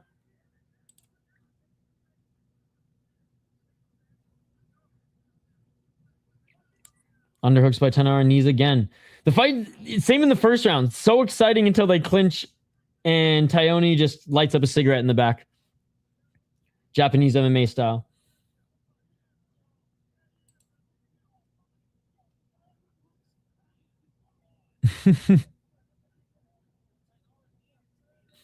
How you doing, by the way, Canuto? 3 minutes. Oh, nice knee by Thainara. Good wrist control on the right side of Lemos. My God, tagged her. Throwing looping punches. Almost halfway through the round. Looks like Lemos trying to push her off, and there's a left by Thainara's. She exits the clinch. Oh, Lemos breathing heavily. Thainara misses with the low kick. Lemos hands low. Lower than start of the first round. Bleeding a little bit as a welt on her cheek. Body kick by Thainara. Thainara misses with the low kick. Lemos, oh, timing that right hand. Timing that right hand. She dropped Thainara. Lemos, oh, Lemos hurt her. Lemos hurt her. Thainara seeing the Tweety Birds, but she's desperately looking for the takedown. Thainara going full just strength mode here. You saw that, dude. You saw, I was about to say, she was hands low, waiting. Boom, timed that right hand, dropped her, then cracked her again in the temple and just kind of wobbled her a little bit. But Thainara, good job recovering here in the clinch. Might come down to cardio. Alexia running forward and throws looping punches and she runs in. Yep. Yo, what a beautiful counter by Auntie Lemos. Still has it, baby.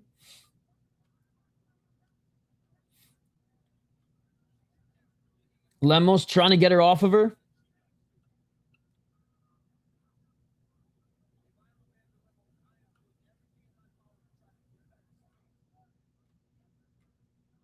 I don't think you're that behind. Short punches in the clinch here by Thainara. I still think Thainara probably gets the round. But great moment there by Lemos. If this was Muay Thai, she would have won the round back, but Thainara still did more damage, cut her up, control time, more shots. I know short shots, but still. If Lemos even won like one or two more exchanges, I mean, if she does something big here in the last 35 seconds, that might change my tune. Because then that's like two really big moments, but fun round and fun fight, to be perfectly honest. The women have been delivering here today. Front kick by Lemos, but she's still breathing out of her mouth. Her nose, I think, is busted up. There's a little cut on it. Her low kick. Thainara, she doesn't telegraph her shots much, eh? She just stares at you. Oh, big right hand by Thainara. She just stares right at you and then throws. Good job reading. Beautiful job reading that overhand by Lemos. Thainara gets the takedown. That's going to solidify the round. Not necessarily just the takedown, but like that Lemos wasn't able to do too much at the end there. All right, I'm giving Thainara her fucking flowers, man. I was critical of her not being super well-rounded on the come up. She's look. I mean, other than getting caught that one moment in the second, she's looked really fucking good. Her striking looking damn good. 111 strikes landed, 51 significant, 15 to the head, 13 to the body, 23 to the legs. Who else is rooting for the damage to win? We obviously want to see Elkins go out on a win, but goddamn, why did they give him Diyar? It's like the UFC's like Valle. There was all that shit that happened in your last fight and kind of tainted your performance and how people are looking at that fight. So we're going to give you Darren Elkins. Like, no respect to Darren Elkins. Now, I hope the damage can pressure the prospect and maybe force him into a firefight, but yeah, just like Thainara is taking on fucking Auntie Lemos, we got one of the most unks, certified unks we have in the UFC. And he's taking on the Cuban. You have a question? What's up? Oh, nice left by Thainara. Thainara cracked her. Thainara dropped her for a moment. Flash knockdown. That's huge. That's huge. Right to the body and left hand by Thainara. I mean, Lemos, so tired, bro. Breathing. Oh, tired. But Lemos is a dog. She throws a 1-2 and connects with the left hand. Low kick Thainara. Left hand Lemos. Left hand Thainara. Oh, Thainara with the right. Thainara missing with her little left hand. Lemos with the left. Oh, big left to the body by Lemos. Dude, what a fucking fun fight. I mean, minus the little bit of clinching at the part of the second round and end of the first. Modified Dracula guard is a wild by Thainara. You notice as fighters get older that they cut weight for fight a long time. It seems like they get smaller. They start to lose muscle, it seems. You think they're just in great shape. I think it's a little bit of both. And I think a lot of them just, you know, if their nutrition's dialed in, they're going to look a little bit more leaner. Teofimo, the only bro who ever does that these days outside of Muay Thai. It was wild. It was wild. Like I said, Thainara has changed my tune in this fight. This is... She's still not going to get a fucking finish, a TKO. But great fucking performance. 3 minutes left, though. 3 minutes left. Oh, finally we beat the Americans in 2026. Holy fuck. Shout out to the U18. Shout out to the Hlinka Gretzky tournament.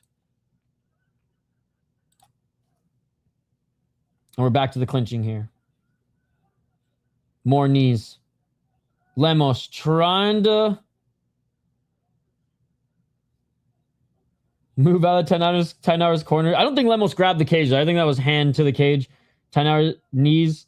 The cord. Thainara's corner is like 2 points, 2 points. Let me see some toe stomps. Body lock for Thainara. Can she get Lemos to the ground here? She got her to the ground at the end of the second round. Wasn't a lot of time, but she was able to land some big shots. Knee by Lemos. Lemos just trying to escape the clinch. That's awesome. Hey, I'm proud of the boys. Oh, Canada, baby. Oh, and Thainara finally gets it. 102 clinch strikes to 19. My God. 142. Thainara, hammer fist. Oh, can Thainara find a TKO finish here? Unlikely as Lemos back up to her feet.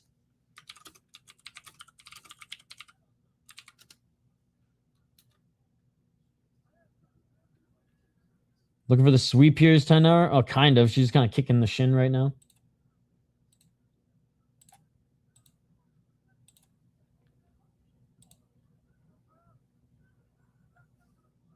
One minute and 10 seconds remaining.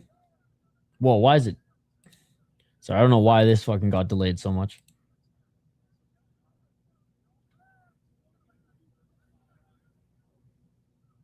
Final minute. Thainara still trying to rip Lemos off the cage.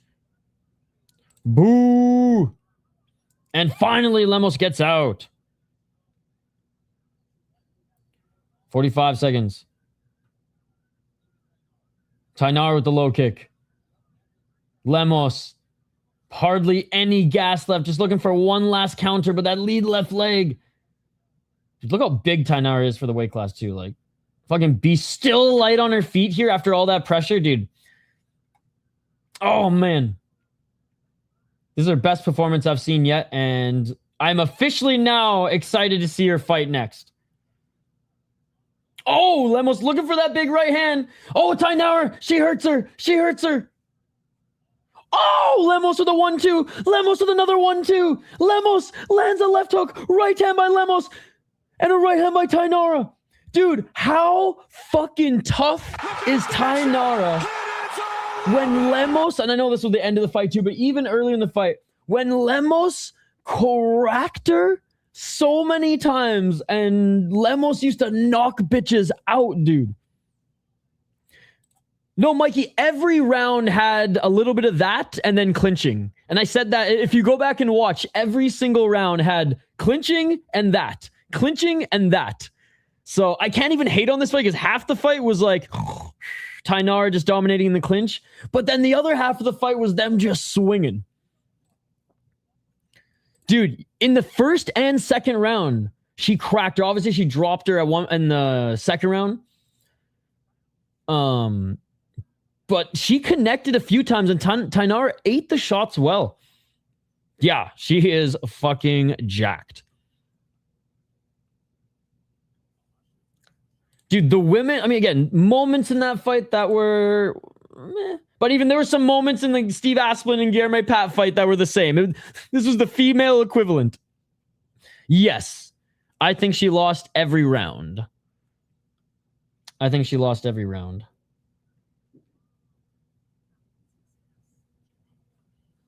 But Auntie went out literally swinging, dude.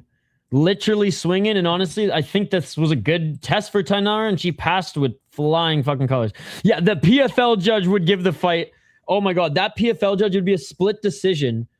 It'd be a split decision, and Lemos might actually win the fight. It soured the event. I still gave the card like a 7.8 out of 10. The last two fights were meh. The main event was bad. The co-main was meh. But the rest of the fight card was great. And other than that last fight, like there was a rogue judge, but the right fighters won until the last fight. All right, we're listening in for the decision. Should go Thainara. Both them wearing damage though, man. Thainara's still going to need an ice bath after this.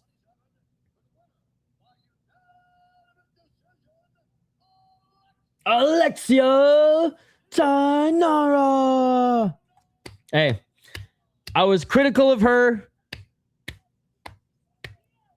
in all her fights leading up to this one, but I'm very impressed. I'm the most impressed I've been because her striking was fucking on point. On point. Didn't wrestle too much, but like used her strength at her advantage and actually made it fun. Not the entire fight, but in some key moments. So no complaints from me, chat. No complaints from me. 199 strikes landed, 81 significant, 7 minutes of control time, 24 leg strikes, 22 to the body. I mean, like, fucking domination, bro. 30, 27, and 229, 20. Okay, so two judge gave Lemos the second round because of the knockdown. Or maybe it was round one. Like, it couldn't have been round one, eh? Anyways. She got that trend deep voice. I mean, she's Brazilian. Lemos literally got kicked in the dick. Literally got kicked in the dick in this fight.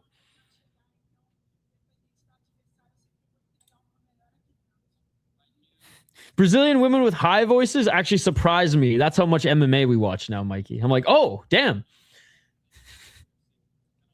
Cyborg, the queen of the trend voice. And I am like the biggest Cyborg fan, dude. Like, don't get me wrong. Amanda Nunes is definitely one of the greatest female fighters of all time. And like, I'm never been an Amanda hater by any means. But when there was that rival, I was like, Cyborg till we fucking die, motherfucker. I'm sure the Brazilian chick next to Thainara, I'm sure she's got a high voice. Let's go. I am so excited, Hoggy from home. I'm so excited. All right, we are on the featured fight now, guys. Featured fight. We got Uncle Darren Elkins against Yadir Del Valle. And I do have some highlights here. She is fucking jacked, dude.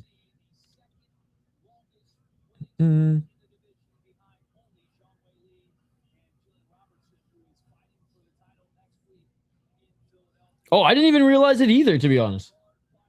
That's some toothpick ass shit right there.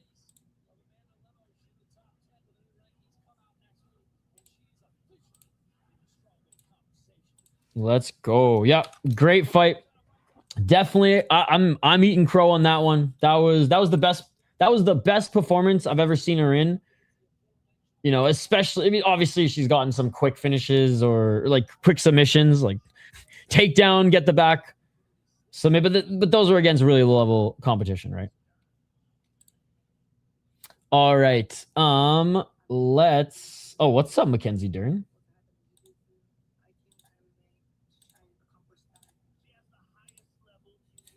You know what? If Mr. Grant Gregory's still here, Mackenzie Dern, she would crush it on Survivor. She'd have all the guys wrapped around her fingers. She would create probably a female fucking alliance, and she would crush challenges as well. And she got a ton of confessionals because of the fucking accent.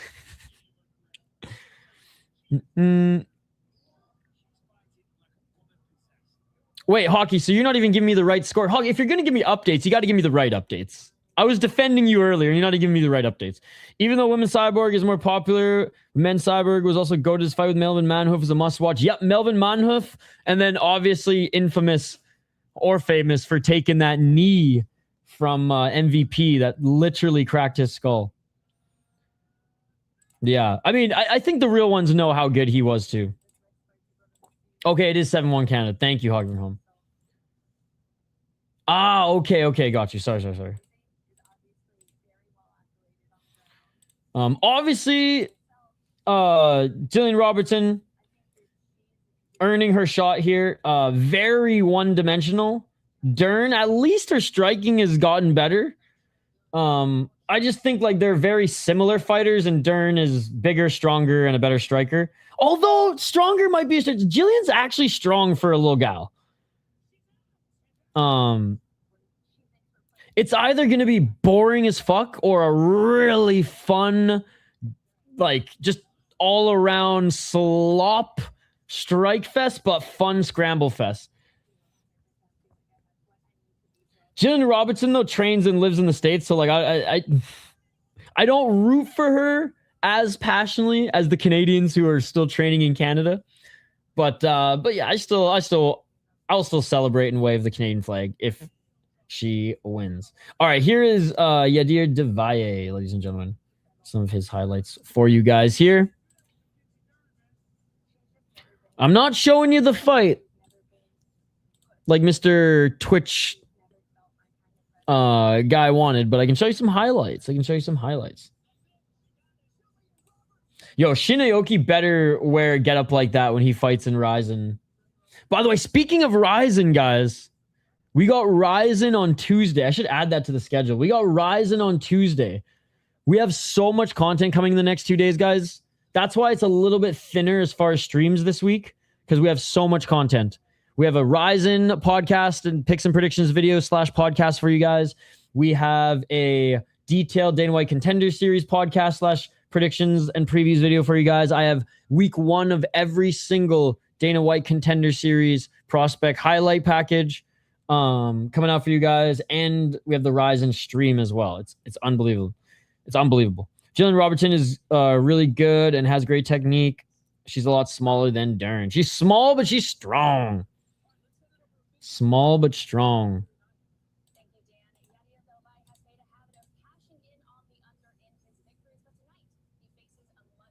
Oh, yeah. Oh, yeah. Yeah, Devaye looked really good on Contender Series, as you can see here. 66 significant strikes to 11. And that was in the second round. And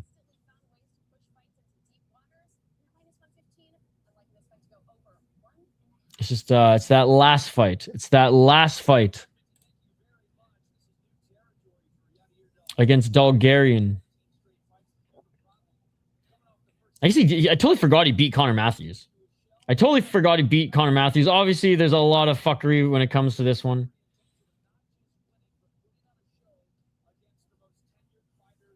Oh my God, I totally forgot I added that. That's so funny. Oh my God. That's so fitting given that like Darren Elkins, I'm pretty sure, is Hank's favorite fighter. I hope Elkins doesn't take too much damage here, but this is a very I really think that they're putting together a little cool cold open for Elkins here, which I love to see. But I think they're wanting to build up the Cuban problem. Let's be honest. All right, Yadier de Valle, 10-1 as a pro, 3-1 in his last 4 fights. Never been knocked out, never been submitted for decisions. Lost to Jordan Levitt, which again, you gotta beat the Jordan Levitts of the world. And if Isaac Dalgarian wasn't allegedly betting on himself, Isaac Dalgarian probably would have given him a way harder fight. I thought Connor Matthews would give him a tough fight. Now, do I think Connor Matthews was a top prospect? No. So basically off his Contender Series performance and the Connor Matthews fight, I thought he would beat Jordan Levitt, but Jordan Levitt out-grappled him and actually showed some decent striking as well. So, like, is there a chance Darren Elkins wins? I mean, there's definitely a chance, but I don't think it's going to be in the striking department unless he catches him early. I think Darren Elkins has to probably go back into his wrestling tool belt and try to beat him up on the ground. But we'll see. We'll see. The thing about Elkins is, like, he doesn't have the same chin, and the shots to the body hurt him a lot more. So that's just the thing. The youth factor and just power might be a little bit too much for him. Decent career overall. Beat a 7-0 guy when he was 4-0, 3-0 guy when he was 2-0, 17-4-1 in Contender Series. And again, kind of just jumped right into the UFC. He did beat a decent guy on Fury FC as well. Buddy on Fury Challenger Series was whatever, though. But, like, Combate Global, 3 fights in Fury, 2 of them. Good competition. I think he's a good prospect. Do I think he has, like, a crazy high ceiling? No.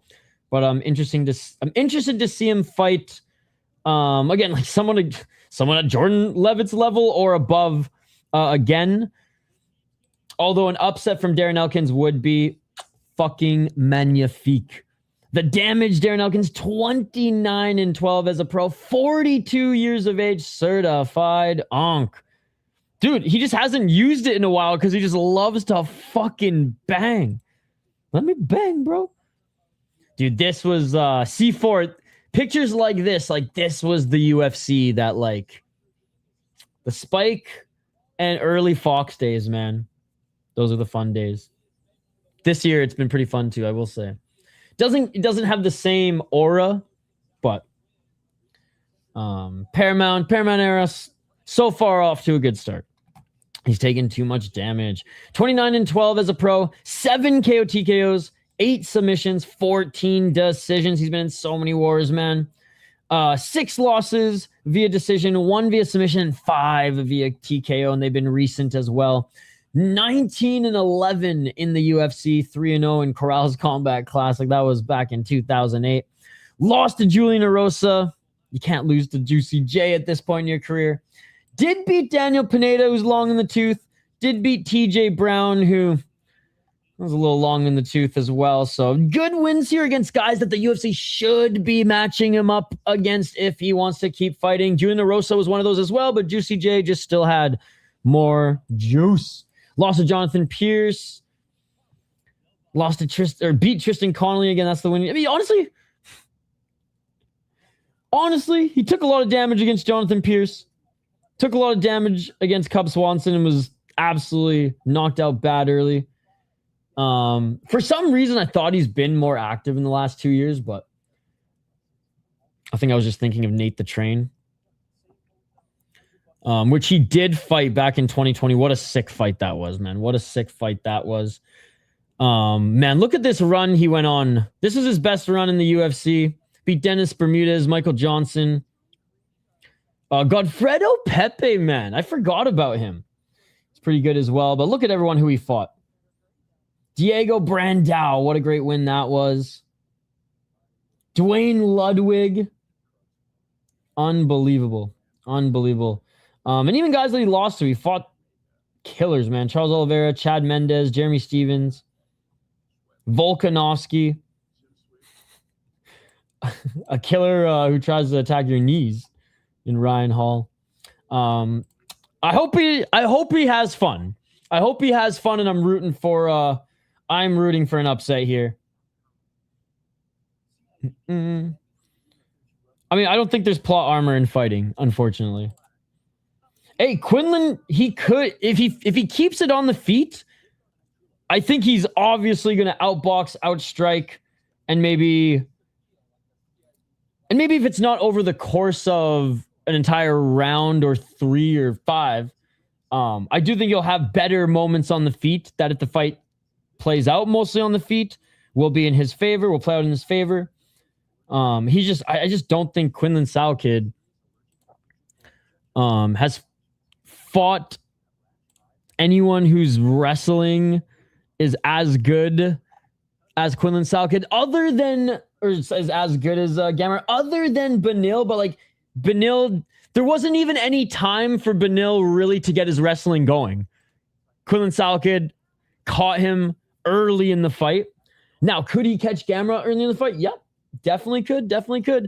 But my boy Benny Dariush, his chin is almost non-existent these days, it seems. That head kick against Nasrat Hakparas was unbelievable as well. A guy who's not really easy to finish. Jamie Malaki gets finished by everybody, but trying to look. Don Marfan has good grappling. He beat him in Eternal and actually choked him out. So there's that. But Don Marfan, I don't think he's major organization level. Yo, thank you so much for the 10 jewels. Amberly, thank you so much.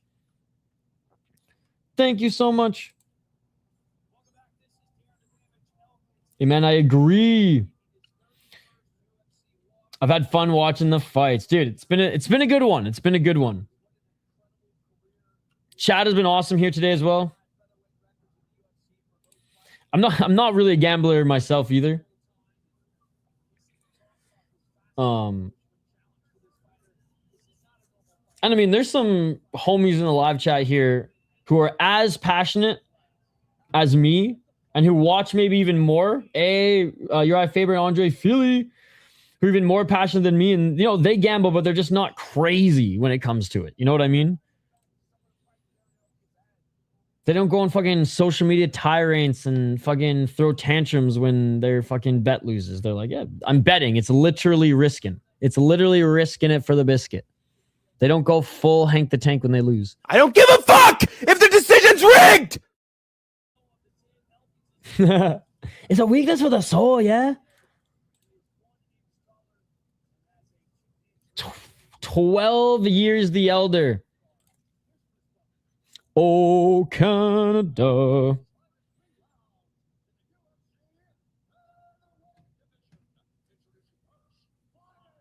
Yeah, you mentioned that before, Amberly. I know that it hits close to home with you. Let's fucking go.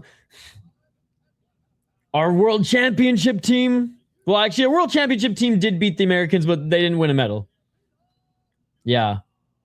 God, we needed this so bad, chat. Hockey Canada needed this so bad. Oh, dude, you're far too kind, MJ. And by the way, MJ, big shout out to you. He's been hanging out in our streams pretty much every day this week. And I know, like, if pretty much everybody in this chat today has, as I'm scrolling up. And there's so many members as well. I can't thank you guys enough. Hey, this one has been a really fun one.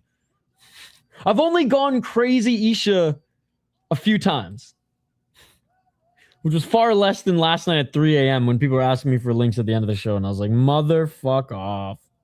Maybe it was well, that's one of the reasons why I didn't stream today is because I needed to catch up on sleep and I was a little cranky this morning. All right, here we go, ladies and gentlemen. Co-main event, Darren Elkins retirement fight. 30 UFC fights. Oh my goodness. Let's get it all. And here we go. I'm taking Americano. Happy for Canada. Leave it to our U18s to get it done. Yeah, hockey. Yes, you have. Oh, low kick by Valle. Elkins looking for the takedown. Hey, Elkins understands the assignment. He was looking for the takedown early. Valle Keeps it on the feet. Oh, big left hand by Valle. Stumbled Elkins. Oh, and Valle just knocks him down and out. Oh, fuck. Poor Valle, man. He's going to become public enemy #1, and Buddy's just winning fights. Oh, shit.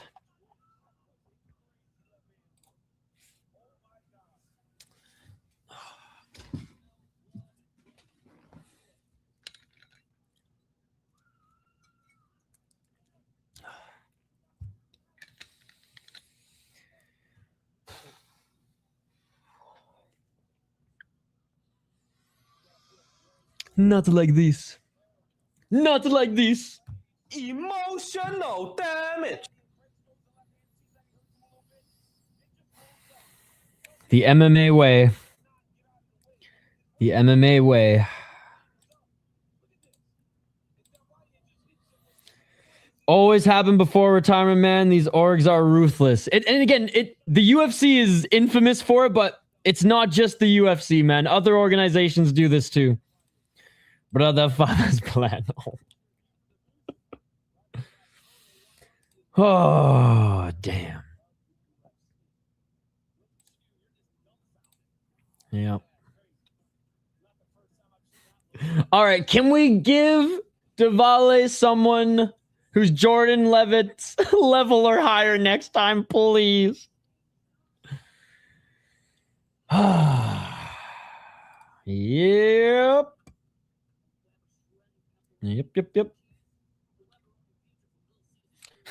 I haven't had Little Caesars in so long.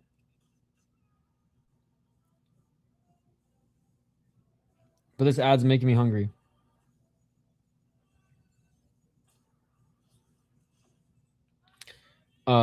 That's expected, but yeah, fuck. I'm not even like, again, I'm not like a Darren Elkins fan, like I'm a Superlek fan. And Superlek, probably like he might retire as well. But it still stings. Yeah, I know they did. Yes. Oh, please. Please, man. It was tough listening to. I hate when my mind wanders there, but when I hear it, and it's like hearing him talk at the press conference. It was like, fuck, man.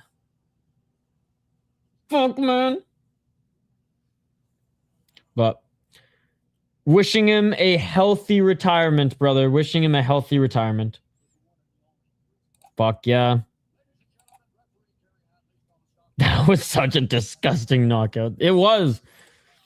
Valle is gonna catch so much fucking flack for stuff he can't control. Other than the Jordan Levitt fight, he deserves a little flack for losing to Jordan Levitt, who's not horrible, but just a low. Like he would be good in any other major organization. Probably still not champ, but like a bottom tier roster fighter in the UFC. Just barely here, but still here. Yeah, honestly. Hey, there's gonna be some speakers at the wellness festival. For anybody who's watching, some of you might be from Minnesota. My client's hosting a fucking dope health and wellness festival, but it's not as eye-rolling hippie as you'd think. It's kind of curated for athletes, for those who are in pain reduction, pain management. It's really fucking cool. It's going to be held in North Loop starting at 11. There's speakers all day, various vendors, 8 saunas, 10 cold plunges. I think there's breath work going down, stretching workshops, the whole 9 yards. I'm going to be there filming and capturing a lot of what's going on at the event, and then I'll be helping run the sauna experience in the evening. So if anyone's in Minneapolis, North Loop, tomorrow, Sunday, at 11 a.m. to 5 p.m. So come check it out. I brought that up because there'll be a certain vendor that's talking about this that has helped NHL players, NFL players, and funny enough, some golfers too, who aren't treating it for the CTE, but for like mental clarity, which is pretty interesting. But Billy Q is back. That's exciting. Billy Q being back is exciting. I'm glad they didn't feed Billy Q to a young prospect. This is, you know, an unk fight. Now, I think Billy Q is young. Billy Q might be younger than me, but in fight years, he's an unk. Okay, he's 37. Why did I think Billy Q was like 32? Hey, Billy Q. Looking younger than me. Still got more of a fucking hairline than me, brother.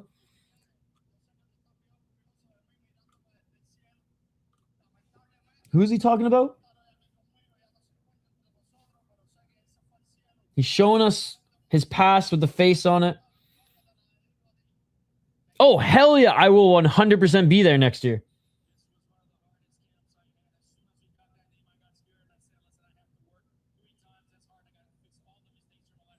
So he said this was a hard camp. He had to fix all the mistakes from his last fight. Oh, I will. I'll be covering it for sure.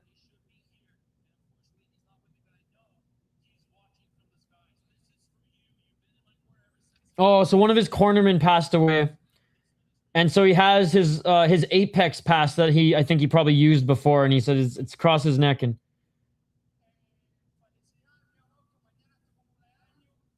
oh, and I think he's saying happy birthday to his better half.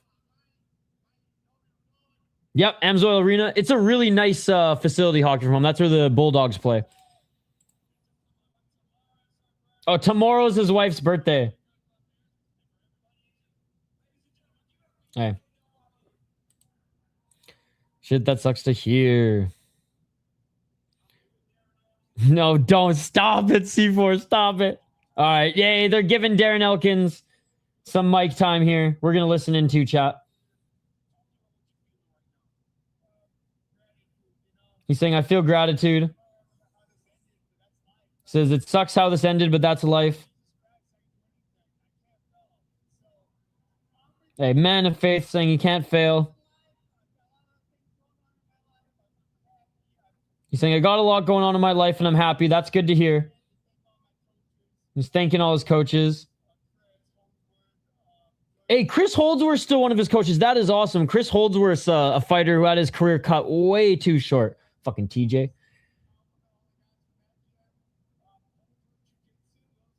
Oh, he's just thanking everybody who's helped him throughout his career. What a beauty. Literally his fucking pipe fitters union, bruh. Let's go, hockey from home. Let's go. Hlinka Gretzky champions. The gold medal. We finally beat the Americans in 2026. Hey, we beat you guys in the World Championships, but neither of us medaled, so it doesn't matter.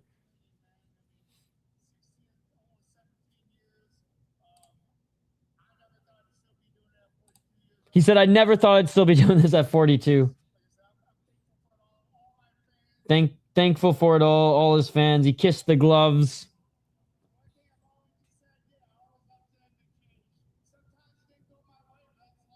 He said, sometimes it doesn't go your way, but that's life, and he's not upset. Hey. I'm tearing up, Chad. I'm tearing up. Hey. The damage, baby. Standing O. Great career. Hey, there's Chris Holdsworth. My man. My man. Oh, love it. What could have been. Not as big of a what if as Zabit, obviously, but what could have been with Chris Holdsworth, man. See, this is Hockey From. You got to give me better updates here. I've been relying on you, and you've been... All right, co-main event coming up next. What a good guy. What a good guy. All right, like one of our first matchups where I don't have highlights for you guys because these guys are actual veterans. We got an unk fight here, baby. We got an unk fight here.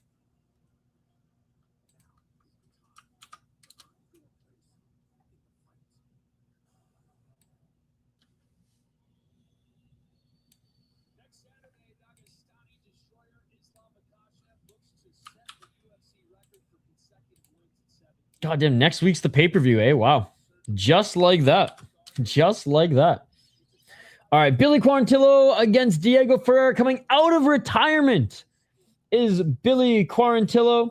After a year and 7 months away after being knocked out by fellow Unk Cub Swanson, he is back. 18-7 as a pro, 8 KO TKOs, 5 submissions, 5 decisions, 6-5 in the UFC, 1-0 in Contender Series. Like I said, lost to Cub Swanson, lost to Yusuf Zalal, and he took almost 2 years off. Before then, he beat Damon Jackson, who was, let's be honest, he was on his way out, kind of like Darren Elkins there. Good win against Alexander Hernandez before losing to Edson Barbosa. That was a wicked knee, by the way, from Barbosa. The Hernandez win was awesome. I didn't expect it, but that was back in 2022. And yeah, man, winning against Damon Jackson, that was it. And he was fighting older guys, older Edson, older Cub. Yusuf, he's good, so whatever. But he lost Shane Burgos in 2021. Just really wasn't that active in his last little bit as well. Went on a good run on the regional scene coming into the UFC. Beat Spike Carlisle, Kyle Nelson, Gabriel Benitez, and Alex Hernandez. But yeah, lost to Shane Burgos, Zalal, Cub, and Edson, who, as far as Unks go, are still pretty good, especially Edson in 2023 and Cub, like literally until he retired. He's got decent boxing. Actually, he's got really good boxing. 8 KO TKOs. He's got really good boxing. Scrambly on the bottom as well, but we'll see how his chin fares. Now, Diego Ferreira, 41 years of age. I cannot believe that Diego Ferreira is this old. 2-2 in his last 4 fights, 41 years of age. 5 KO TKOs, 4 losses, 7 submissions, 7 decisions. 10-7 in the UFC. 3-0 in Ultimate Warriors fighting. He fought in Legacy before it was LFA.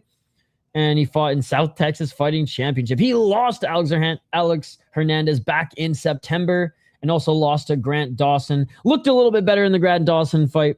Obviously got slimed out by Hernandez. Before then, an amazing fight against Mateusz Rebecki. Knocked out Michael Johnson and then answered with a huge win against Mateusz Rebecki, who is just high ceiling, low floor, right? High ceiling, low floor. Yeah, let's go, Canada. Lost to Gamrot, Dariush, and Gregor Gillespie in 2021. Faced a few, he beat Anthony Pettis back then. They faced a few injuries. Obviously had that canceled fight with Bobby Green, the canceled fight against Close. It seems like every year he's got a few canceled fights. But, oh man, he didn't look good against Hernandez at all, obviously. He looked okay against Grant Dawson. But now we're going back like 2 years. But Billy didn't even look good 2 years ago. This one, I have no idea who's going to win this one. If Billy comes in and he looks rested, and I don't know. I'll go Ferreira because he's been more active-ish. But I don't know about this one. I hope Billy's got it.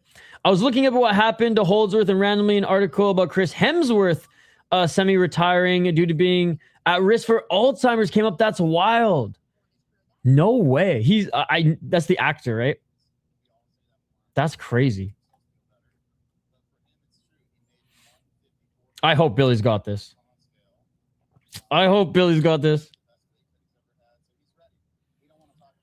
Billy Q is one of the more underappreciated guys. I know he hasn't made it to the top, but guy gave us so many goated fights. He's such a fun fighter, and always interacts with his fans as well.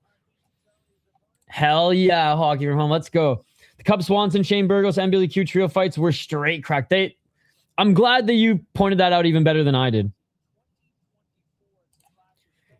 No, but I should. Steve fucking Strangle hosted a fight where Jared Gordon was fighting a troll, and apparently him and Bobby Green are gonna link up here soon. Fucking Steve the Strangle Gang, the bully beatdown reactor. Picking CDF. I'm a big fan of both, but I'm a bigger fan of CDF Ferreira. Hell yeah, Hockey from Home. Hell yeah. All right. Who do you guys got in this one? Co-main event here. Bro, is the UFC going to end with light still in the sky? Probably not. Probably not. It's almost 9. It's almost 9. Yeah, I'll say Ferreira, but like I said, I really have no idea. I really have no idea for this one. Battle of the Unks, though. I'm very happy, Hockey from Home. I've said it 100 times. Oh, we needed that. We needed that. The World Championship, yeah, it's a good win, but like whatever. There was no medal on the line. Canada winning gold here, especially against the Americans. Obviously, it's not the Olympics. I get it. I'm still here, by the way. One second. I'm just turning on a light. Obviously, not the Olympics. So obviously not the same, but hey, it's the best. It's the best for the young guys. So, oh man, I'm about to do my Dana White Contender Series prep. If I had more time earlier today, I would have done it. But how stoked are you guys for the Conor Ben Garcia fight? Garcia does know how to sell a fight, and he's looking a little like the crazy Garcia. And he may not fight the best as crazy Garcia, but oh boy, is he fun in the lead up. And I'm not even a big boxing guy. It sucks that he never got to fight Ampo and Ryzen. I mean, he would have absolutely destroyed him, but still. He would have absolutely destroyed him.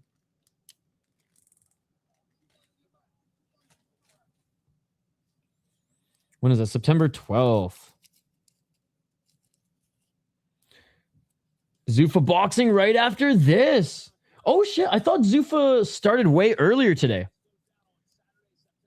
I thought it started at like 2 p.m. earlier today. So fuck. I think I'm going to do Pancrase later. So I'll probably skip Zuffa. But Callum Walsh is fighting, right? I used to watch so much Callum Walsh when he was on Hollywood Fight Night on Fight Pass.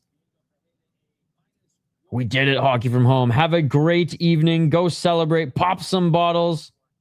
Light some fireworks. Chug some maple syrup. I hope Billy can do it. I hope Billy can do it. I know Ferreira is not super active. So like you could be, you don't, the time off for Billy maybe is not as big a deal as I'm making it. My thing is like Ferreira at least like wasn't retired. So like he still had his feet in the door. I think it's different training for, and I mean, this is just me, but maybe C4 can confirm too. But like, I feel like it's different training versus training when you're still like actively competing, right?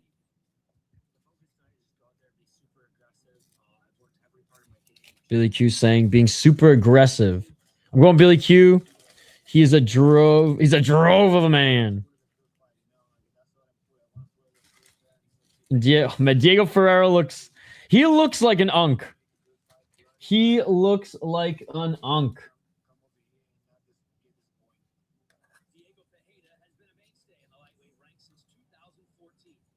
Damn, man. Been top level since 2014. That fucking Rebecca fight was insane. That Rebecca fight was insane. Fucking Gary Coughlin, man. Oh my god. Or Coughlin, sorry. Freaking Coughlin. You can pop some bottles. I mean, I took a swig for Elkins.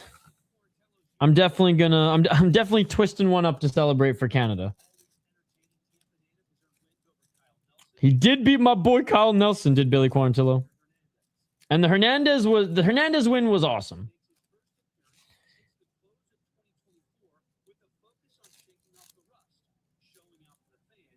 Shaking off the rust. That's his focus here. You had a difficult time deciding who to pick too?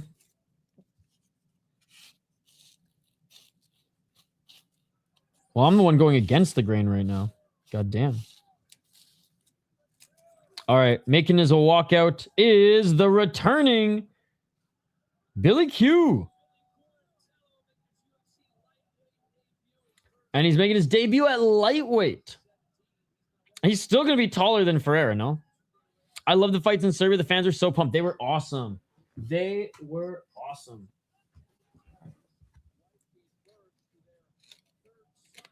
Oh, is that Matt Arroyo? Bro, Matt Arroyo in his corner?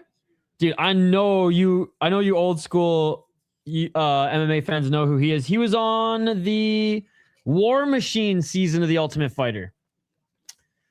Sarah versus Hughes, which I don't think that season gets enough love. I think the fights overall that season were not the best. Definitely weren't the best, but I think like there was actually low-key a lot of drama because Hughes was just a fucking prick, and he made it great. He made for great TV as a result.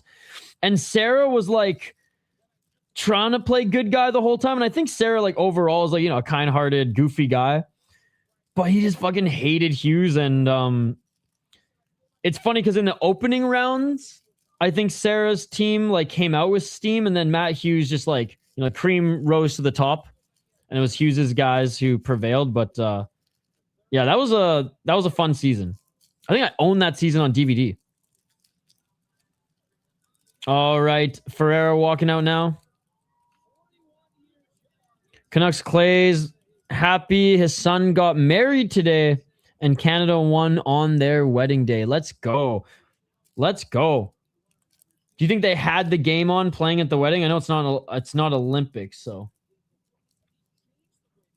who knows how serious they were about making sure the hockey was on.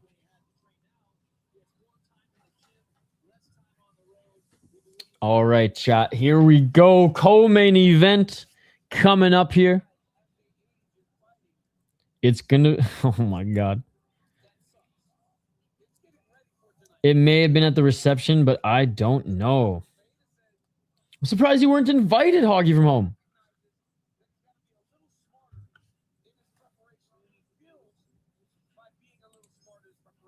All right, cut mentate looking at Ferreira, who looks actually in really good shape for this fight.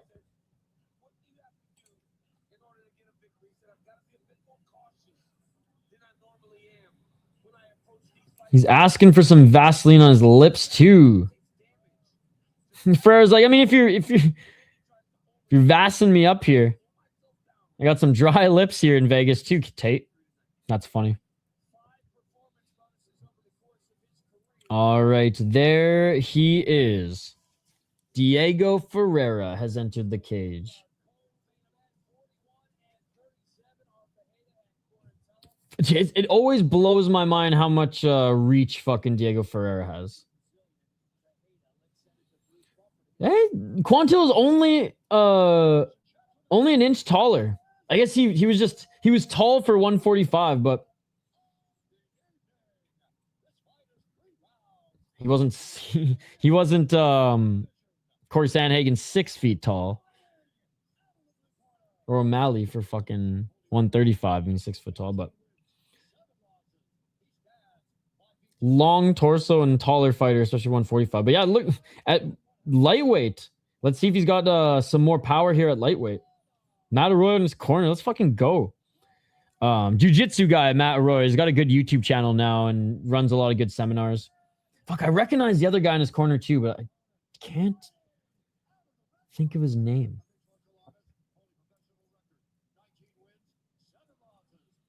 $19 wins and 7 losses for Uncle Diego Ferreira.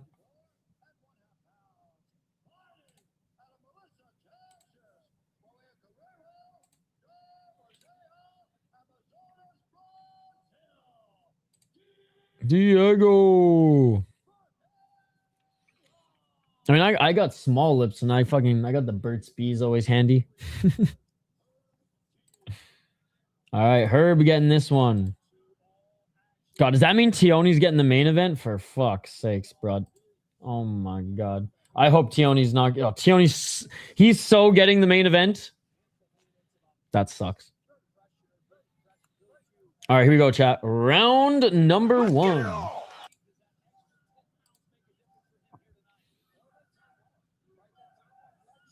Chat, the audience is already chanting USA. Oh, big overhand right by Billy. Left hand by Billy. Ferreira with the knee. Ferreira eats a left hand.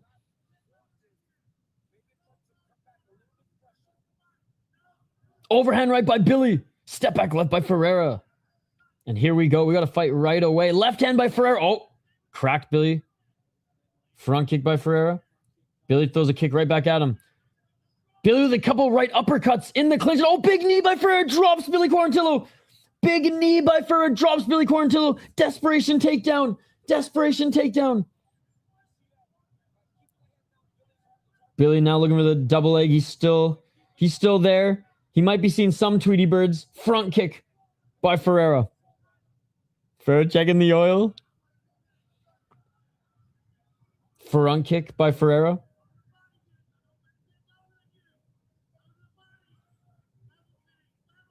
Quarantillo pressuring him.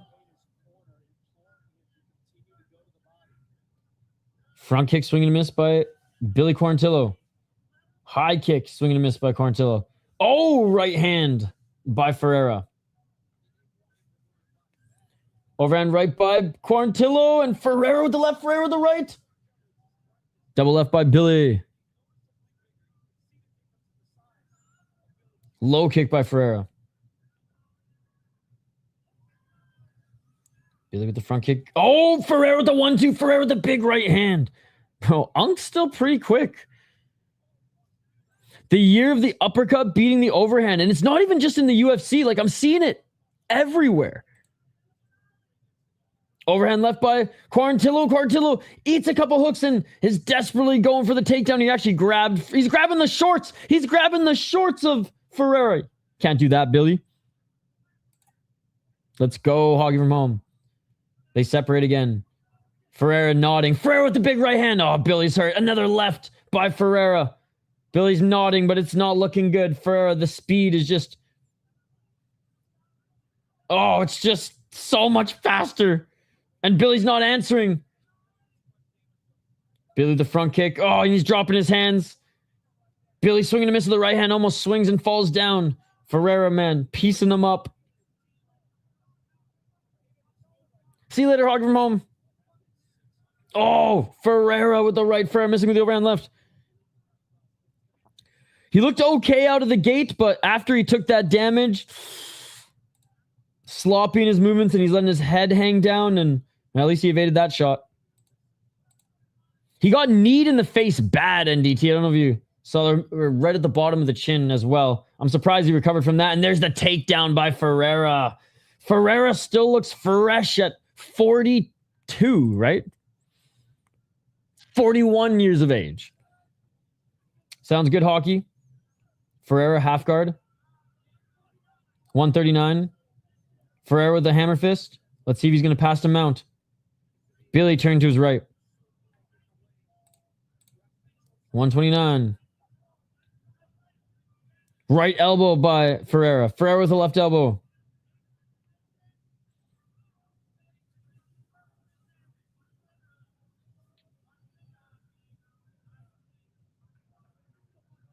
Left hand. Right hand by Ferreira.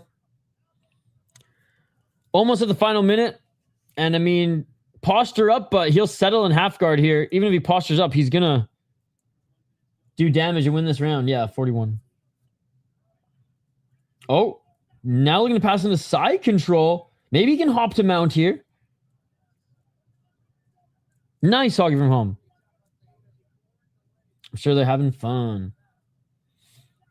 Back in half guard. 38 seconds. Some elbows to the body. The veteran move, covering the mouth. Posturing up. Back up to his feet. Big right hand by Ferreira. Billy Quarantillo with the up kick. 24 seconds. Body kick by Ferreira as Billy gets back up to his feet. Oh, big right hand by Ferreira. Ever since he was like hurt first, it's just been like unpolished swinging. And that will do it for the first round. And yeah, Ferreira, dominant round. Dominant round. Billy looked all right out of the gate. Over swinging on some shots for sure. But man, as soon as he got cracked, it was like out the window. Tough as nails. Still in there. Survived some onslaughts and a big knee. But man, all Ferreira so far. All Ferreira so far.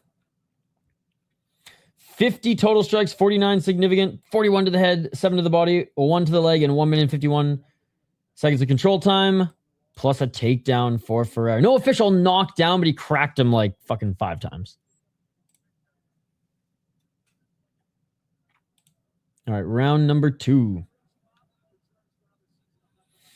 I'm not used to seeing a crowd like this at the Apex. That's fucking awesome. I wish it was closer to 2,500, but beggars can't be choosers. 1,000's better than whatever they had before. All right, here we go. Round number 2. Not looking good for Billy. And already 1-2 and a high kick by Ferreira.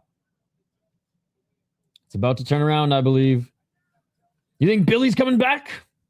Front kick by Ferreira.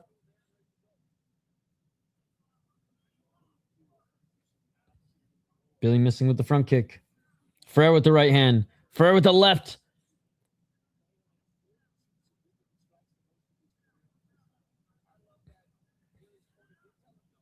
.420. Samoga maybe got him. We surely will between this fight and the main event.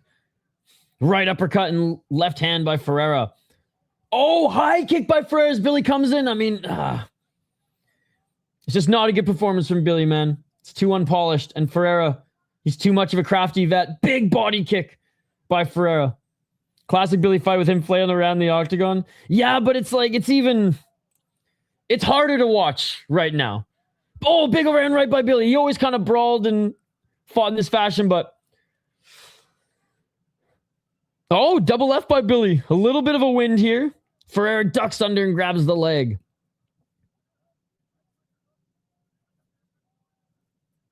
He's the opposite of the crafty vet we were talking about earlier, C4. But Ferreira, though, he's one of those guys. Left by Ferreira, right by Ferreira. Left by Billy. Oh, Ferreira with the counter right. And Ferreira's slowing down a little bit in this one.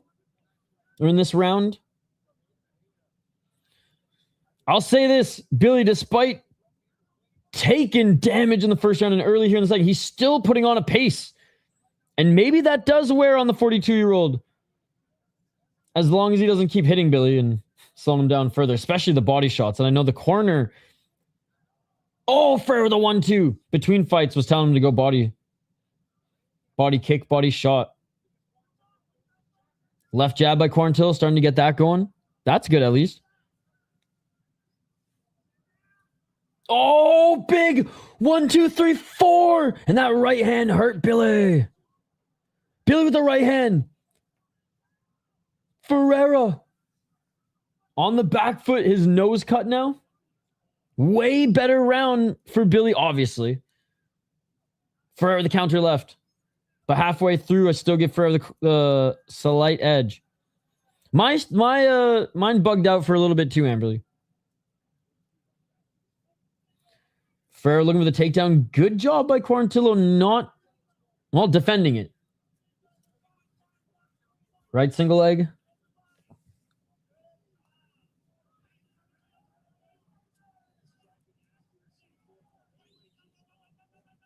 $150.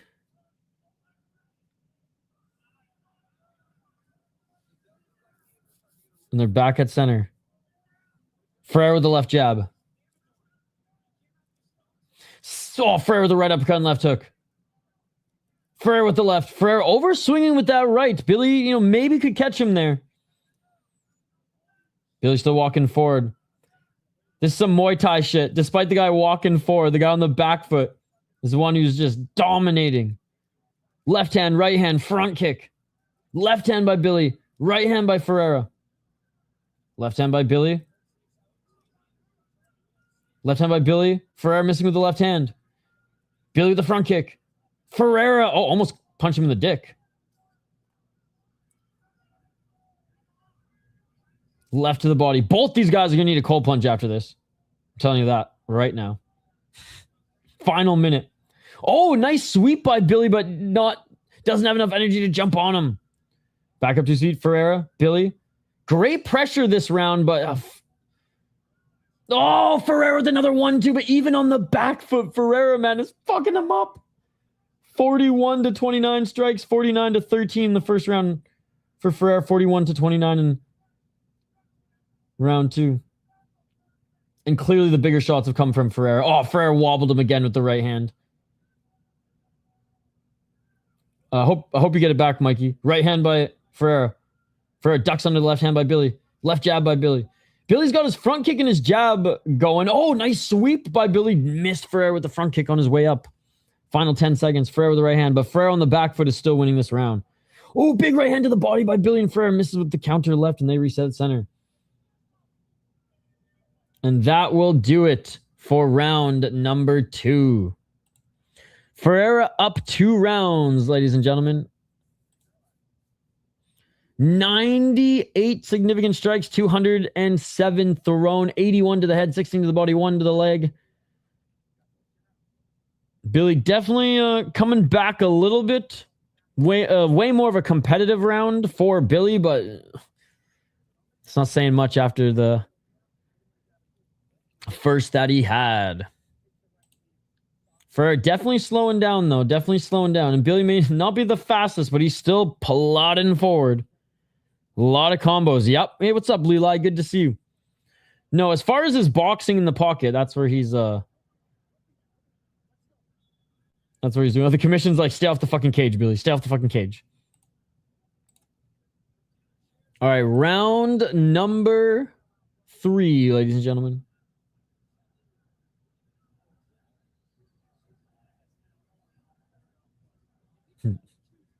Ferreira saying, let's go, let's go. They're firing each other up. I love that. And here we go. Oh, Ferreira with the big 1-2. Billy with the right hand. Ferreira going high. Left hand by Billy. Left hand by Billy. Glad you're back, glad you're back. Just in time for the 3rd round. Left hand by Billy. Left hand by Billy again. Is this going to be his round? Oh. Left hand by Ferreira. Another right hand by Ferreira. Front kick by Ferreira. Ferreira with the right. Ferreira now looking for the double leg. Can't get it. Billy with the right hand. Billy with the left. Shaking off some cobwebs. Billy finally settling in this fight a little bit, but it's taken when Ferreira slowed the fuck down to get it. Billy with the double left. Billy with the right hand. Dude, crazy fight. Sloppy fight, but crazy. Well, sloppy fight for Billy. Actually, a pretty damn technical fight here for Ferreira. Oh, Quarantillo with the right.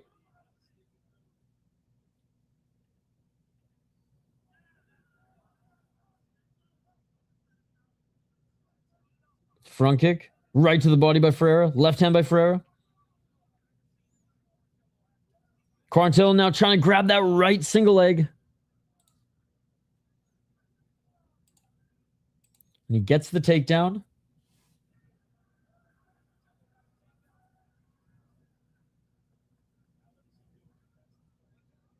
Billy's got the takedown. He's got both legs. But he needs a finish. He's down 2 rounds. Ferreira back up to his feet. Oh, Ferreira looking for a reversal. Ferreira, oh my God, Ferreira got the single leg reversal. Now Ferreira's in the top position. No fucking way. Ferreira now with the back take. Right hook in. Quarantillo's looking to probably stand up here to try to shake him off. He's trying to shake him off, but Ferreira's got the backpack. He's got the backpack, ladies and gentlemen. He's trying to shake him off. He's trying to shake him off.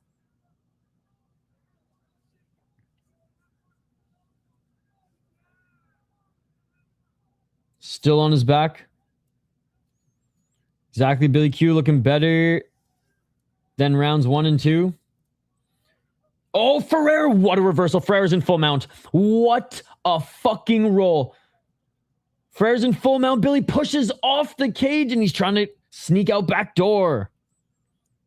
227. What a crazy veteran. It's like a sloppy veteran. Oh, that's exactly what it is. Sloppy veteran third round where that was two crafty escapes there. Two crafty escapes. Or one crafty reversal, one crafty escape. Oh, 1-2 by Ferreira. It's just where it counts. Ferreira scoring more. Ferreira going for a takedown. Beautiful trip there, but he's unable to stay on top. Billy Q back up to his feet and throws a left hand. They're both exhausted. Body kick by Billy, but this pace. Quarantillo with the left hand.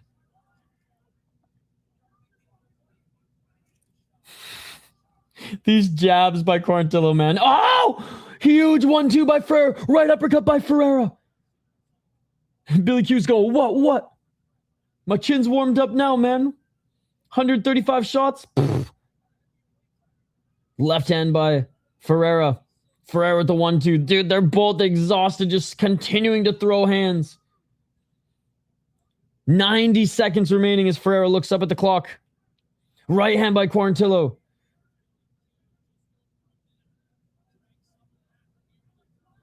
$113. They separate. Oh, a little Chelsea Chandler jog there by Ferreira. Right uppercut by Billy Q. But Ferreira again with the big right hand. It's like I want to give Billy this round, but like Ferreira's clearly still landed the bigger shots, man. That's what's crazy. Great job stuffing the takedown by Billy Q. It's like I want to give Billy this round so bad, but like Ferreira absolutely landed the better shots. He really did.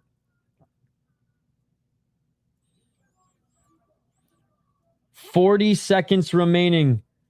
And Ferreira on his knees. If we were allowed superior rule set, if we were allowed real MMA, if the North American commissions weren't the most disgraceful and most pussy-ass commissions on the planet, Billy Quarantillo could have just landed superior rule set, grounded knees. The fight would have been over, or at least close to being over, if not being called. Billy Quarantillo in the full guard of Ferreira, and he is going to end this fight on top with this, which is huge. Maybe a judge or two give him the third.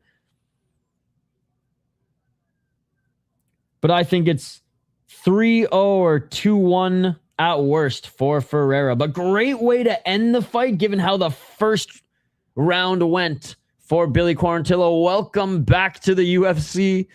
That was a heavyweight slobber knocker from Billy Quarantillo as a lightweight, and Ferreira just trying to keep it still technical. Sick fight from the Unks, man. Sick fight from the Unks. Love when the Unks put on a fucking show for us, ladies and gentlemen. Love when the Unks put on a fucking show for us. That was awesome. All right, we are awaiting the official decision. What do you guys think? Do you think there is a chance that Billy Quarantillo won this fight? I think there's no way he could win rounds 1 and 2. 3, sure. But I still would argue that Diego Ferreira clearly landed the better shots between them.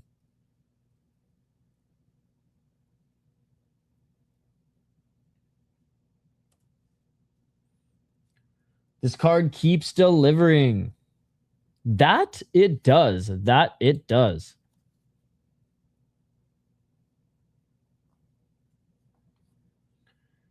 Ooh, let's go Ferreira. Oh, man. I'm leaning Gamrot, but we'll do the breakdown here in just a moment, buddy.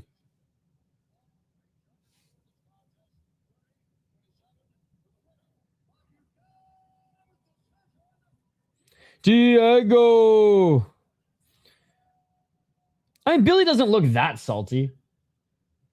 I expected way more. I just saw it now. I expected way more salt. A great win by Uncle Ferreira. 144 significant strikes. Unreal. At 42 years of age.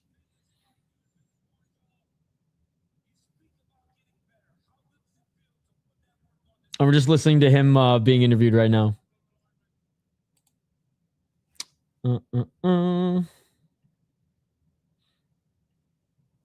Oh, man. My...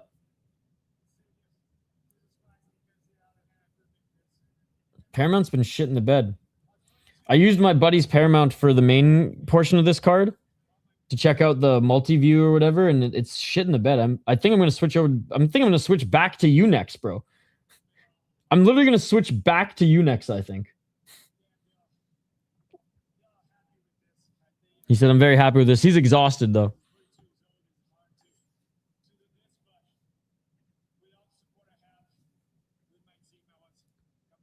He's just saying, without the support I have in my team, I'm nothing.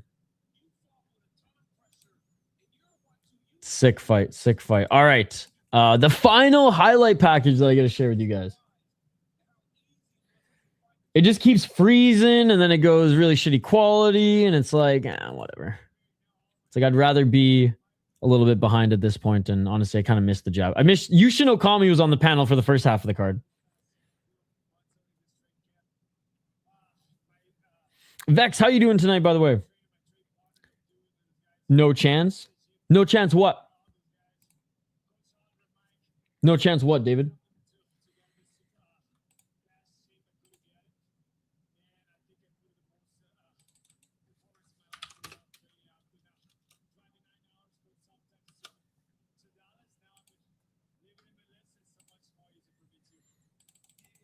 So it's just so much easier for him living in Texas.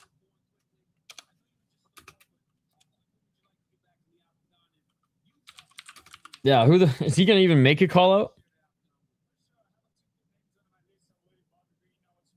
Bobby Green. He was supposed to fight him in one. But honestly, that's a good unk fight, brother. That's a good unk fight.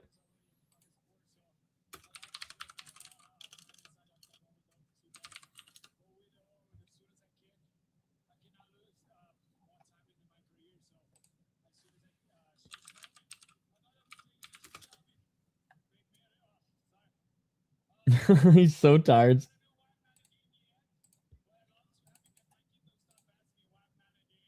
Oh, he wants to be in the game because his kid keeps asking. Oh, well, get in line, brother. I'm good, man. Just hoping I hit a couple parlays for the night. How's everything with you? Really good. Really good. Yeah, I mean, this has been such a fun card. The chat's been really good. The stream has been awesome. Yesterday, we crushed a bunch of one championship and PFL, so things are going good. I just twisted one up. I'm about to take a couple push-ups here, and then we're going to dive into the main event. Hey, hope your parlays hit, man. And I hope you have a really good day tomorrow. I think I'm going to sneak in Pancrase tonight. I was originally going to go help my buddy finish setting up tonight, but it's already so late. Yeah, I'm going to do what Protest is doing right now. But I think I'm just going to go there at like 6 a.m. I'm literally going to finish the Pancrase stream and then just get in my car and drive to the event.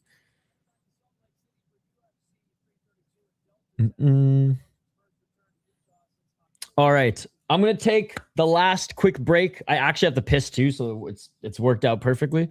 I'm going to drain the main vein. I'm going to do a quick set of push-ups, and then I got my last set of highlights. I got Quillan Salkild's highlights here, which they were posted 6 months ago, okay? I haven't updated them. I will eventually, but I'll post those. I'm going to share what I got with you guys here. Then we'll do the breakdown, and then, yeah, live play-by-play commentary, and I want to keep reading your guys' comments. So vote in the poll question. Subscribe to the channel if you haven't already. We cover 30-plus hours of combat sports every single week. Prospect highlights. We got a Ryzen podcast coming out tomorrow night. We have our Dana White Contender Series Week 1 preview podcast on Monday. We have a Ultimate Fighter watch party, a Dana White Contender Series watch party, and a Ryzen watch party. Like, the start to this week is just an extension of the weekend, chat. And I am so fucking stoked. The weekend is this. The UFC is the fucking appetizer, bro. The UFC is the appetizer of what's to come the rest of the weekend here. Thank you so much for the 10 jewels. Let's fucking go, Amber. Let's fucking go. All right. I got to piss so bad. Refill your snack bowl. Refill your drink. And back on the other side. That Billy? Wait, no chance. That Billy. Billy lost. Billy lost. Anyways, back on the other side. Do not go anywhere. Main event next. Live here on the City Life Project YouTube channel. Fight Companion. Let's go.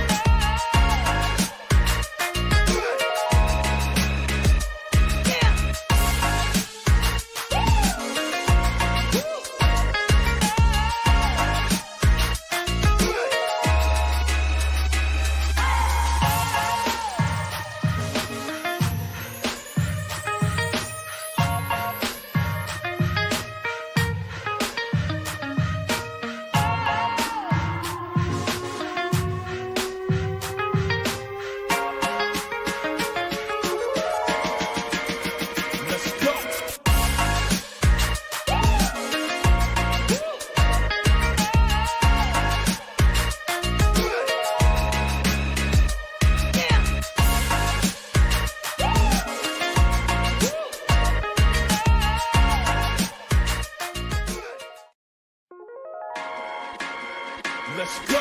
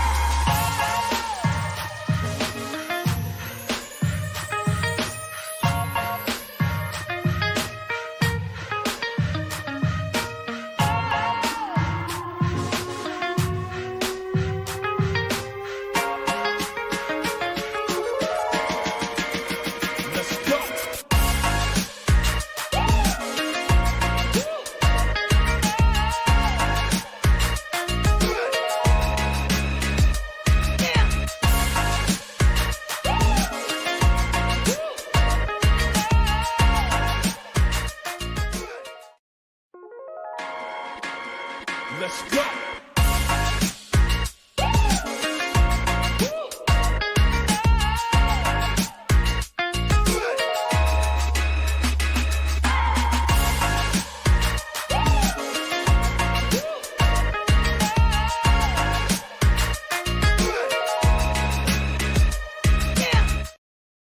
And we are back live here on the City Life Project YouTube channel for the main event of UFC Fight Night, Gamrot versus Salkilld. Let's just dive right into the preview, ladies and gentlemen. Cold Open is playing right now on the broadcast. So let's bring in some Quillan Salkilld highlights. Again, I posted these 6 months ago, literally while I was on tour. I think I posted Quillan Salkilld highlights for you guys. So his last couple fights aren't in here.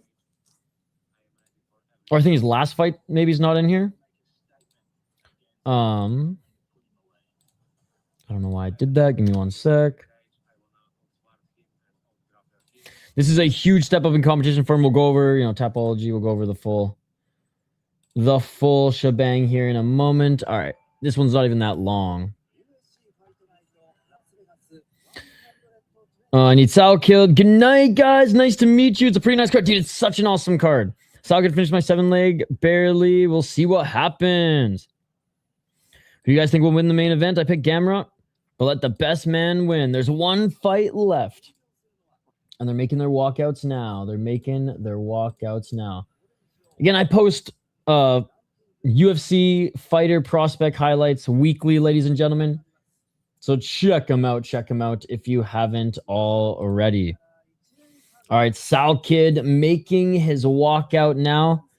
Aniki MMA's biggest fan. Yes, even more of a fan than me, Quillan Salkilld. By the way, guys, if you're watching, you haven't liked the stream, please do so. It helps us out a lot. Subscribe to the channel, vote in the poll question. And hey, feel free to comment in the chat. You don't have to, but feel free to comment in the chat. Check in. Let me know how you're doing this weekend. Let me know also if you're staying up to watch some Pancrase tonight on UFC Fight Pass. I feel like Salkilld surprised me every time, though. He's really good. I really love how it's all lit up now, the Apex, and a walkout actually feels like an MMA show walkout, right? This fight was insane, man.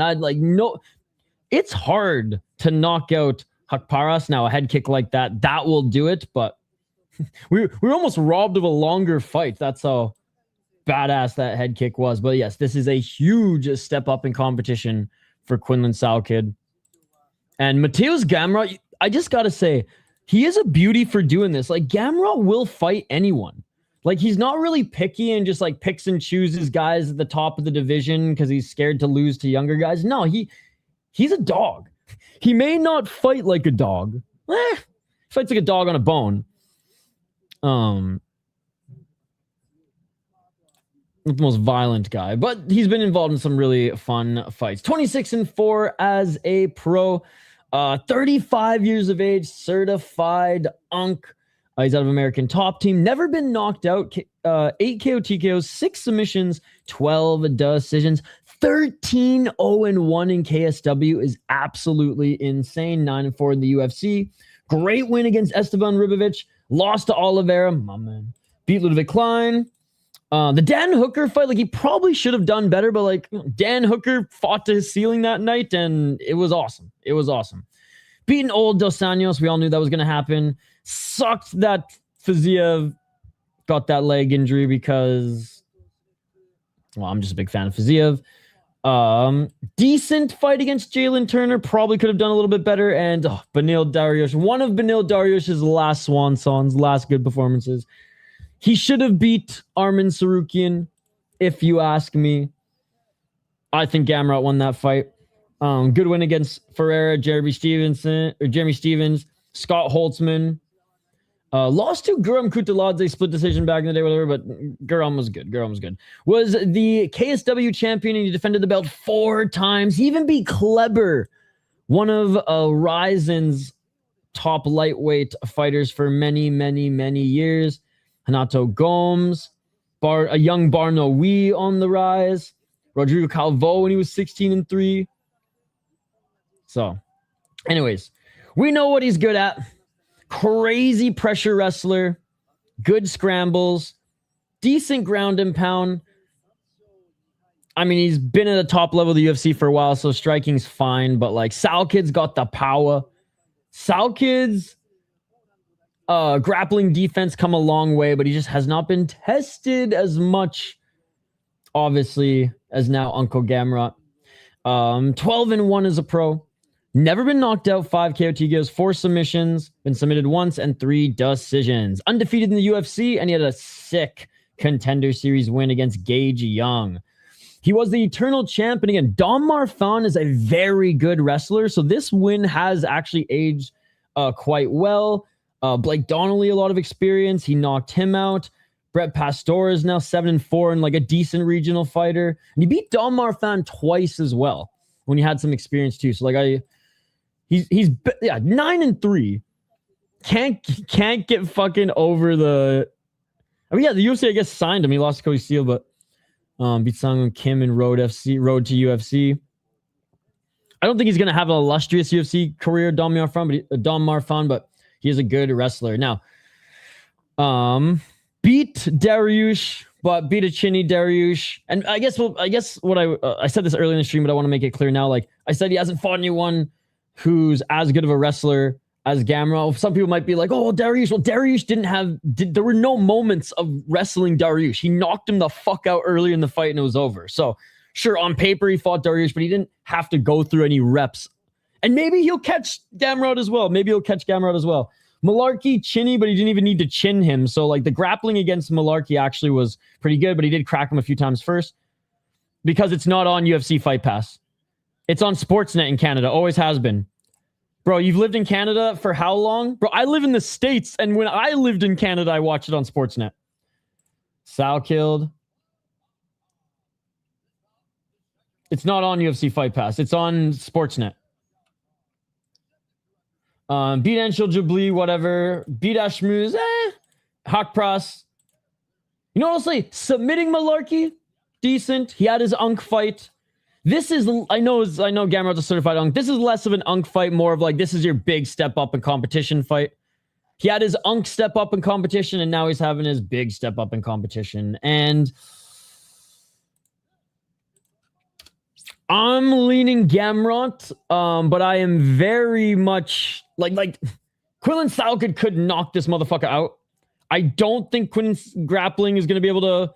I don't think he's going to be able to hold his own in his grappling, but I hope he surprises me, because if he does, then this kid is a real deal James Neal fucking prospect. Yo, what's up, Quandry? Good to see you. All right, I told you where to watch. It's on Sportsnet. Stop asking me for free links. Go fucking watch it on Sportsnet. Oh, Canada, baby. Go watch it on Sportsnet. Go watch it on Sportsnet. This is the main fucking. If you haven't found a link at this point and you ain't watched on Sportsnet, that ain't my problem. I'm not gonna fucking hold your hand through it. Sorry, guys. Love you, my Canadian brother or sister, but come on. Stop asking me for links in the chat.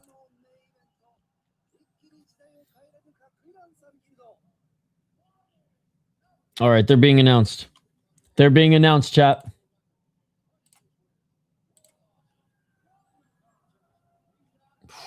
Five rounds. Dude, it is a vibe now. The Apex is a vibe now. It is, dude, Quandary, great to see you, by the way. Hope you're having a great summer. Literally, the main event is about to start. They're being announced right now. Gamrot wear and tear, he might be a little slower, maybe. I'll say this, Leela. Every time I count out Gamrot, he still looks good. He may not win, but he still looks good. He's definitely a little crazy in there, and his striking again has never been polished. But he's been fighting at a high level for a while that it's not the worst. But again, Salkilld could crack in him. I'm just very interested to see how Salkild's grappling, if he gets in those exchanges, let's be honest, when he gets in those exchanges, will look. Because if he can hold his own there, holy shit. Apex is too cheap for cleaning staff, so I don't have any info on this fight, dude. Exactly Mikey P's the fucking man. All right, here we go. Round 1, chat. Salkilld with the double left jab. Gamrot missing with the right hand. Gamrot, right hand. Low kick by Salkilld.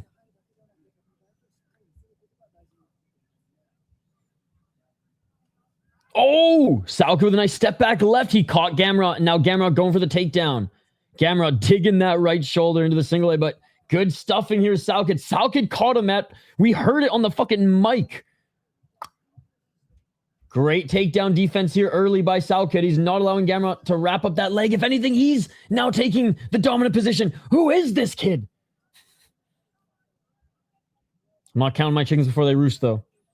But that was a beautiful step back left by Quillan Salkilld, and it stumbled Gamrot. Gamrot back up to his feet in the clinch, forcing him to go for a takedown. He does, Amberly.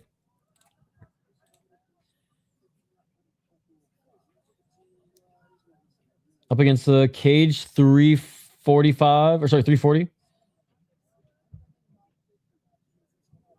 Salkilld now pushing Gamrot. Salkilld with the body lock. Gamrot rolling out of this, and he goes for a leg lock here to Salkilld. Salkilld grabbing the leg. Gamrot grabbing the leg. Gamrot rolled out of it, grabbing the leg. Gamrot going for a knee bar. Salkilld can't panic. Oh, Gamrot trying to get the grip. Oh my goodness, the knee's not supposed to bend like that, chat. 310. Oh my God, applying the pressure. Here's Gamrot. Can Salkilld get out of... Salkilld doesn't look like he's in any pain here. What's up, bacon, egg, and cheese? This would be an impressive win. Gamrot letting it go. Whew, he was cranking at one point. Oh, Salkilld now holding on to the back. Gamrot trying to block. Knees planted by Gamrot. Gamrot trying to get back up to his feet. And he does. He eats a couple of rights as he gets back up to his feet, though. Quillan Salkilld missing with the high kick. And a little bit of there's a little cut in the bridge of Gamrot's nose. 229. Salkilld with the high kick. C4. I don't even have the words, but this fight is applying to what we want to see, right? So far. I mean, we're only a few minutes in, but still. Salkilld missing with a few of his hooks, but now looking for the takedown.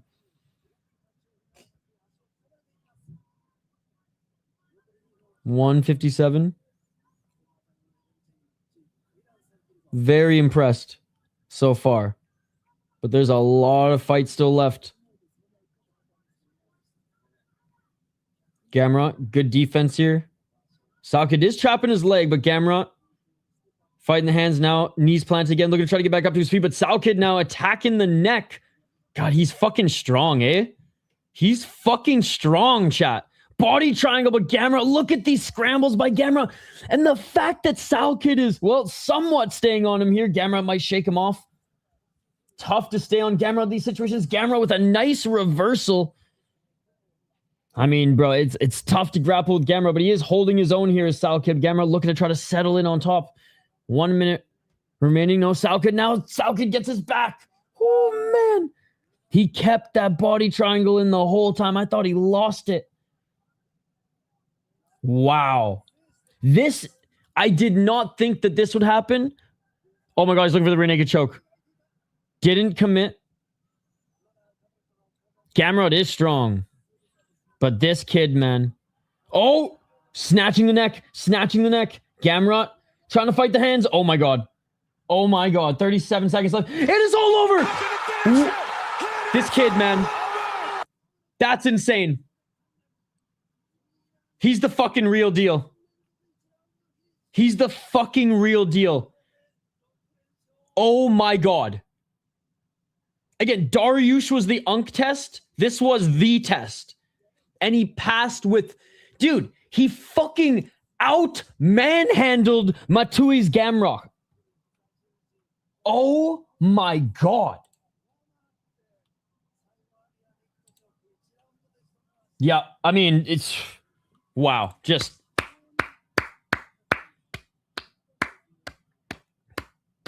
Like, I am genuinely like... He's special. He's special, man. I am so excited to see what's next for him in this fucking crazy division, but still. Holy shit.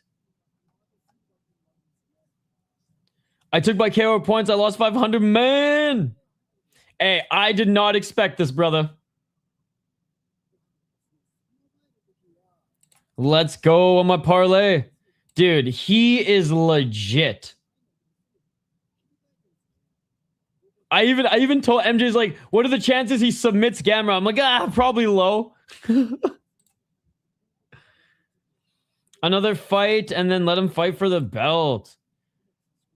Great fight. I wish all the grappling and I don't care was like that.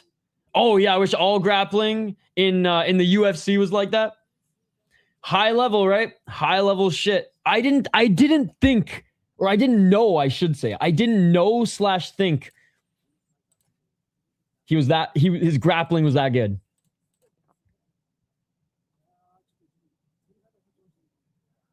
Salkilld versus Hooker?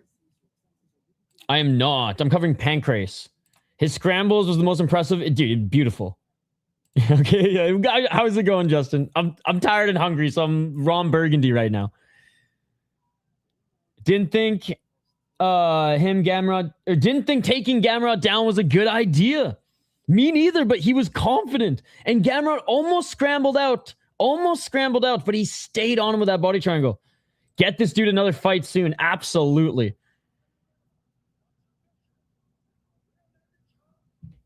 I thought if he was able to keep it on the feet, he would win, by points and damage. I didn't think it'd be dominant like this. Ooh. That's a good one. That's a good one. Hey, C4, there's one of your young, talented guys coming in here, taking out the Unk, but like active Unk, not Dariush Unk. I'm dumbfounded. Finally. Bro.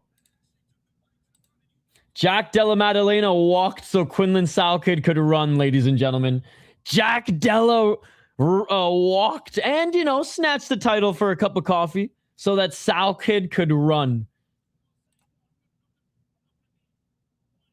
Again, for a card that everybody, even the MMA guru in his picks and predictions video, everybody was clowning on. I said before the show, you can rewind the tape. This was a card that had a ton of prospects and a ton of Dana White Contender Series alumni that I was just excited to see how they would pan out in the UFC. And do all prospect cards pan out? Sometimes they're duds. And it's like, okay, now we know the answer. But I'm always curious what the answer is post Dana White Contender Series and or just like new signees. And they're hungry, man. They put on good fights, and yeah, this fucking card delivery. Holy shit. 4 fights in a row. All first round finishes.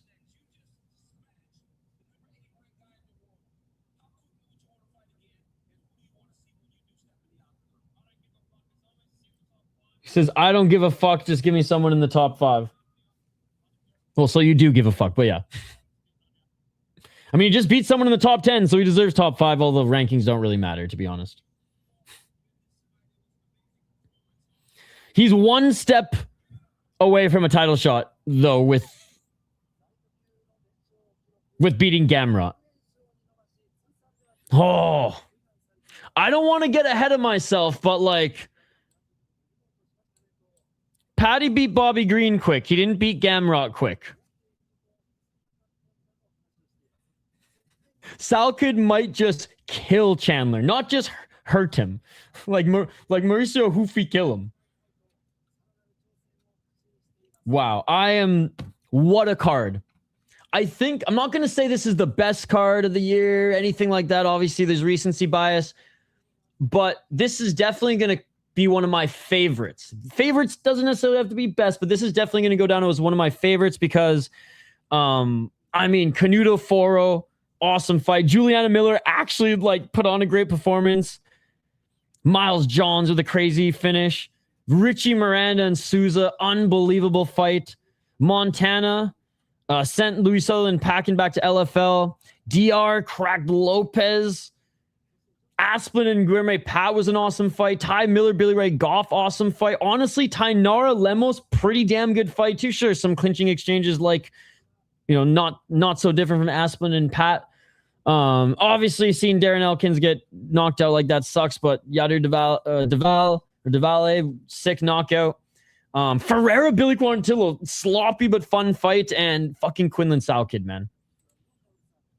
Or Charlie Olives, yeah. If he wants to get in there quick, I just don't know how long Charlie Olives is going to be out. I mean, we'll see. I mean, he's grieving right now, losing his buddy, but yes, Charles. That stuff aside, I don't know why my mind went just full John Anik there. It's because I'm fucking hungry. That's why. Well, good time, great fights. I'm gonna walk my dog now. It was fun, everyone. Yeah, I'm gonna get some fresh air and make some dinner. Because we got pancreas soon. I mean, I might even miss the first part of pancreas and just go live for the next part, but we'll see. But anyways, guys, big shout out to everybody who joined us here today. I'm actually going to check my schedule myself here quick. What a fucking fun card. What a fun card. That was awesome. Okay, so Pancrase starts in an hour and a half on UFC Fight Pass, and then there's Prelims on Unext. Okay. There's Prelims on Unext. Okay. I'm going to get my shit together so that we can go live for that. If I don't go live for that, just assume I fell asleep. Literally fell asleep on my desk. And we'll catch up tomorrow. Guys, tomorrow I will be posting Ryzen picks and predictions video.